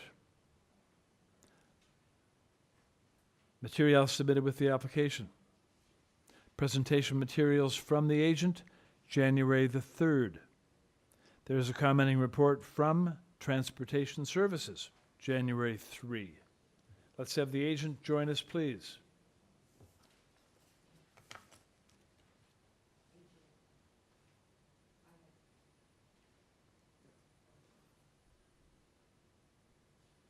Good evening, Good evening.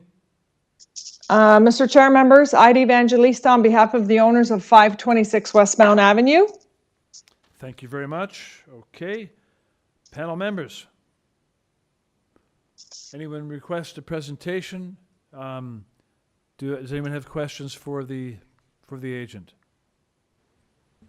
Through you, Mr. Chair, we do have a speaker in opposition for this item, so. Thank you very much. Yes, we do. Okay. If you would, agent, please proceed with your presentation. Yes, Mr. Chair. What we are proposing here at 526 Westmount is a two-story single-family dwelling. As you can see from the photos that I submitted, this is an area that the topography is quite undulating. What we are proposing with the variances that I've put forth, it is very characteristic to the neighborhood. If you refer to, so if we refer to variance number 1, the parking space that we're asking for is undersized in dimension. As you can see, the house is on a slope.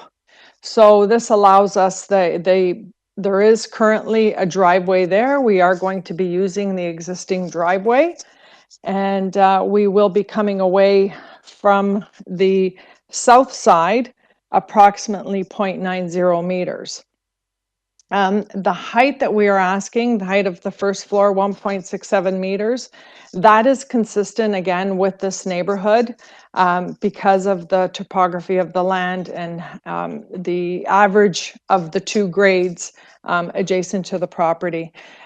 The FSI that we are asking for, we're asking for 0.84, whereas 0.80 is permitted, which is again very respectful to the neighborhood and to the character of the neighborhood. Our length, we are asking for 1.28 meters because this is a smaller lot, so we are going a little longer. But as you can see from the photos that I submitted, again, you know, including with the neighboring property, we will be in line more or less with our neighboring properties. The side yard setbacks of 1.2, we are going to be, we are asking for side yards of 0.62 and 0.91, which is on the north side, it is consistent with what we currently have.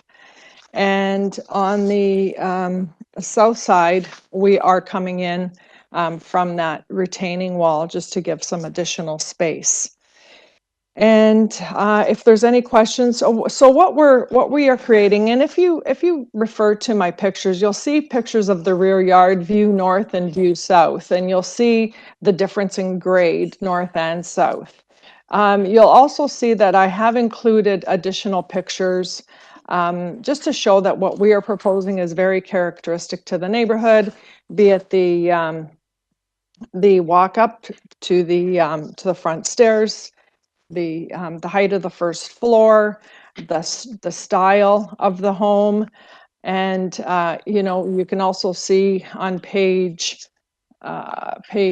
4, you'll see that there are quite a few homes that are quite large in this neighborhood, and you know, we all have, and what we're proposing is what you see when you take a walk through this neighborhood.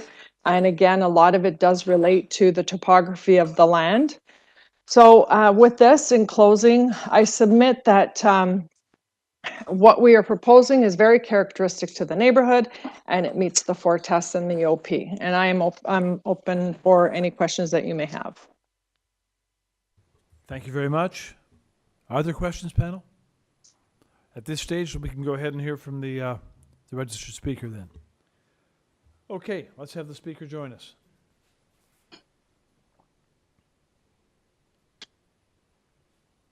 Everybody can hear me? Yes, we do hear you clearly.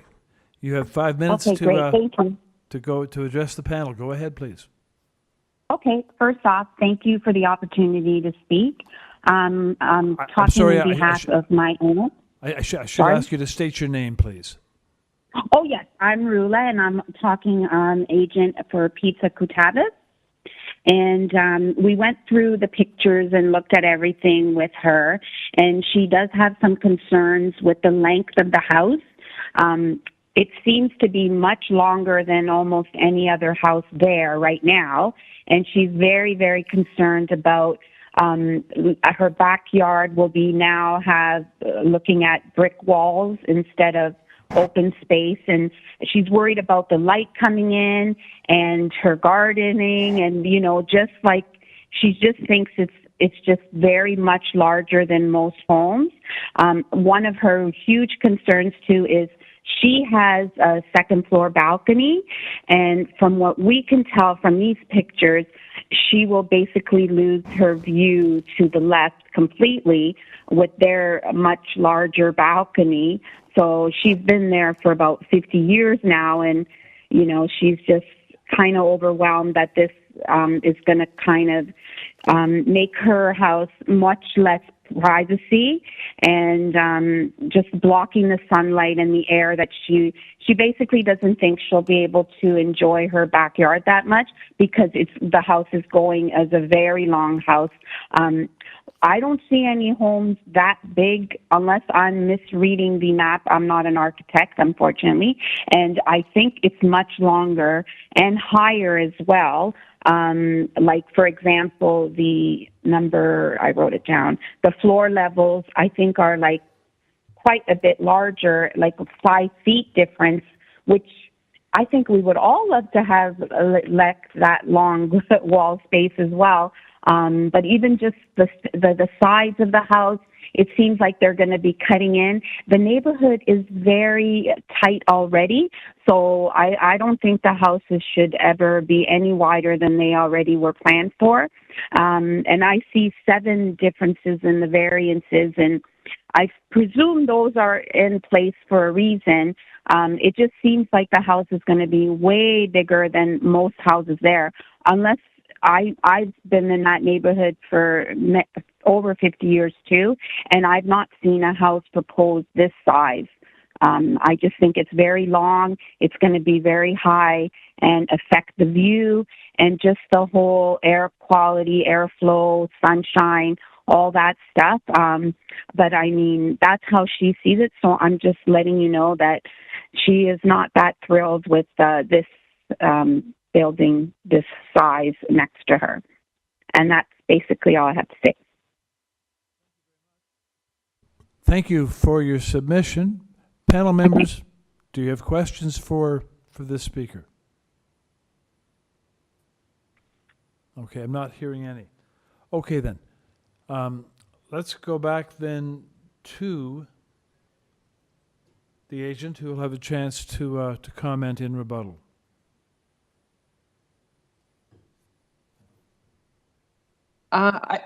Through you, Mr. Chair, I did not hear which address she was representing. She's representing the house next door, number 528 with the large illegal balcony. Okay. All right. So, now, when you take a look at these variances, you might find or feel that, for example, she mentioned the height. The height of the first floor is 1.67. However, we have to take into account, you see the slope of the road. That dictates everything. The topography of the land dictates many of the variances, right? So, and as we know, the average and how it's established, the established grade is established by taking the front yard setbacks and the elevations of both sides. So that being said, and if we take a look at, and I just provided literally a sprinkling of photos in the neighborhood, and you will see that the elevation of our front door, our first floor elevation, is very, very characteristic. This is, you know, this whole entire neighborhood is like this. This is not, you know, we're not talking, this is an anomaly here. Now, the decking, we have a wood deck off of the first floor. That's where our deck is. So that is the only deck that we have. We don't have anything on the second floor. We have a very small balcony, which is the back corner, which is open space, so that when they are looking out, they're going to be looking right through the open space of that open balcony, which is approximately 2 square meters. So I understand. We did try, you know, talking to her. We did request, the owner did approach her and want to set up a meeting, and there was a language barrier, which I was more than willing to go and meet with her just to explain everything to her. If you take a look at the building footprint of the neighborhood, which is on page 5, you'll see that there are many homes in this neighborhood that are consistent with the length that we are proposing. There's a great reinvestment into this neighborhood. And again, I respectfully submit that what we are proposing is very characteristic to the neighborhood.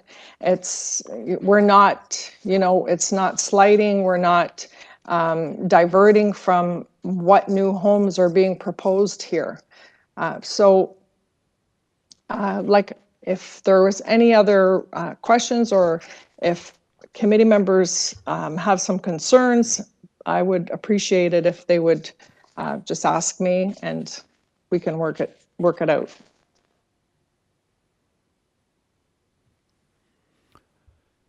Any questions now, panel, for the agent? Okay, just hold the site, hold the site plan there.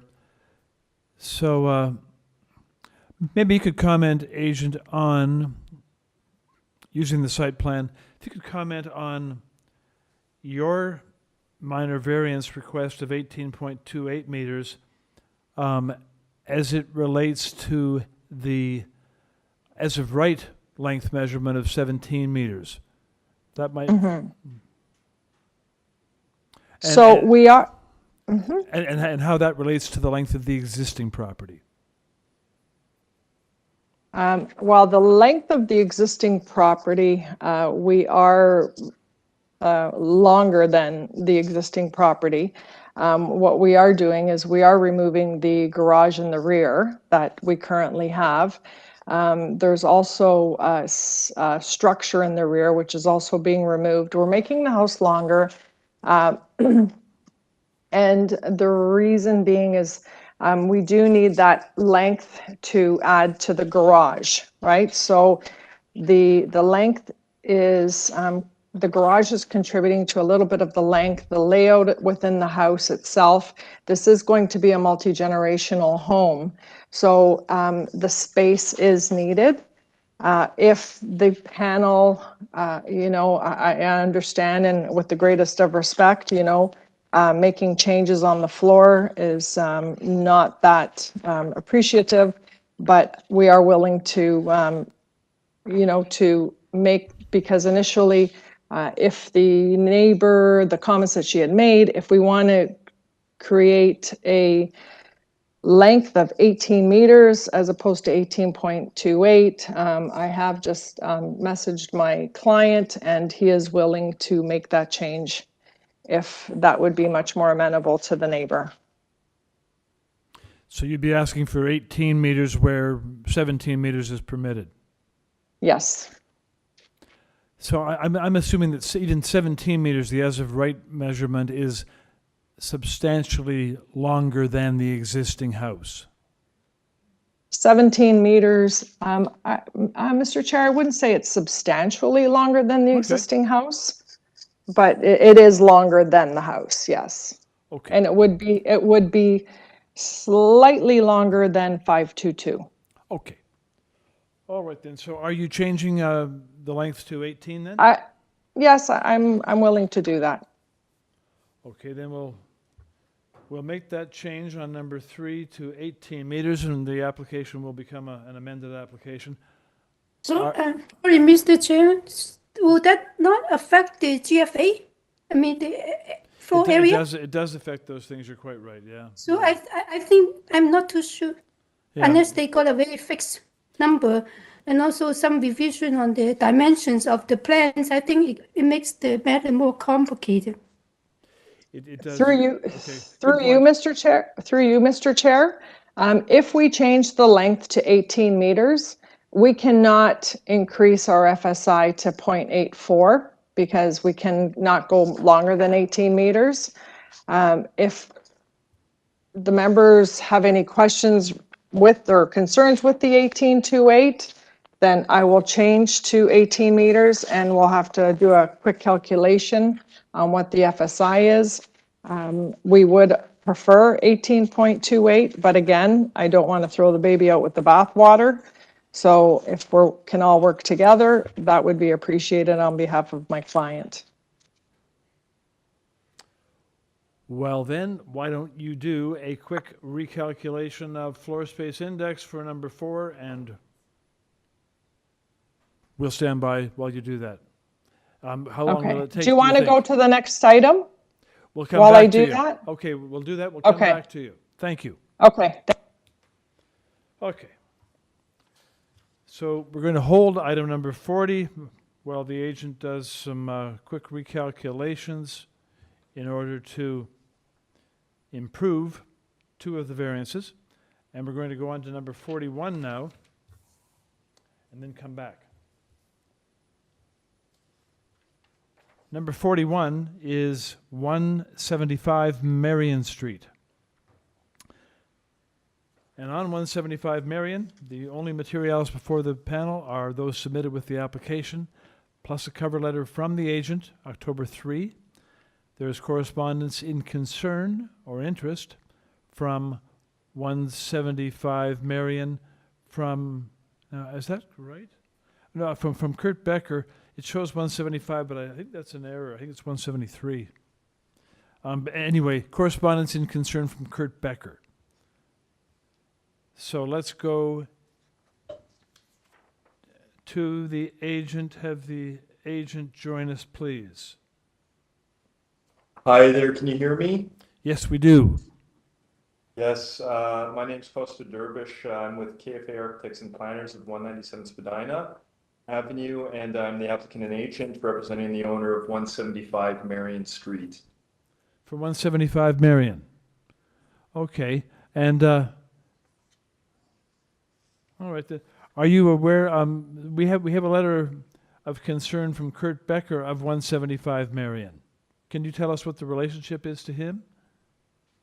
So I believe Kurt is a tenant of the address, and he's raising concerns about just potential eviction, but we don't see this as the purview of the committee. I don't think this is a matter to be taken through the committee. We believe this is a separate matter between the tenant and the landlord. The committee's authority is to look at the minor variances that are being proposed and to decide on those minor variances in the light of the 4 tests. But we are not unsympathetic to concerns of this kind. Okay, panel members, any further questions? Any other questions of the agent? Ms. Hayes, go ahead. So just, so it currently is a multi-tenanted building. I just wonder if the purpose has to be changed.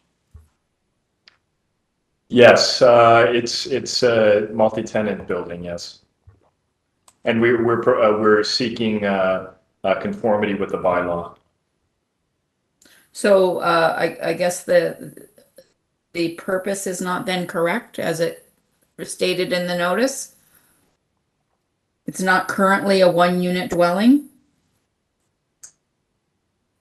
No, it currently would be considered one unit. Sorry, it would be one unit per the bylaw. We're seeking to legalize it for the zoning to be a 5-unit multi-unit dwelling. Does Mr. But there's Becker more live than in the- one unit there now. Right, that's correct. How many units are there now? 5.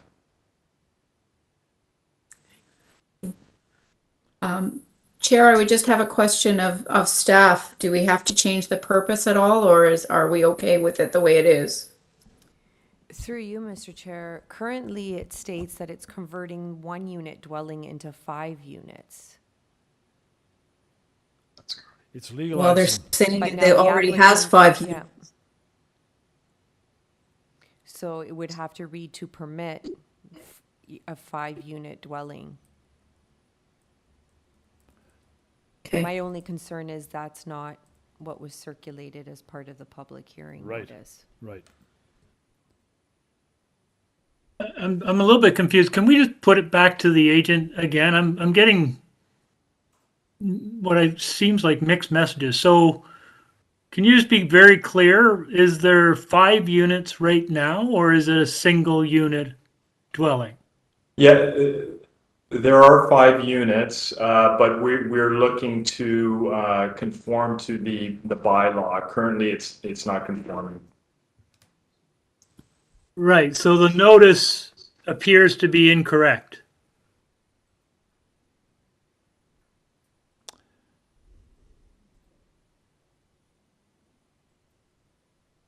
Yes, it does. Yes, it does. So I'm not sure we can deal with this one, Chair, unless it gets recirculated properly. I think that's a fact. So let's take this one into committee now for discussion as to our intent here on panel. Looks to be a pretty good reason here to defer in order to allow recirculation with a corrected purpose. Any thoughts on that, Ms. Chan? Yeah, but we did it to other cases just to amend the purpose clause into legalize and maintain the We could change the wording, but that's not how the public notice went out and informed people of what was going on. That's the issue, is that something different would be affected by that than what the public thought was happening.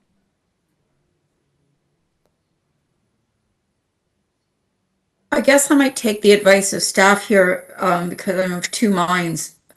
It certainly isn't correct, but the purpose does say that it's to create 5 units. So I don't know whether or not the end result is sufficient to override the initial description of it currently being 1, but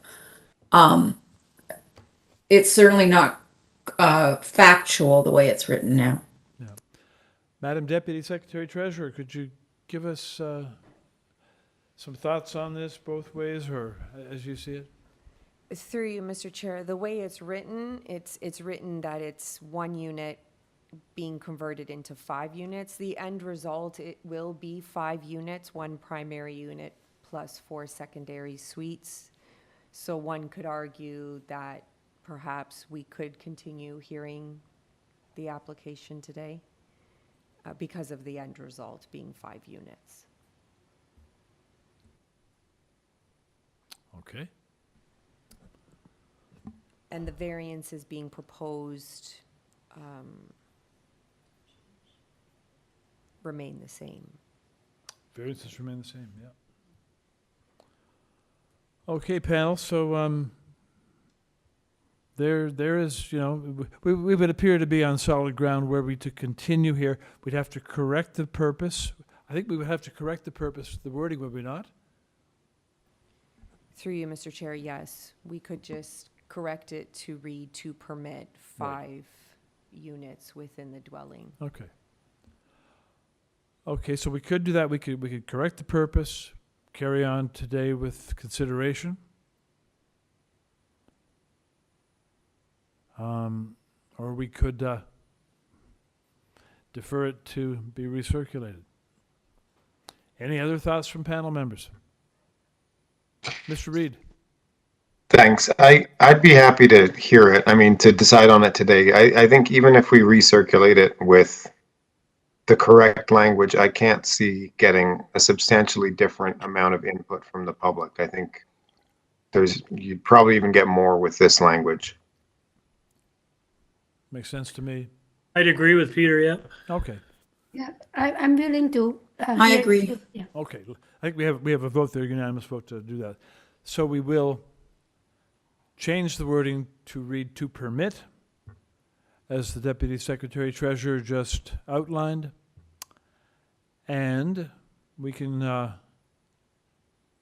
go back to the applicant if we still have questions for the applicant, or we can remain in committee and move on to a vote. I have a question for the applicant, Okay, please. Let's go to committee then and back to the applicant.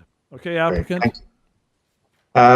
Just checking, are there actual works considered that are you going to do construction on this to formalize these units? Because I think the tenant who wrote in had pretty significant health and safety concerns. The buildings and the units will be brought up to code. We aren't certain yet, but the first step in that process is to get our zoning conformity, and then we're going through the process that way. So and we also have a fire clearance from the fire marshal from the city. So there aren't going to be very many changes for sure, but we will have to make sure that we are obviously in conformity with the OBC. Okay, thank you. Are there any other questions, panel, for the agent? Hearing none, we can now take the amended application into committee for a motion. Is anyone ready with a motion on the amended application? Mr. Reed, go ahead. Thanks. Sure. I think with the amended purpose, I can support this application. I think this will result in a building that is safer for its tenants. So I move approval of the application as amended with no conditions. Thank you very much. Seconded by Ms. Chan, and it is moved and seconded to approve. Those in favor, please. Show of hands. That vote is unanimous to carry the amended motion, and it is to carry that motion, and the amended application is thereby approved. And if, Madam Chair, a note could be made on that to the effect that the Committee of Adjustment does not condone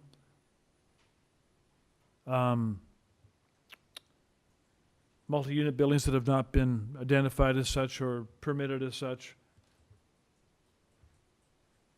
That would be important. Okay, we can now move back to item number 40, 526 Westmount, which was in the process of being amended by the applicant. Can we have that applicant rejoin us, please, for number 40? 3 meters. I brought it to 1.55. Okay, so 1.55 meters. And then from what I could see, you have a small storage area on the other side that's approximately 1.19 meters. I doubled that and I brought it to about 5 meters. So I added on another 3.52 square meters. Okay? Ida, sorry about that. Ida. I think we're listening in on their conversation. Yeah, Through you, yes. Mr. Chair, maybe we should proceed to the next item. We should proceed to the next item? It didn't sound They're, like she they're was still ready. talking, Yeah, Mr. Chair. It didn't seem like she was ready. Oh, are you ready, Ms. Evangelista, or not? Can you? From what I can, No, please mute her. Through you, Mr. Chair, it doesn't seem like she's ready. She's still speaking with the owner. Okay, okay, fine. Okay, that's what that conversation was. Okay, then, we shall let number 40 remain on hold, and we shall move along to number 42. Number 42 is 859, 861, and 875 Eglinton Avenue West, and 2020 Bathurst Street. On this application, the committee has before it submitted materials. There is a parking justification review by WSP Canada, October. There is a site-specific bylaw from 2019, LPAT. There is a staff report from Transportation Services. And there is correspondence in opposition from 31.5 Peveril Hill North, 31 Peveril Hill, 608 Castleview, 36 Peveril Hill, 34, another from 34, another from 36, one from 38 Peveril Hill, one from 40, correspondence from 33 Peveril Hill, and also from 28 Peveril Hill.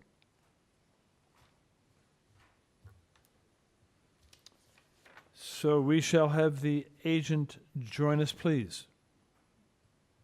Good evening, Mr. Chair and members of committee. Can you hear me? We hear you well. You have 5 minutes to present your application to the panel. Okay, thank you. My name is Daniel Oliveira, and I'm the applicant and owner of the property at 859 to 861 and 875 Eglinton Avenue West. With this minor variance application, we are seeking to remove the requirement for the public parking garage within our development. As detailed in our submission materials, including the parking justification letter and the planning rationale, this variance is consistent with the current City of Toronto parking standards set forth in the zoning bylaw 89-2022. I'd also like to mention that we've had discussions with Transportation Services and have submitted a revised architectural plan that now incorporates 7 parking spaces in the lower ground level for commercial and visitor parking use. That should have been shared with the committee earlier this week, I believe January 9th or 10th. And Transportation Services have reviewed and found this plan acceptable. It's a fairly brief presentation, but I'm open to any questions. Questions, panel? Ms. Hayes, go ahead. So I just want clarity because having reviewed all the written submissions, there's some suggestion that the parking structure has been completed, like it's been constructed. Is that correct? Mr. Chair and members of the committee, yes, the structure is complete. The overall below grade has been completed. And so the footprint or the boundary has been is in place. So my question would be then, so those parking spaces have been built, or the area for them has been built. What is the proposal in if are those being reallocated to residents? Are they I'm trying to understand. You're not looking to not build them, you're just not looking to provide them for public parking, or help me understand. That's correct. So we're looking to move away from a public parking garage. So what we're doing is some will be offered to residents. There will be other uses in there in the below grade, but we're also looking to convert 7 of them to visitor parking and commercial parking for the retail or commercial uses at grade. But the parking spots have been built and exist in accordance with the permissions you were initially granted. Correct. Correct? Yes. Okay, thank you. My question for you, applicant, relates to the LPAT site-specific bylaw. And I want your comment on this because it appears to me that the LPAT site-specific bylaw granted certain benefits to the developer in return for certain benefits which the developer would incorporate into the site. So it appeared to be a tit for tat type of agreement, and it seems that now you're coming back to renege on some of the elements of the benefits that the developer agreed to provide. So that's of concern to me. Am I reading this situation right? The original bylaw considered 27 non-residential parking spaces to be provided in a public parking garage. These spaces are still being provided, but I'd like to comment on the fact that the bylaw at the time, 569/2013, has been amended.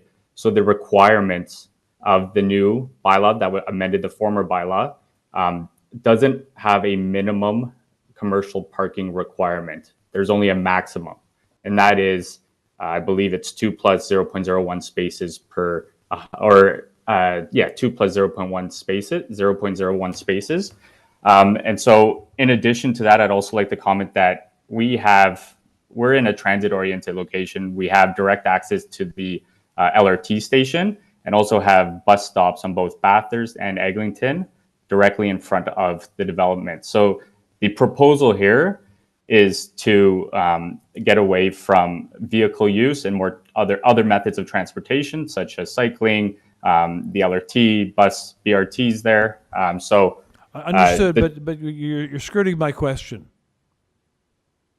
My question was whether you are providing the benefits under in return for which you received benefits, and what I hear you saying is giving reasons for why you're doing so. But that's sorry,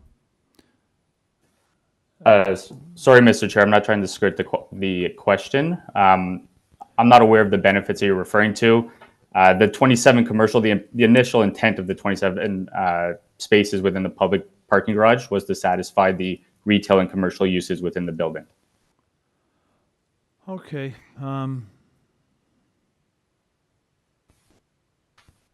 Chair, Go ahead. I have a question too.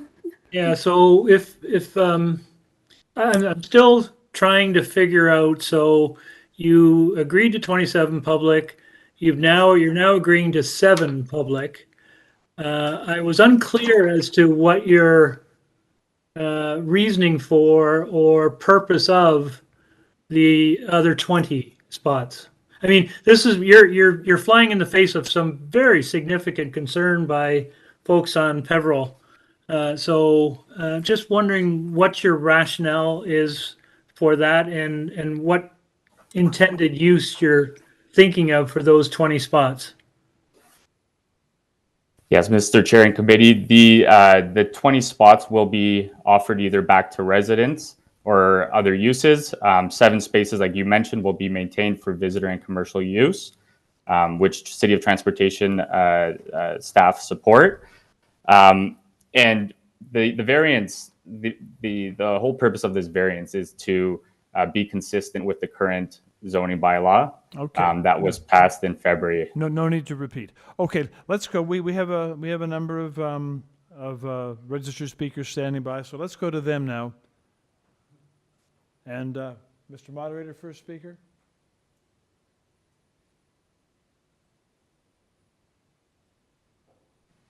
Sarah, you've been unmuted. Hello.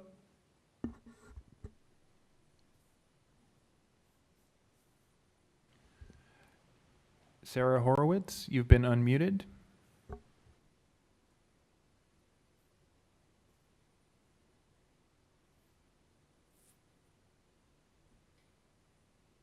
Let's try the next speaker.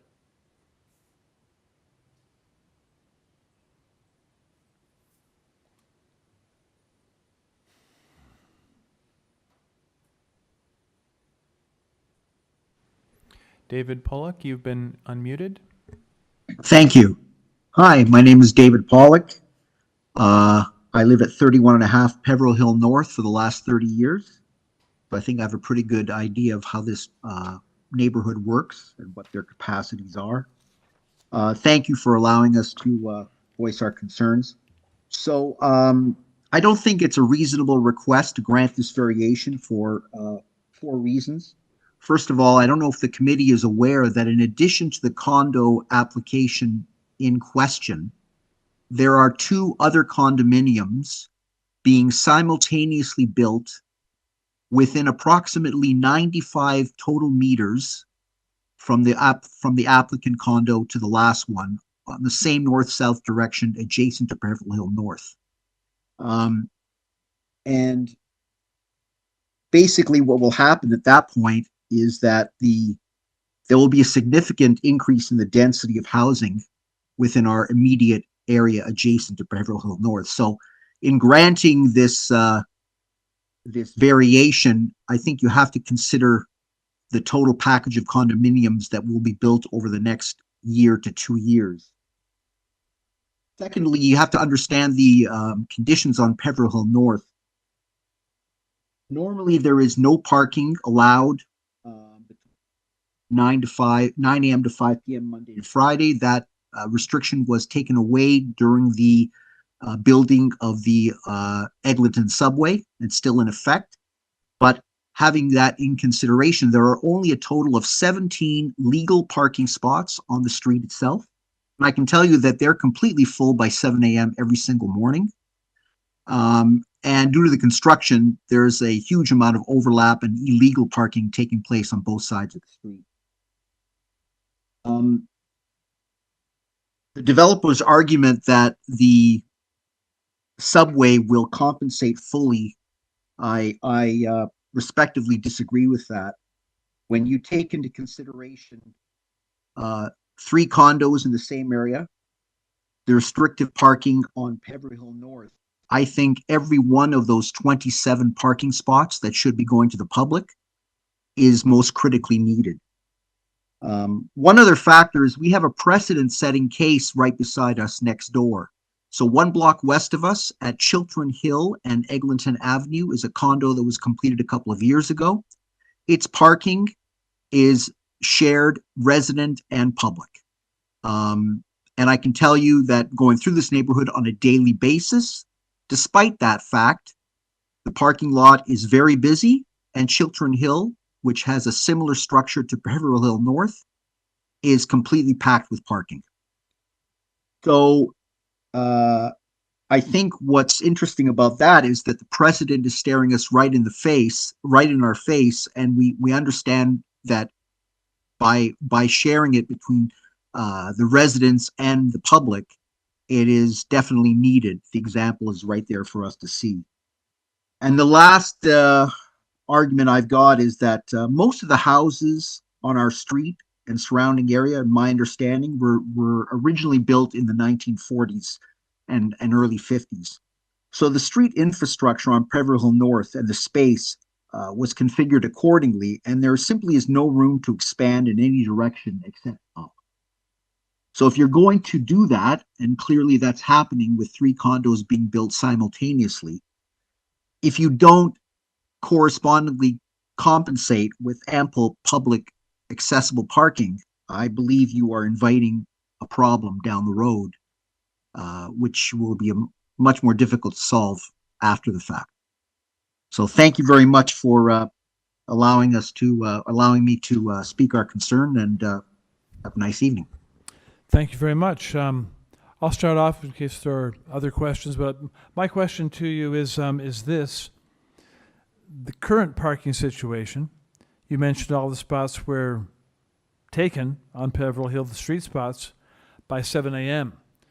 So what that suggests to me is that those spots are being used by the construction workers who are working on the crosstown. I'm not going to ask you to predict when the crosstown will be complete, but could that situation not be alleviated at such time as the crosstown is complete? Well, I can tell you the only difference between the situation that first of all, I think your argument is valid, but I will tell you that even when that construction did not exist, the spots on Beverly Hill North were taken, maybe not by 7 a.m., but by 10, 11 a.m., there were no spots available. And if Okay. the city chooses to go back to the restrictive parking during the week, which is, I have no idea if they will, once the construction is done, then of course you're going to have even less spots, making the public parking in the condo even more vital. Okay, thank you. Other questions Thank for you. this speaker panel? Hearing none, we shall move on to the next registered speaker.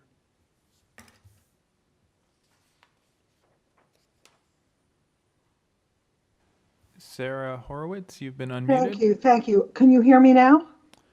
We do hear you, Sarah. Go ahead, please. Okay, I apologize that my audio didn't work before. I'm Sarah Horowitz. As you know, I'm at 34 Peveril Hill North and very close to this site.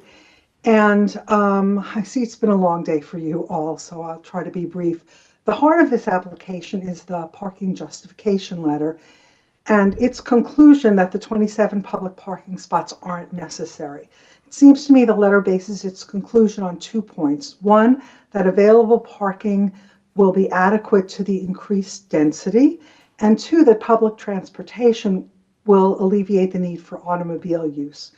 I want to briefly address those 2 points and explain how this letter, in my view, wildly misrepresents its data and reaches a conclusion that I think is way off base.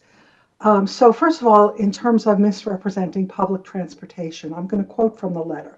On pages 2 to 3, the letter says, quote, "The site is located adjacent to extensive surface and subsurface transit, bus and streetcar routes, including TTC Eglinton Crosstown, LRT, Union Pearson Express, surface bus routes, etc., etc." These options that are mentioned in the letter are certainly not adjacent to the site. The closest one, the Eglinton West TTC station, is 1.5 kilometers away. And the others that it mentions can only be reached by a long and circuitous route. Some of the modes of transportation mentioned, like the LRT, will be available in the foreseeable future, but others of them have already been reduced or eliminated by the City of Toronto. For example, the recent announcement of reduced frequency of TTC. The long walks to access some of these is really pertinent. The residents of our street are mostly senior citizens or young families with small children for whom walking long distances to access public transportation can be forbidding. People have mobility issues, young families have strollers, and women, frankly, are often reluctant to walk alone at night and take public transportation and then walk home after dark. The letter misrepresents available public parking. It contends that there is adequate parking, and I'm familiar because I live here, and I've lived here since the previous millennium. I'm familiar with the lots that they indicate on their map, figure 4, that, and I want to tell you that these lots are almost always full. I see cars entering them and exiting them, looking for a parking spot but not finding one, and many of those cars end up parking illegally for periods of time on my street, Peveril Hill North, and on other streets. Sometimes they even block driveways. I can tell you that I have Toronto parking enforcement on speed dial on my phone because I sometimes have to address blocking my driveway and I can't get out of my house. So I feel that the justification for this application is based on data that's either incorrect or it's really deliberately misleading. I think we don't have adequate parking for our needs, and we did not even before the current construction project. I also want to stress that there's been no consultation by this developer with the community, and in fact, our experience is that the developer has been singularly unresponsive to community needs. I don't want to belabor it, but I'll just say that it took us weeks and weeks and weeks in consultation with city officials to get this developer to put an adequate gate around the site so that people couldn't wander up to the construction pit without anybody stopping them. So I know that many of my neighbors share this view. Some of them weren't able to be here, but we do feel that the conclusion of this letter is not correct and doesn't reflect the situation in our neighborhood. Thank you. Thank you. Any questions for this speaker panel? No? Then we'll go on to the next speaker, please.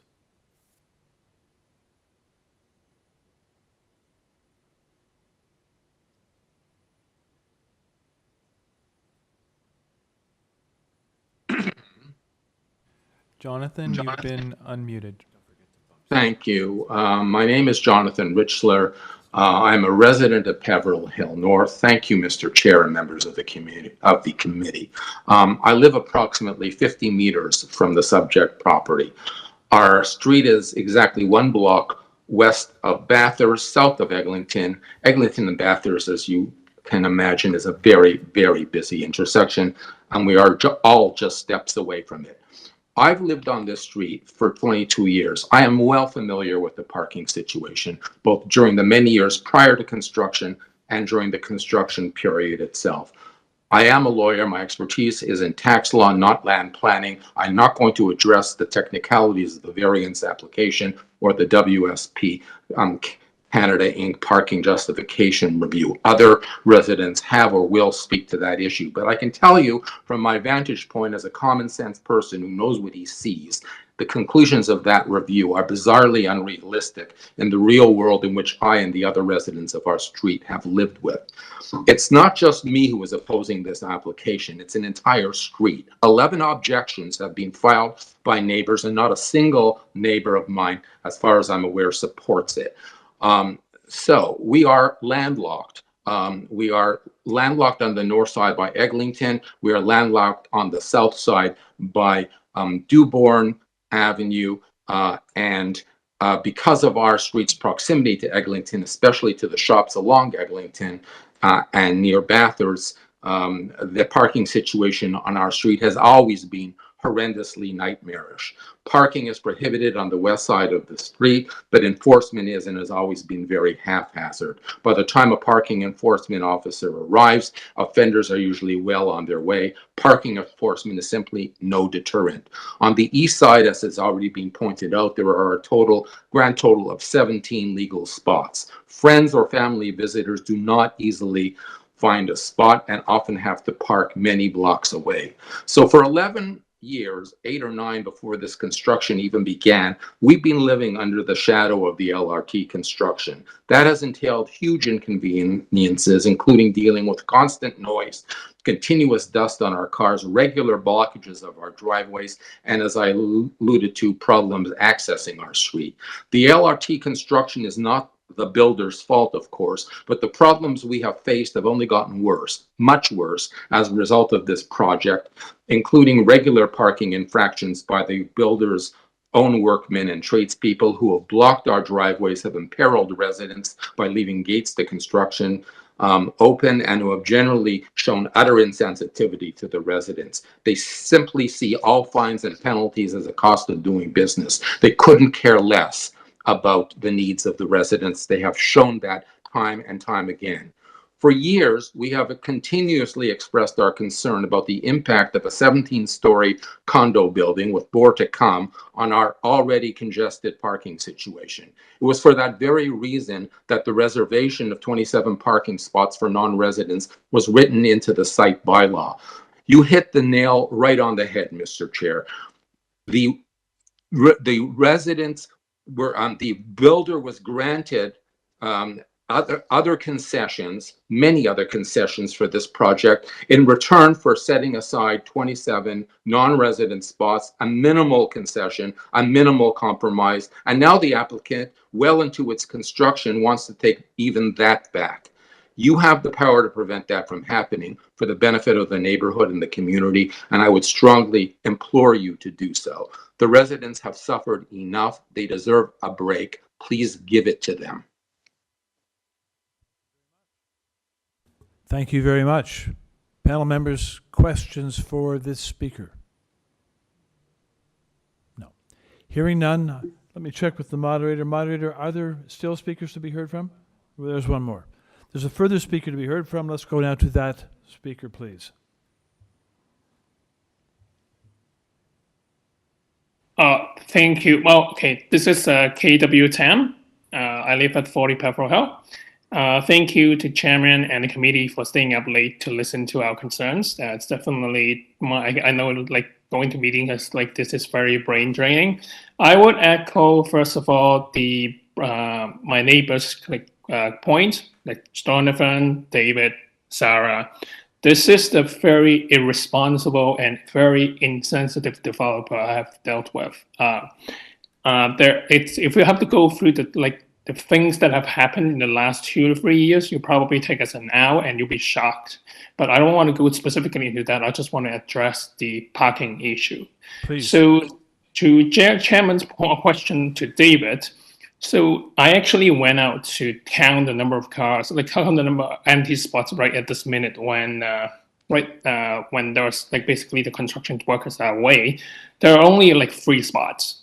And it's basically one of the best days I've seen, like since I moved into this neighborhood roughly 3 years ago. And so the meaning, basically, when the construction workers are away, at a really lucky time, you find 3 spots.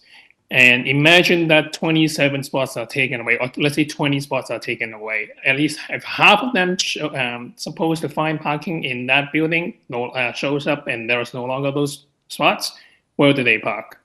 And I can also speak to my personal experience. I have contractors basically turning me down for coming to work because they just don't find parking spot. They basically find it difficult to come inside to the area. And some of those, like when they come inside, they don't find parking. And I have contractors coming on site, agree to come on site and do the work, and they have got a parking ticket just because they cannot find a convenient parking solution. I have delivery companies more than once from the same delivery company, and also happened multiple times over different delivery companies. Basically, after they come into the Pepperell Hill, they said basically they cannot find anywhere to park. They have to refuse delivery. I have to reschedule my delivery. And it happens to me, it costs so much inconvenience because I basically have to cancel my work meetings to just wait for them to come in sometimes. Even though I work from home, but then there are meetings that I basically have to be speaking. So I cannot just like wait for the contractors to show up. I need to know the time.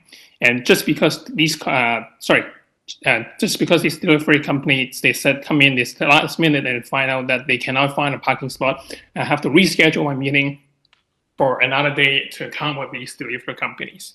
Okay, Mr. Tam, we understand. So if you could sum up the impact it's having on you, how would you sum it up? Parking is a horrid situation on this street, and basically I don't see, and also echo what John was saying. Basically, this is written into our agreement that the 27 parking spots are needed or will be built for public use for this construction to go up, and now they're trying to take it back for their own gain. And I see that as being not just irresponsible or insensitive. I basically run out of language to describe such a kind of business. That's my point. So thank you, Chairman, to you specifically for nailing on that point early on. Thank you very much. Other questions for this speaker? No. Okay, then we have heard from all the registered speakers who were standing by to speak in opposition. And we'll go now back to the applicant, who will have a chance to speak in rebuttal. We ask the applicant to keep focused on the comments that were made by the speakers, please. Let's go back to the applicant now. Thank you, Mr. Chair, and I appreciate the comments that were received. So I'll try to group these into a few main topics. So the first one that I heard was the traffic and congestion that the Pepperell Hill residents have experienced over the last several years due to LRT construction, development in the area. So I do want to note that I sympathize with this, and I am aware that there has been spillover or traffic on the Pepperell Hill side, but we are building for the final condition And this appears to be the current or historic condition that's been experienced over the last few years. And I think we can all admit that there's been a lot of construction in this area, and it's been extended for quite some time. So I do sympathize with that, but I do want to note that that's the current and existing condition. All developments and the LRT construction is planned to be complete in the coming future. I think the other comment, and I'm not sure the gentleman, I think it was David that may have mentioned, just the adjacent precedence at Chiltern Street or Chiltern Hill. So this was noted in our transportation report, but one thing that I do want to comment on is that there are 3 public parking facilities within 200 meters of our development. One being at 947 Eglinton Avenue. I believe that's the one that David was speaking to. There's another one at 912 Eglinton Avenue, and then a third one at 953 that provide over 100 parking spaces, which our transportation engineer feels is more than ample parking for the demand in the area. But marking the fact that there is LRT construction and 3 developments within the area, I'm mindful of that there's exacerbated conditions right now, but in the final condition, we feel that is ample parking. And then the last one, I think was one that was mentioned by Sarah, was regarding the methods of transportation available. So in the traffic report, they mentioned 2 bus stops, which are directly outside of our development. So I wish I could annotate on the screen here, but one is directly north of the development and one is directly east of the development on Bathurst Street. And they're both within 20 meters of our lobby entrance and directly in front of the development. And we also have a direct tunnel connection to the Eglinton LRT. What I think was missing in the transportation fact was that even though this is north-south and east-west bound transportation methods, there's also the ability to get to other locations such as the UP Express down south at Union. That was the whole intent and purpose of that transportation report. So I do want to flag that there's several means of transportation in or at this location, and we're looking to do alternative methods instead of automobile, and that's something that the OP and the bylaw is pushing for.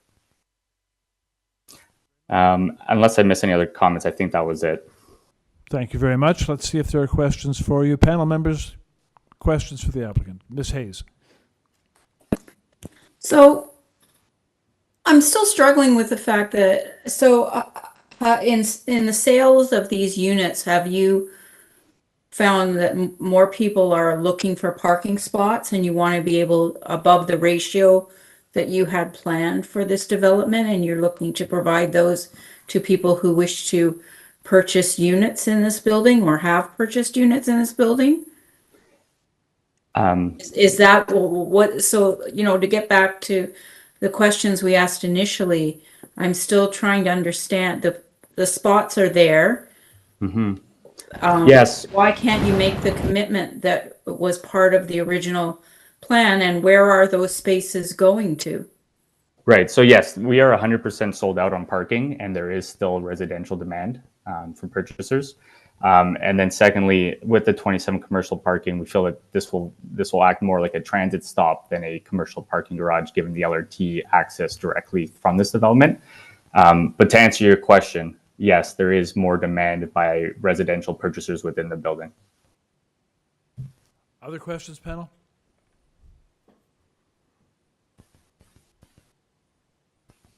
Any other questions, panel, for the applicant? Otherwise, we'll go into committee. Okay. Let's go into committee then on the application. And we're in committee now. Ms. Chan, go ahead. I can start with the comment with the same concern from the beginning of it. I don't think that the question was being answered in a satisfying manner to me, because what it is, first of all, the proposal was approved under an appeal. That means that the TLABs, they already go through a very thorough review, and they knew that the subway is coming. This is not yesterday we started there's going to be a subway. They knew all this new development, and I was saying that if they honor the commitment and maybe a few months later or 1 year later, find out that no one uses or is under demand, then they come back and then they apply for their exemption or convert to private parking. Then there's a strong reason for it, right? But now it's not even being tested. These parking spots are not needed for the public. And I got very confused as to say, you go through all the appeal, why didn't you negotiate that at that point? Why it comes back to Committee of Adjustment now? Okay. Mr. Clay, your comment? Yeah, I would wholeheartedly agree with Ian. I'd also add a couple of points. I really do sympathize with the residents of Peveril, and I suspect almost every major street that abuts Eglinton over the last 10 years. I do feel for them. I think these residents, more than anyone else, have suffered and paid a price for the broader public good, which it will ultimately get to when we open it. But I do sympathize with their plight. I think they have a legitimate concern about people parking illegally on their street, and that leaving them with no available parking for themselves or people who want to visit them. I think that's a very legitimate concern. The other thing I would point out is that many of the businesses along Eglinton have also, I think, suffered. We've seen closures both on St. Clair and Eglinton when construction's going on. I think providing spaces for potential patrons that want to frequent those businesses, either the ones that are now or the ones that will be coming in the future, I think is quite important for the vitality of the businesses along that strip. For those reasons, I can't support this proposal in this application. Thank you. Thank you very much. Anyone else comments? Mr. Reed? Thanks. I agree with both my colleagues, but yeah, I'm also having a bit of a hard time getting to the end. Like, I found the report from Transportation Services to be a bit confusing. They were fine with 7 spots, but reading between the lines, it sounded like they would have preferred it as is, but their recommendation was 7. And I'm putting this in the context of the new parking bylaw, which basically would require 5 spaces for this building. But at the same time, I do think that new parking bylaw was put in place to encourage the development of new housing and new units, whereas this one's already in place, right? This is being agreed to. This is cooked and this is being built. So I'm with my colleagues. I'm gonna vote to oppose this. Ms. Hayes, go ahead. I would agree with my colleagues. I think that, as time goes by and years pass, and there's clear user information that would suggest that these spaces are not used, that may be different. It's unfortunate that in maybe proposing this development that the parking to proposed unit ratio was less, there's a greater demand for parking from the people who wish to buy the units than the developer may have initially thought.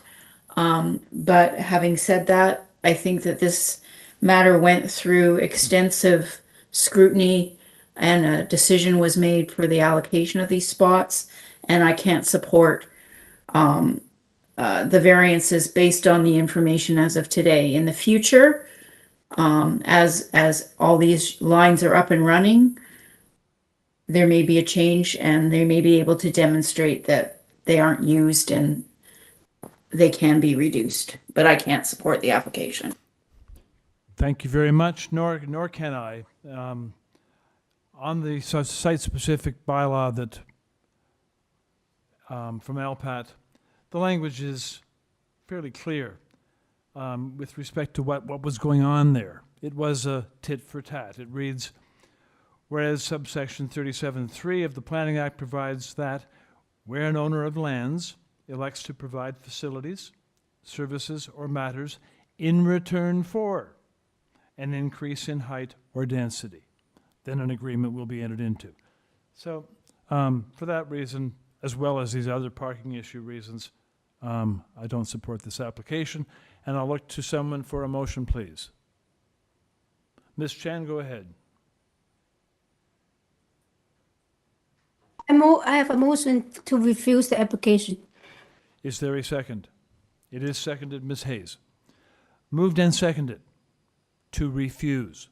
Those in favor, please show of hands. That motion is carried by a unanimous vote. The application is refused. Thank you. We'll now step back to number 40 and to the agent on number 40 who was revising the variances. Mr. Chair, firstly, I'd like to thank you and the members very much for standing this down for me.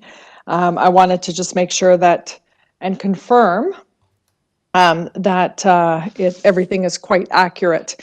So I did have an extensive conversation with the owner. We will reduce the length to 18 meters.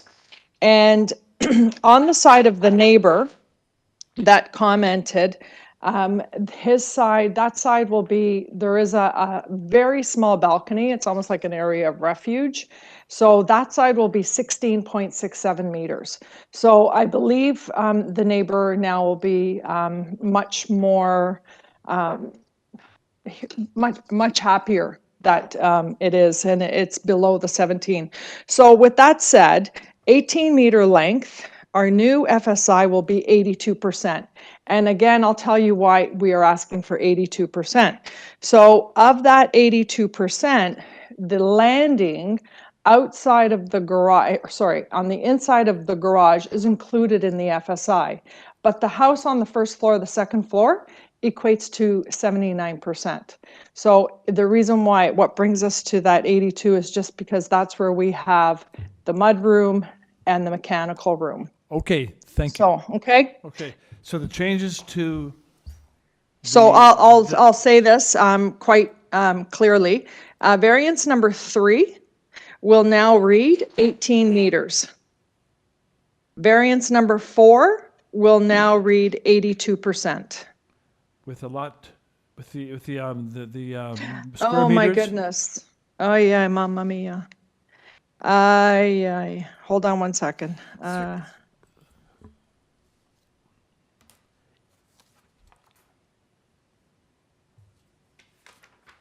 229.40. 229.4. Mm-hmm. Thank you. 229.4 is the new figure on number 4 for square meters, okay? I'm going to just double, yeah. Everybody was, one was in their car, and yeah, 229.4. Yeah. Okay, those are all the changes then to the variances, okay. Mm-hmm. Okay, then let's panel take this application into committee. Any comments, or we can move to a motion if anyone is prepared for a motion. Mr. Reed, go ahead. Thanks, Chair. I do agree with the applicant that I think this is representative of the type of redevelopment that's happening throughout this neighborhood. And the variances being requested are pretty minor. I do agree that this is going to be a substantially larger and longer house than is there now, and that will probably negatively impact the neighbor, but that's just as of right. And that's unfortunate, but that's going to happen. So I do think on whole, it's a defensible application. I move approval of the application as amended. Thank you very much. That is seconded by Ms. Hayes. Moved and seconded to approve as amended. Those in favor, please show hands. There's a unanimous vote. It carries the motion. The application as amended is approved. Thank you. Through you, Mr. Chair, I'm just looking at the next three items. Yeah. Item number 43 has 4 registered speakers in opposition. Yes. Item 44 has 1 speaker in opposition, and item 45 doesn't have any speakers in opposition. I'm wondering, just given how late it is, perhaps maybe we deal with items 44 and 45 before dealing with item 43, because that may take a bit of time. I go along with that. I think it's a good idea. Let's deal with those two and then take a 5-minute break Yes. in preparation for the last application. Okay, thank Let's you. do that. Okay. So there's the plan. We're going to, at this stage,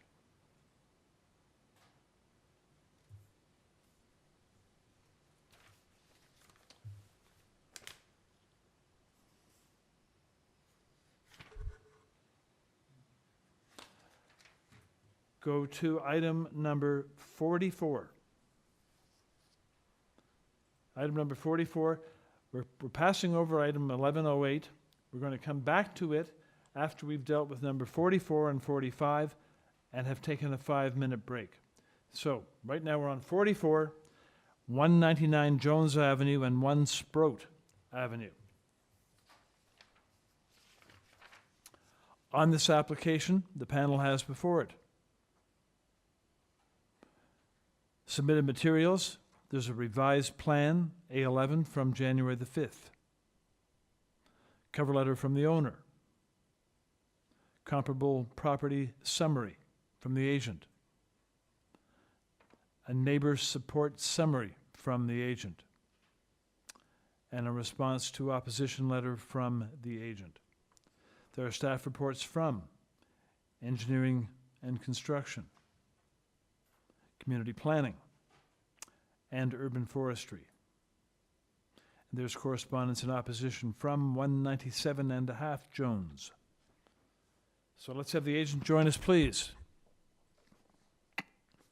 Hello, committee. It's Ryan Kwan from 29 Torrens Avenue, agent for 199 Jones Avenue. Through you, Mr. Chair. Ryan, we can barely hear you. If you can please move closer to your microphone and test your audio again.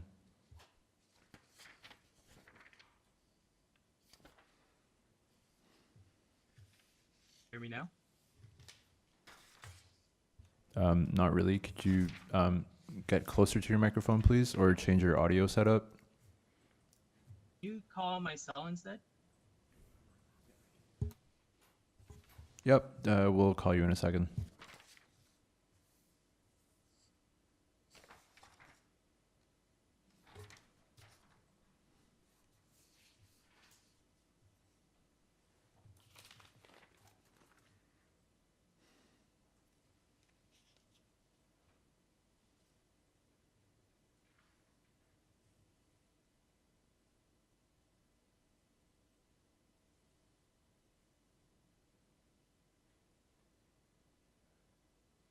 Hello? Hi, Ryan. You're going to have to log out of the other device because we're getting a feedback on your end here. How about now? Can you hear me? Now you're clear. Good. Okay, great. Again, my name is Ryan Kwan from 29 Torrens Avenue. I am the agent for 199 Jones Avenue. Very good. You have 5 minutes to present your application to the panel. Go ahead. Yes, good evening, panel. The owner would like permission to sever the property into 2 equal portions and demolish the existing 2-story, very deteriorating dwelling and 5-car attached garage, and to construct a new 3-story dwelling with a carport with a green roof above it and a possible secondary suite in the lower level. We will also be providing green space on each end of each of the new lots, and redevelop the city's boulevard to provide more green space with new trees and hedges. Now, the lot size is going to be smaller, but the footprint of the new dwellings will provide more green space than what the current dwelling and garage provides. The current building and garage takes over 90% coverage of the lot, and that's not including the portion that's already into city's property. So with the new one, we will provide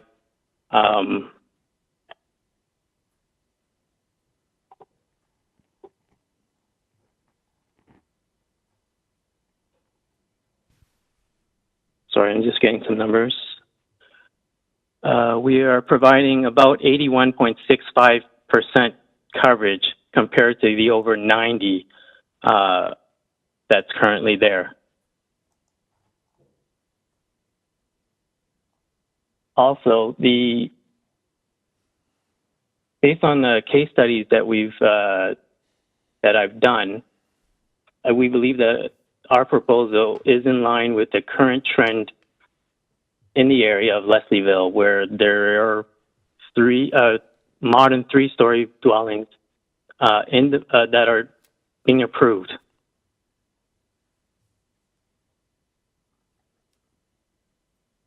We did speak to city planners very early in the project, and they recommended that we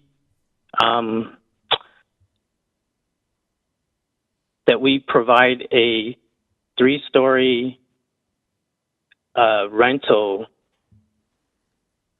building, which would take up more FSI, and the owner doesn't want to be a landlord anymore, and that's the reason why he would like to sever the property, create one dwelling for himself and another dwelling to be sold. We also spoke to some of the neighbors in the area, and they believe that our proposal is more fitting for them than what the planning department suggested.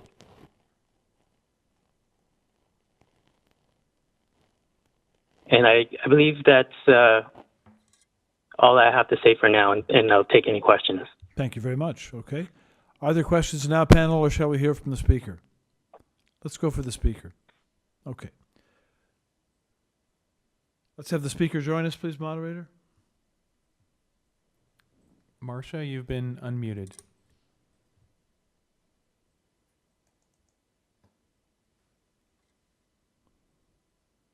Hello?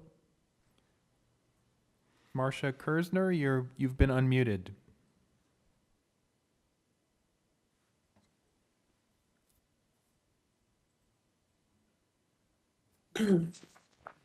Hello. Hello. Hi. I have laryngitis. I was hoping you could let the both of us speak, me and my husband. I didn't realize that you only had me registered. That's fine. That'll be Okay. fine. Your husband can speak for you if you prefer. Okay. Let me get him to speak here. His computer isn't. Rob, you'll have to do it here. I don't know.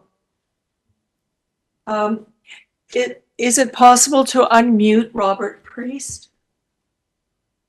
No, he should do it from your, for simplicity, he should do it from this position. No, Robert, you'll have to come down. Okay. So, okay. Here we go. Hello. Hello there. You have 5 minutes to express your concerns to the panel. Okay, my notes unfortunately are on my computer upstairs, which you couldn't unmute.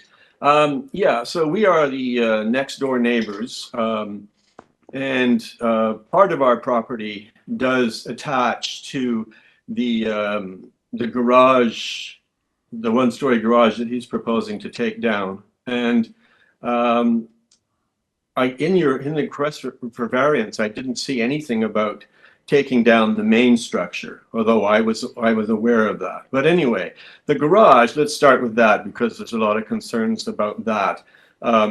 Currently, it is a one-story high building. Its back wall is the boundary of our property. It is in effect our fence on the north side of our backyard, which is totally enclosed and private and secure. And one of our concerns is if he takes down that wall, that our property will not be secure and private. Right now there isn't a basement to that garage. We have a very tall tree less than 5 feet away from that garage wall, which will be taken down and have a basement dug into it. We're really concerned about the health and sturdiness of our tree, because I wouldn't think you could build a basement without cutting through the roots of the tree as it is now, and nor could you build a 3-story structure without removing a lot of branches on the same side of the tree. So for one, we'd need to have an arborist assess the situation. I think that's really necessary. I wish I could have my notes before me now. Right now, there is about 5 cars that are parked in that garage. I know he intends to have one space left for whoever moves into the new house that he's going to build. Where will those 5 people park? And I thought it was being built for his mother, but now in this variance, he says he wants to sell it. There's been very little contact. We sent a letter with our concerns on May 6th. And we have heard nothing except a few days ago we did hear from his brother, but it's been hard to take in that information, and there were some reassurances about no expense coming our way, that he intended to build a fence, and that's great. It's great now to have an idea of friendliness in the operation.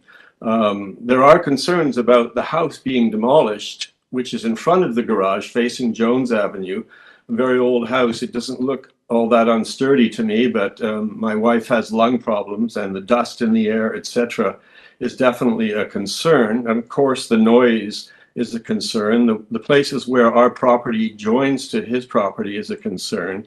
The roof of our back deck is fixed to the wall of that garage he wants to take down, as is the back fence, as is drainage pipes, etc. Have I left anything out? I'm also concerned about that whether a study has been done about the integrity of our place once he starts, tearing things down and building basements. Will that be safe for our house in that? And is there proper sewage? Like, we know nothing. You have to understand that the space between our house and their house is not wide enough for a person to turn and have their shoulders fit. You would have to go diagonally into the alleyway between our 2 places. We would like to have assurances that the current division of the property line is going to be maintained in this. A 3-story building being put up where there is now a 1-story garage is vastly going to affect the amount of light that we get in our backyard. We do have a dog that we let out into the backyard. We have a granddaughter who is less than 2 years old that we let out into the backyard. And that's one of the reasons we put such a priority on security. These could be taken to be objections to the current plan. Also, just that I really feel we could have been kept better informed, even as to, I shall ask you now for your final comment, please.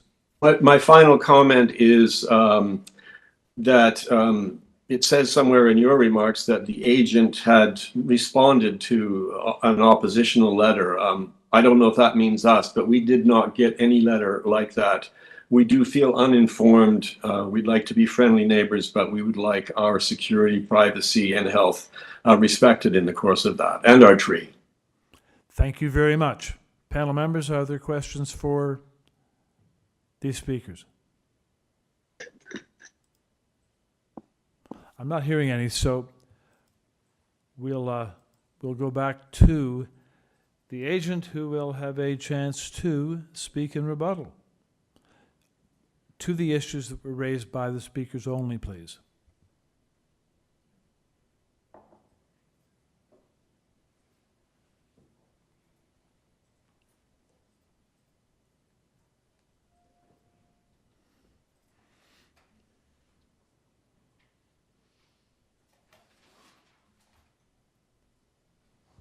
Ryan Kwan, you've been unmuted. Can the panel hear me? Can you unmute yourself on the phone that we're calling you in, please?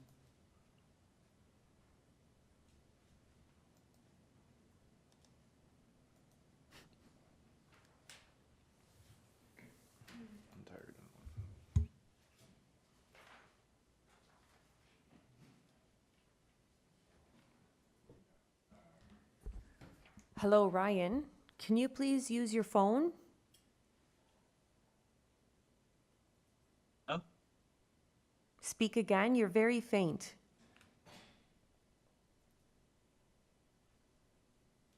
Panel hear me now? It's still very faint. Done anything?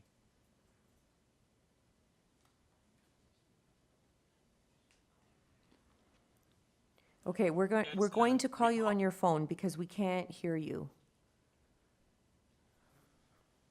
Okay.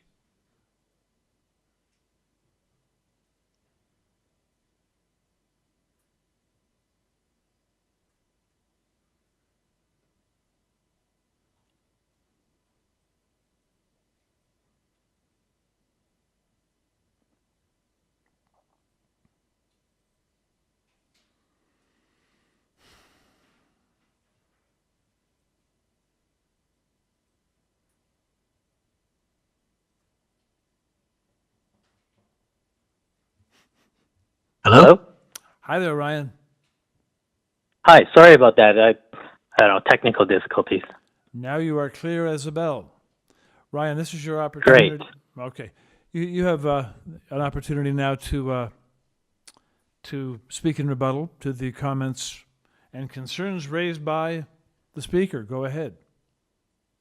Yes, thank you. As the speaker mentioned, the brother did confront the neighbor to the south and assured him that we will do everything possible to alleviate his concern. So the tree, obviously, we are going to get an arborist report to deal with the injury of the tree. We're obviously not going to kill it. We want to preserve it. We will. I have done a project where it is similar with a much bigger tree where 25% of the roots were, I guess, cut, and the tree did survive. It's been a few years, and it is possible. The tree will probably be pruned a little bit because of the 3-story height. Other than that, we are going to build a new fence where the building isn't going to be. So the building is going to be set back 6 feet from the rear property line. So they're going to get more light from there. And then there's the building, and then there's the carport where the carports are going to be, we'll build a new fence there. So their yard will be contained. And they have a rear porch that is being supported by a beam that is connected to the existing garage. When we remove the garage, we will put in a new post for them on their side of the property, because right now it is technically illegal. They're connecting to the garage, which is completely on our property, the garage. And the space in between the two houses, it's minimal right now. It's going to stay that way. We're obviously going to have engineers involved to make sure that their foundation isn't going to be compromised. And for the building height, right now the existing two-story building that fronts on Jones Avenue is about 9 meters. The new one that is being proposed is about 9.5, not including the parapet. So it's not a huge height difference that they're going to lose any sunlight. But we're also the property to the north, so most of the sun is going to come from the south.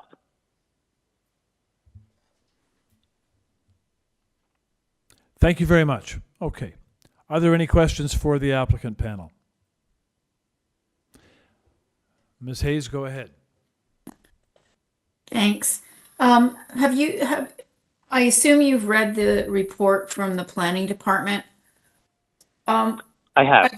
Okay, thank you. So one of the things they've noted is that what you're proposing doesn't represent or follow lotting patterns in the area. The lot area you're asking for is approximately 50% of the requirement. And they're also making a comment about because of the size of the lot, the FSI for a 3-story building is quite high. So I'd like to have your comments on whether or not you can provide the committee with any information or examples of lots that are similar frontage or density, and just generally what your response is to the position of planning, who are recommending that the committee refuse the applications. Yes, I'll definitely do that. So in my case study report document, which should be there, not that one, I believe.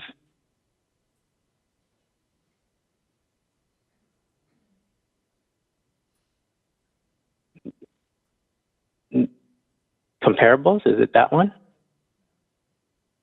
Yeah, that one, yes. So in my research, the first section there on page 2, I surveyed the area for most of the lots that are undersized. So you can see that on the left column there, I have lots between 80 to 100 square meters, where the minimum requirement is 180 square meters. The severed lots that we are proposing is 92.35 square meters, and then the smallest lot that was recently approved and the building is now up is 1172 R Queen Street East. I know it's kind of like in a laneway, but that lot got approved for 58.52 meters squared, and it is also a 3-story dwelling. Okay, thank you very much. And has a... Okay, thank you. All right. Are there any other questions? Hearing none, let's take the application into committee for a motion, please. Ms. Chan, go ahead. I just want to make a comment. I actually agree with the planning staff report. The reason why is if they serve this, they actually change the lot configuration, which means that it totally changed the characteristic of the site for the next door neighbor 197.5, because when you look at it, they suddenly they have a backyard that completely blocked by a 3-story high building, and I think that the servants seem to be totally. They will get all the benefits of serve the property on the expenses of their neighbor. And I find that too drastic. The impact is too drastic, and I cannot support this application. Okay. Is anyone ready with a motion on this? Mr. Reed, go ahead. I am too, and I just want to preface by saying I think I get where this is coming from, this application, and I think it's trying to do the right thing, but it's just too much. I think there are other types of development that can happen on it. With the renovation of the front house and a laneway house on the back, more of a version of that, and I think that'd be fine. But as it is, I think it represents a real overdevelopment of the site, and also the lotting pattern is out of context. So I move refusal of all three applications. Is there a second? I'll second that. That is seconded by Ms. Chan. Moved and seconded to refuse all three applications, the consent and the two minor variance applications. Those in favor, please show of hands. That vote is unanimous to carry the motion, and all three applications are thereby refused. Thank you. We move along now to number 45, 136 Prescott Avenue. And on this application before us are applicant's materials as submitted, 3 photographs of the property, cover letter from the applicant, 31 August, previous Committee of Adjustment decisions from 2018, and there is comment from City Planning and from Engineering and Construction Services. Let's have the agent join us, please. Good evening, dear respectful members of committee. My name is Igor Khlebnikov. I am the applicant and the owner of the property. Good evening to you. Thank you for your patience in waiting all this time. Panel members, are there questions for this applicant? Let us then take the application into Ms. Chan. No, I'm ready for motion. Okay, go ahead with your motion then, Harder to please. see the light at the end of the tunnel. Go ahead. Okay, I think this has been approved before, and the reason why it comes back is because they did not meet the deadline for the surface conditions.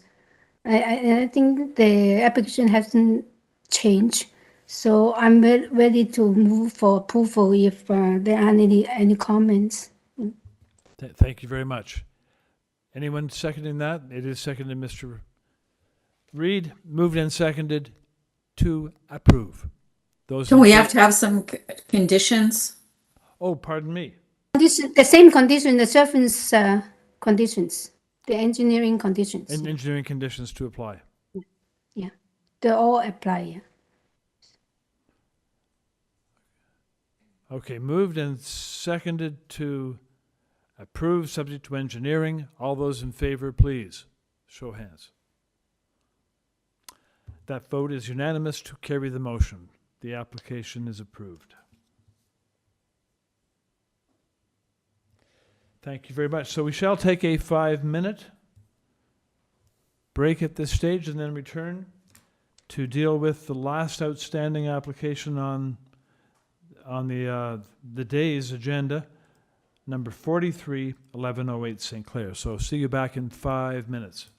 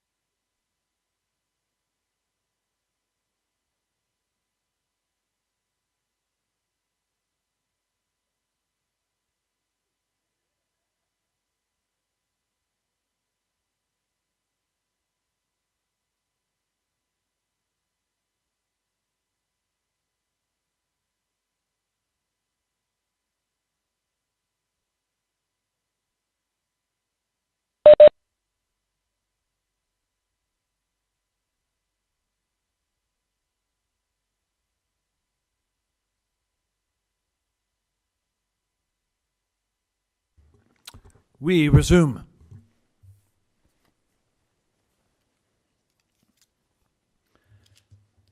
We are now considering agenda item number 43, 1108 St. Clair Avenue West. On this application, the committee has before it plans submitted by the applicant, presentation materials received January 4, an order to comply affecting the subject property. There's a staff report from Community Planning.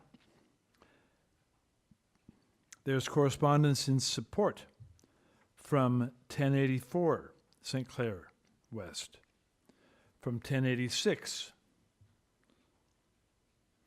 There's a 22 signature petition in support, signed by owners and occupants of properties on Ashburnham Road, Elliott Street, Ellsworth Ave, Glenholme, Louder, Northcliffe, Silverwood, St. Clair West, Tyrrell, and Queen Street East. Received January 4. In interest or concern, there is correspondence from 109 Northcliffe. In opposition, there is correspondence from 105 Northcliffe, 103, 1006 St. Clair Avenue West, 113 Northcliffe, 103 Northcliffe, 1106 St. Clair West, January 4, 101 Northcliffe. There are 5 form letters in opposition, signed by owners and occupants of 103, 105 Northcliffe, and 1088, 1090, and 1094 St. Clair Avenue West. Received January 4. So let's have the applicant join us, please. Good evening, Mr. Chair, members. Ida Evangelista on behalf of the tenants of 1108 St. Clair Avenue West. You have 5 minutes to present your application to the Yes. panel. Go ahead. Okay. So I just want to give you a little bit of background on this particular restaurant.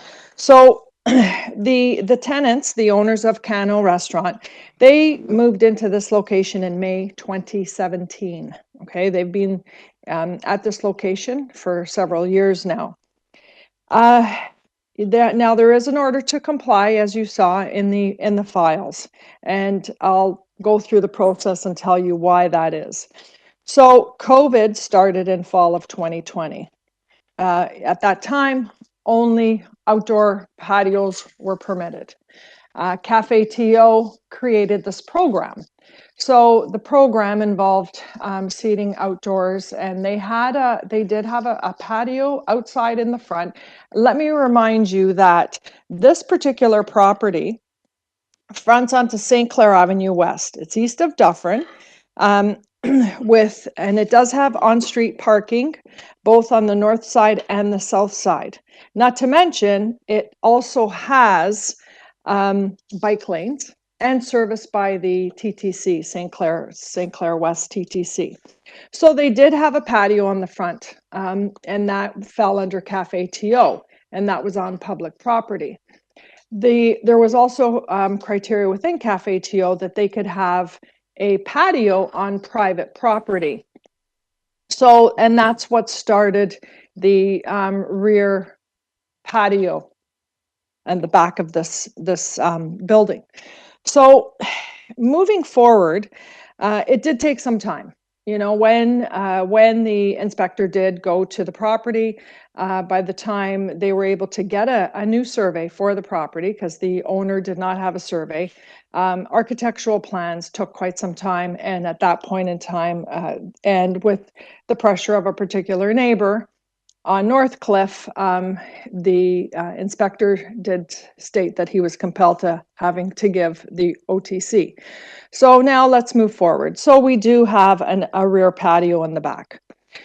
Now, I did include a submission, and on that submission, you'll see, and if the members did have the opportunity to go to the rear of this property and see the structure for itself.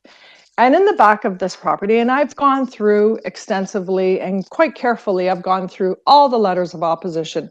Now, this is St. Clair Avenue. This is littered with restaurants and cafes and markets. So, you know, I found it, I was quite perplexed actually when I read through the letters, and that because now I feel, with the greatest of respect, that because an OTC was issued, that now all the problems in the neighborhood have now become the owners of Cano Restaurant. I think that's quite unfair and unjust, but again, that's my opinion. So now with this particular proposal, we do have that rear patio. A couple of the neighbors, or one neighbor, have come and they did, you know, state that they wanted a little bit more privacy, so they enclosed it. They put up the walls. They have, I will tell you that they have cleaned up the back. They've hired a private garbage company who comes, and over and above the city garbage, over and above that, they have a private company that comes and cleans up and removes garbage. The uptick in rodents, they're everywhere. That you can't really say, and you can't say, it's not fair to say that there's an uptick in rodents due to this restaurant. This restaurant's been here since 2017. So and there's markets and restaurants all around. Now let's talk about the parking. We have on-street parking. We have the St. Clair streetcar. So that too, and the employees don't drive. So the parking's not required.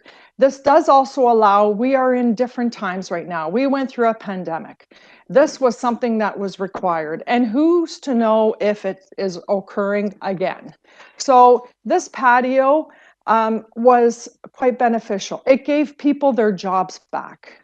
Now, because of the complaint that started, I shall ask you to make your final comment now, please. So in closing, Mr. Chair, so I do understand and I do appreciate that we are required a 10-meter setback from the abutting residential lot.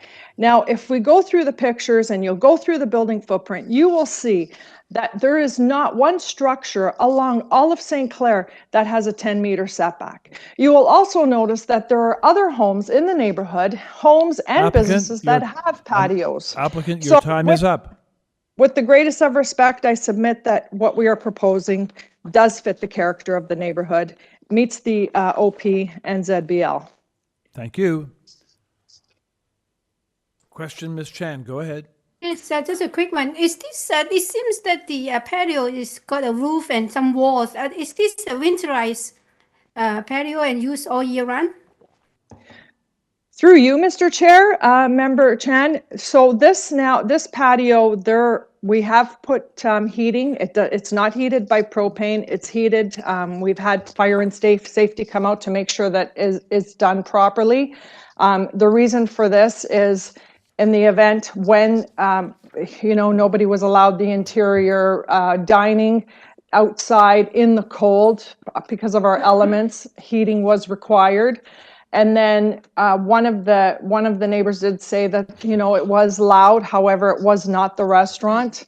But well, that's mere speculation on everybody's behalf. Then they put up the sides, so that the neighbors wouldn't feel that, the chattering or talking or the comments that they had made. So yes, through you, Mr. Chair, there is heating in this, but it is not propane. Thank you. Okay, let's go to the speakers that are standing by. First speaker, please, moderator.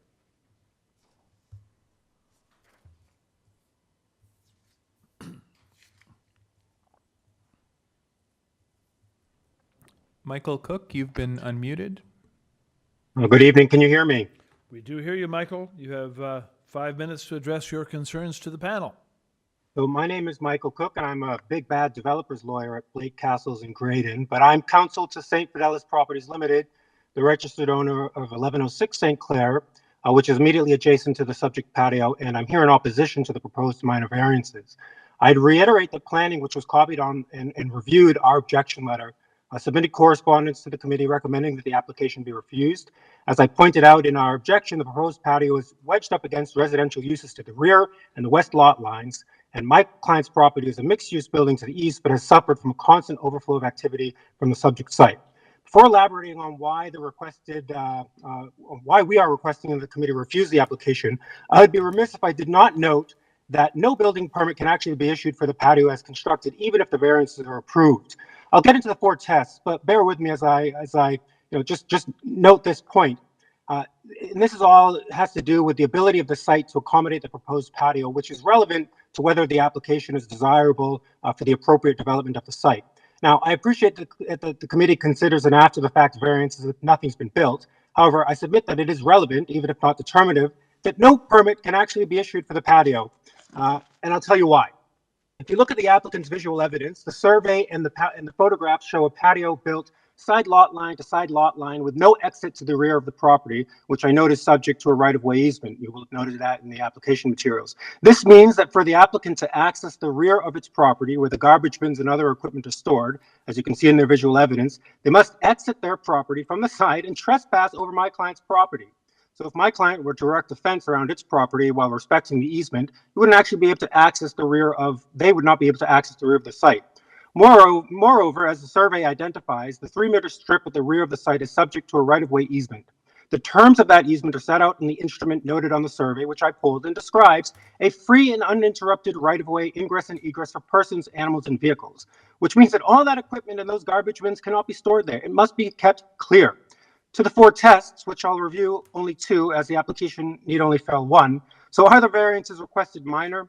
Typically, we focus on qualitative over quantitative impacts. And I will, however, one cannot ignore the sheer numerical magnitude of the requested variances. With respect to the qualitative impacts, the activity generated from a restaurant patio is significant, and the required setbacks and separation distances are an important method to mitigate those impacts on adjacent uses. The requested variances are too large and too important to be considered minor without other mitigating factors to limit the negative planning impacts, which are mostly on the adjacent uses, which are mostly residential, when the patio is wedged up against. The only mitigating feature was a tree, which was removed without a permit, and you can see this in the visual evidence attached to my correspondence. I won't go into details. Secondly, is the application desirable for the appropriate development of the site? It is not, and we know this because it's an after-the-fact variance, and we have the benefit of the lived experience, which is also how we know that for certain that the planning impacts I've described are not minor. The site is too small for the patio as proposed and does not represent good planning. It is not a desirable or appropriate development of the site to provide relief from a bylaw building standard to permit a patio that eliminates all areas of the site that are otherwise available for parking and storage of garbage and a variety of other restaurant equipment, including tables, chairs, outdoor heaters, and other miscellaneous items. Since most of the rear yard has now been replaced with the patio, all that equipment has nowhere to go, nor do customers and restaurant staff who congregate on my client's property during their breaks. Given the applicable zoning standards, the patio simply exceeds the size of a patio that may otherwise be permitted. Even if it were to meet the zoning standards, space would have to be maintained on site to facilitate storage. Keep the easement free and clear, and keep people from trespassing on my client's property. In closing, I would note that you have no planning analysis before you that recommends approval of the application. You have no comparables, and the only support is from people who don't experience the impacts of this application, some of whom live literally miles away. For those reasons, we respectfully request that the application be denied. Thank you, and I'm happy to answer any questions you may have. Thank you very much. Panel members, are there questions for this speaker? I am not hearing any, so we will proceed, moderator, to the next speaker.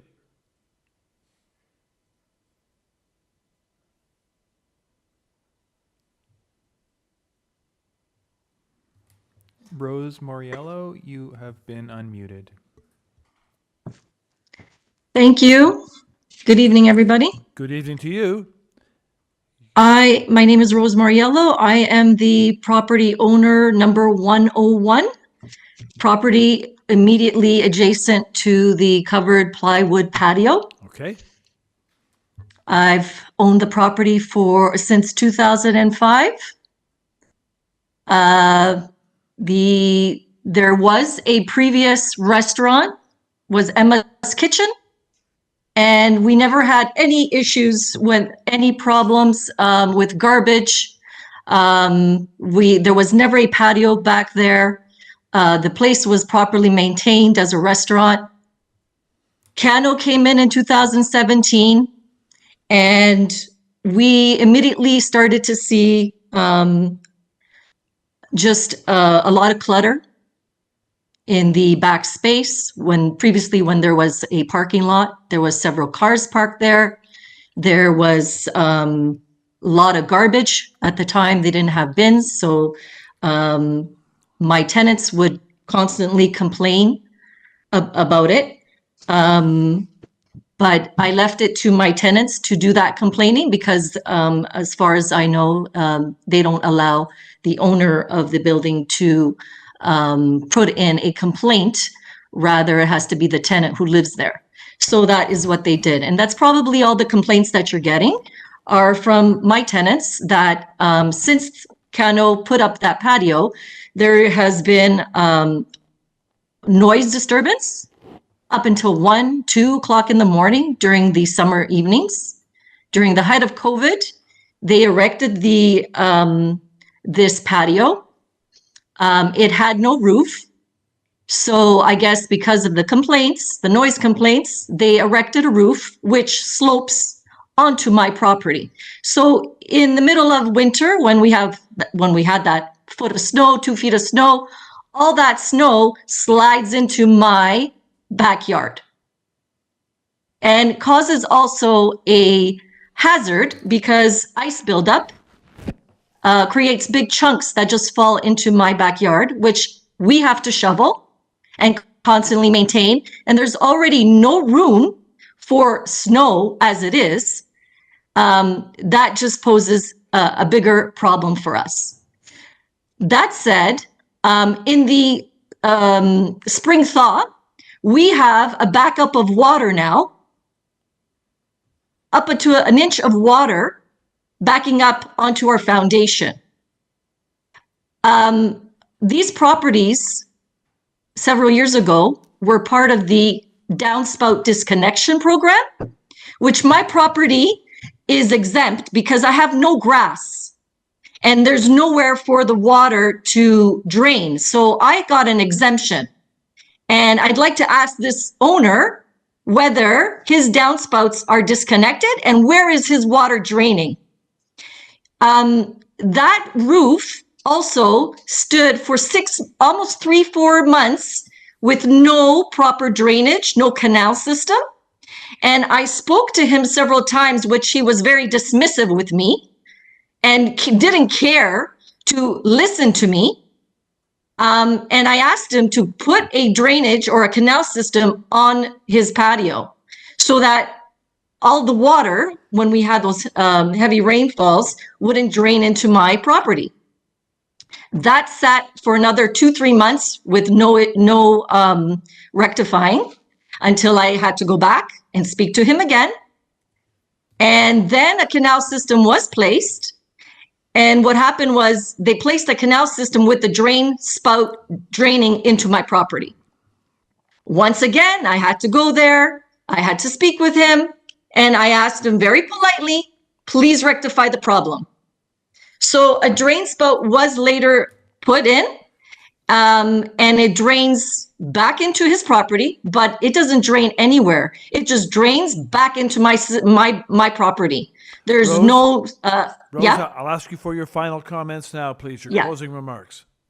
So basically, this patio is built right above to my fence. It's an eyesore. It's caused my tenants. One of my tenants had to leave because of the mental issues he was getting from the noise disturbance. So I just ask that he rectify the problem. I'm opposing the erection of this patio altogether, but he needs to slope temporarily to rectify this problem. He needs to slope. Your time is He needs now to up. slope the roof onto his side of his property. Thank you. Panel members, questions for this speaker? Okay. Moderator, then let's go to the next speaker.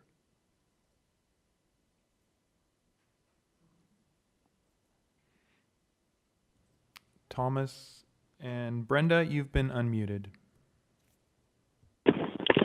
Okay.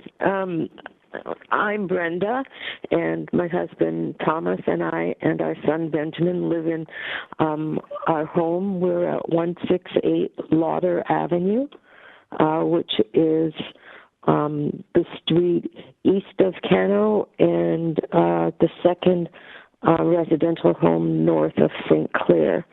We've lived in our home and enjoyed the community for over 35 years, and our backyard has been precious to us. It's been a place for us to enjoy ourselves, rest in a tranquil setting. We read outdoors, eat outdoors, and enjoy the beautiful days of spring, summer, and fall. Now, during a long stretch of recovery from illness, it has been a sanctuary. The back patio, which was not erected with anybody's consent, interfered with all of this. The lunch hour of about 2+ hours and dinner hour of 4+ hours is disruptive to our lives. It's very noisy as people relax and drink. The noise level increases. There's clanging of dishes. It's used for a lot of celebrations. We're very tired of hearing happy birthday sung on a daily basis. And there's no effort to minimize that noise. People feel like they're in their own living rooms, and that's nice for them, but it destroys our ability to enjoy our home without central air conditioning and windows open. That noise permeates our house as well, and it is problematic for us. We would like the quality of our lives in the immediate neighborhood adjacent to this property to be considered and the patio not be allowed. Thank you very much. Panel members? Okay. Questions here? No. Moderator, next speaker, please.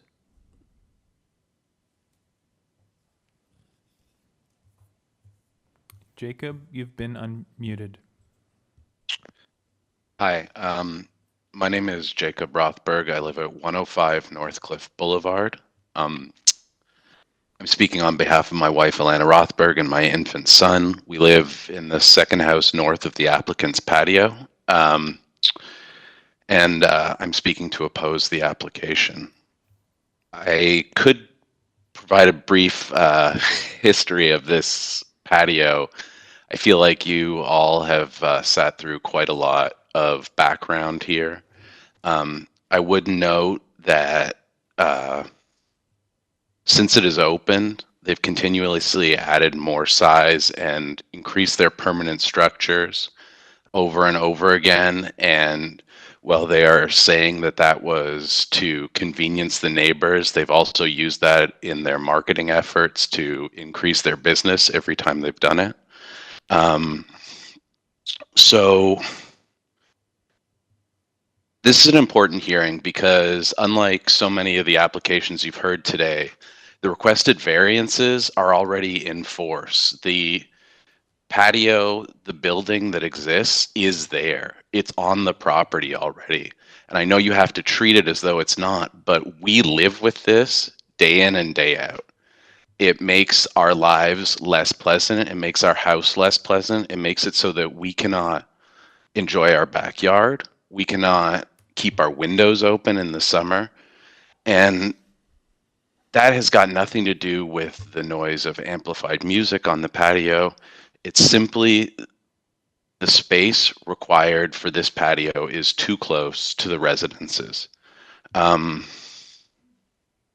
So Yes, as the other people speaking against the application have directly referenced some of the zoning bylaws and the 4 tests, I'd like to make a bit more of a general statement. First, those who've spoken in support of the application are local business owners and customers of the restaurant. None of them live in the affected space. They can enjoy the patio and leave. And they see no way that allowing this, they see that allowing this is a fringe benefit for their business, but they don't have to live here. Second, it bears repeating that this patio was built without a permit and is thus operated without a liquor license or any inspections of its structure, wiring, heating, or fire safety for over 2 years. Behavior like this should not be rewarded or retroactively approved. Third, zoning bylaws dictating minimum setbacks and distances from residential zoned areas exist specifically for the scenario that this patio is in.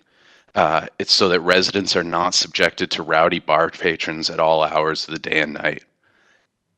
With respect to the applicant, regardless of the amount of similar businesses on St. Clair, there are no other rear yard patios anywhere on this stretch. Similar patios on side yards, such as they've included in their materials, are not the same thing. Last and most importantly, the committee, you guys on the committee, you do a vital job. You provide people relief from city zoning bylaws and other issues when there's an undue harm for enforcement. But in this case, the only people being harmed are us. The only people who benefit from this application being accepted are the applicant. They've provided absolutely no reasoning why this should be done other than to say that during COVID their business suffered. Currently, COVID is over. It might exist as a public health thing, but there's no seating restrictions. This business was able to operate successfully before COVID. They should be able to operate successfully without this patio existing. That's all I have to say. I urge the committee to follow the recommendations of city planning and reject this application. Thank you very much again for your time. Thank you. Panel members here, questions for the speaker? No. Okay. So we'll go back now to the agent, and we'll ask the agent to be very careful about addressing the issues that were raised in these speakers' submissions specifically and only. Back to the agent now, please. And Mr. Chair, members, let's go to the staff report where planning did state refusal. However, if the application is approved, they recommend the following conditions, which we are amenable to. Mr. Cook, he made some comments about storage. The storage is done off-site.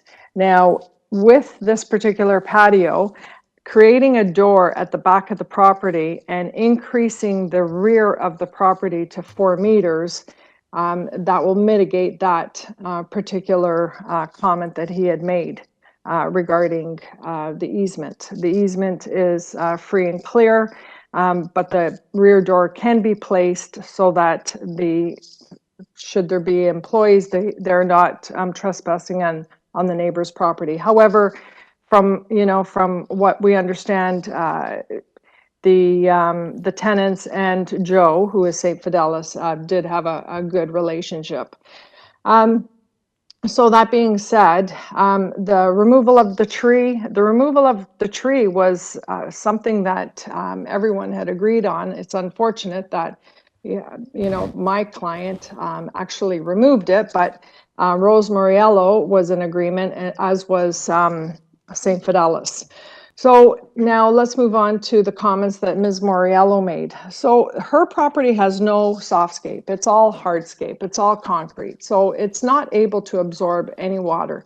There is a slope that is between the fence and the wall of the outdoor patio that slopes and swales to the interior. There is a gutter system that also, when it does emit water, it's on the property goes on our property. So, she also commented about responsing take too long. They're the tenants, so the tenants have to go to the owners and work together. So that's sometimes what takes too long. But whatever she has asked and spoke to, of the neighbors that have actually approached the tenants and had a fulsome conversation, they have rectified. Not only have they rectified that, they've also put in cameras. There was a lot of goings on in that back alley, deals that were going down, that it wasn't safe. There was no lighting. They've increased they put in cameras, they put in lighting, that actually, many of the adjacent owners have stated that, they're quite happy on how much this back portion, this back laneway has been cleaned up. Also, there are large patios within the homes themselves that have, parties and play loud music. So have they had functions or people sitting in there having dinner? Yes. Can we, stop it at 10 o'clock with no outdoor music? Will they hire an acoustical consultant so it doesn't affect the neighbors? These are all things that they're willing to do to be able to continue to have the patio to have additional staff and give them jobs who have families. So, and Mr. Rothberg on Northcliffe, less pleasant, it's been noisy. We're at St. Clair and Dufferin. There are many restaurants, many businesses around. So to keep everybody at a minimum, I would ask how that would be done. And again, I believe, yes, was the patio built? It was built during COVID, that's correct. Now they're trying to legalize it.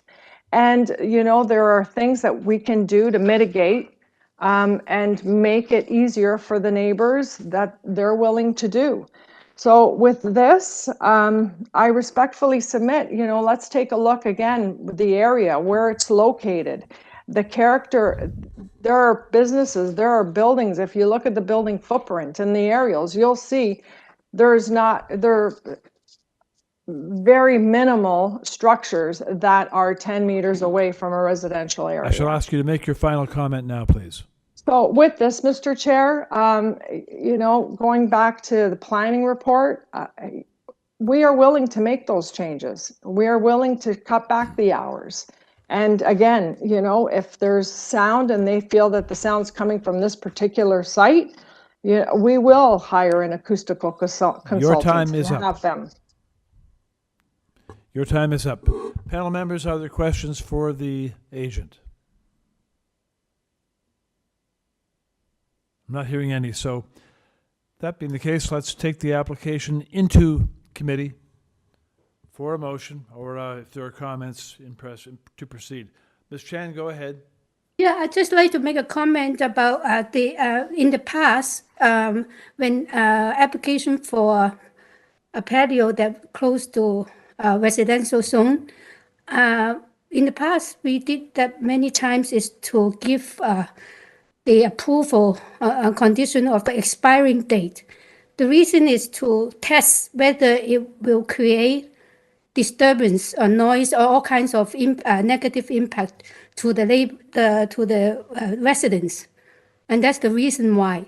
But in this case, it's already been built, and also the negative impact has been heard, and that's one reason I find it difficult to support the application. Secondly, that they do have a patio in the front.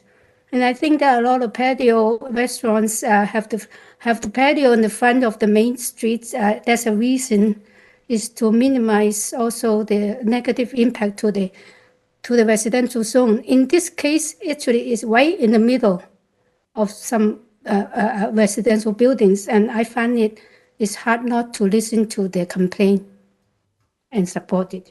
Thank you very much. Is anyone ready with a motion, or are there other comments? If anyone has a motion, they can go ahead. Mr. Clay? I'm happy to make a motion, but I just wanted to also a comment. I I think we all get that during a pandemic that it's not unreasonable for short-term or temporary mitigation measures to be done to support our local businesses, and those were done. The difference here, I think, is that it's no longer a temporary fix. And I think that, most of us have put up with a lot of things over during the pandemic, but when the pandemic is technically over, or at least the public health concerns are, or the restrictions are lifted, that we expect things to go back to the way they should be. I do sympathize with the neighbors. I think that they have put up with a lot of noise. And it's too bad. Maybe had the proponent offered voluntarily to make these changes previously, perhaps we might have been able to mitigate that. But I don't see this as being something that can be allowed, given the impact not only on the residential neighbors, but the adjacent business and rental properties. Clearly, this is something that is disruptive, quite disruptive to the neighborhood. So I would move a motion to refuse. Is there a second to that motion? It is seconded, Ms. Chan. Moved and seconded to refuse. Those in favor, please show hands. That vote is unanimous. It carries the motion, and the application is thereby refused. And with that, at 9:47 p.m., the panel completes the day's agenda, and the hearing is thereby terminated. I do want to, as I always do, Congratulations. you say it this time, Ms. Chan. Usually it's Congratulations, I said. We've Pardon done me? it. You go ahead, Ms. Chan, and say it. Thanks to staff and everybody. Great day. Thanks, Sabrina. Thank you, Thanks everyone. to all Have the a good staff. evening. Long day. It was a long day. Have a good evening, everyone. Thank Great, you. great job, well. everybody. Thank you very much, I everyone. almost did not want to leave. I wanted to spend Yeah. the night. Are you having fun yet? Good night, everyone.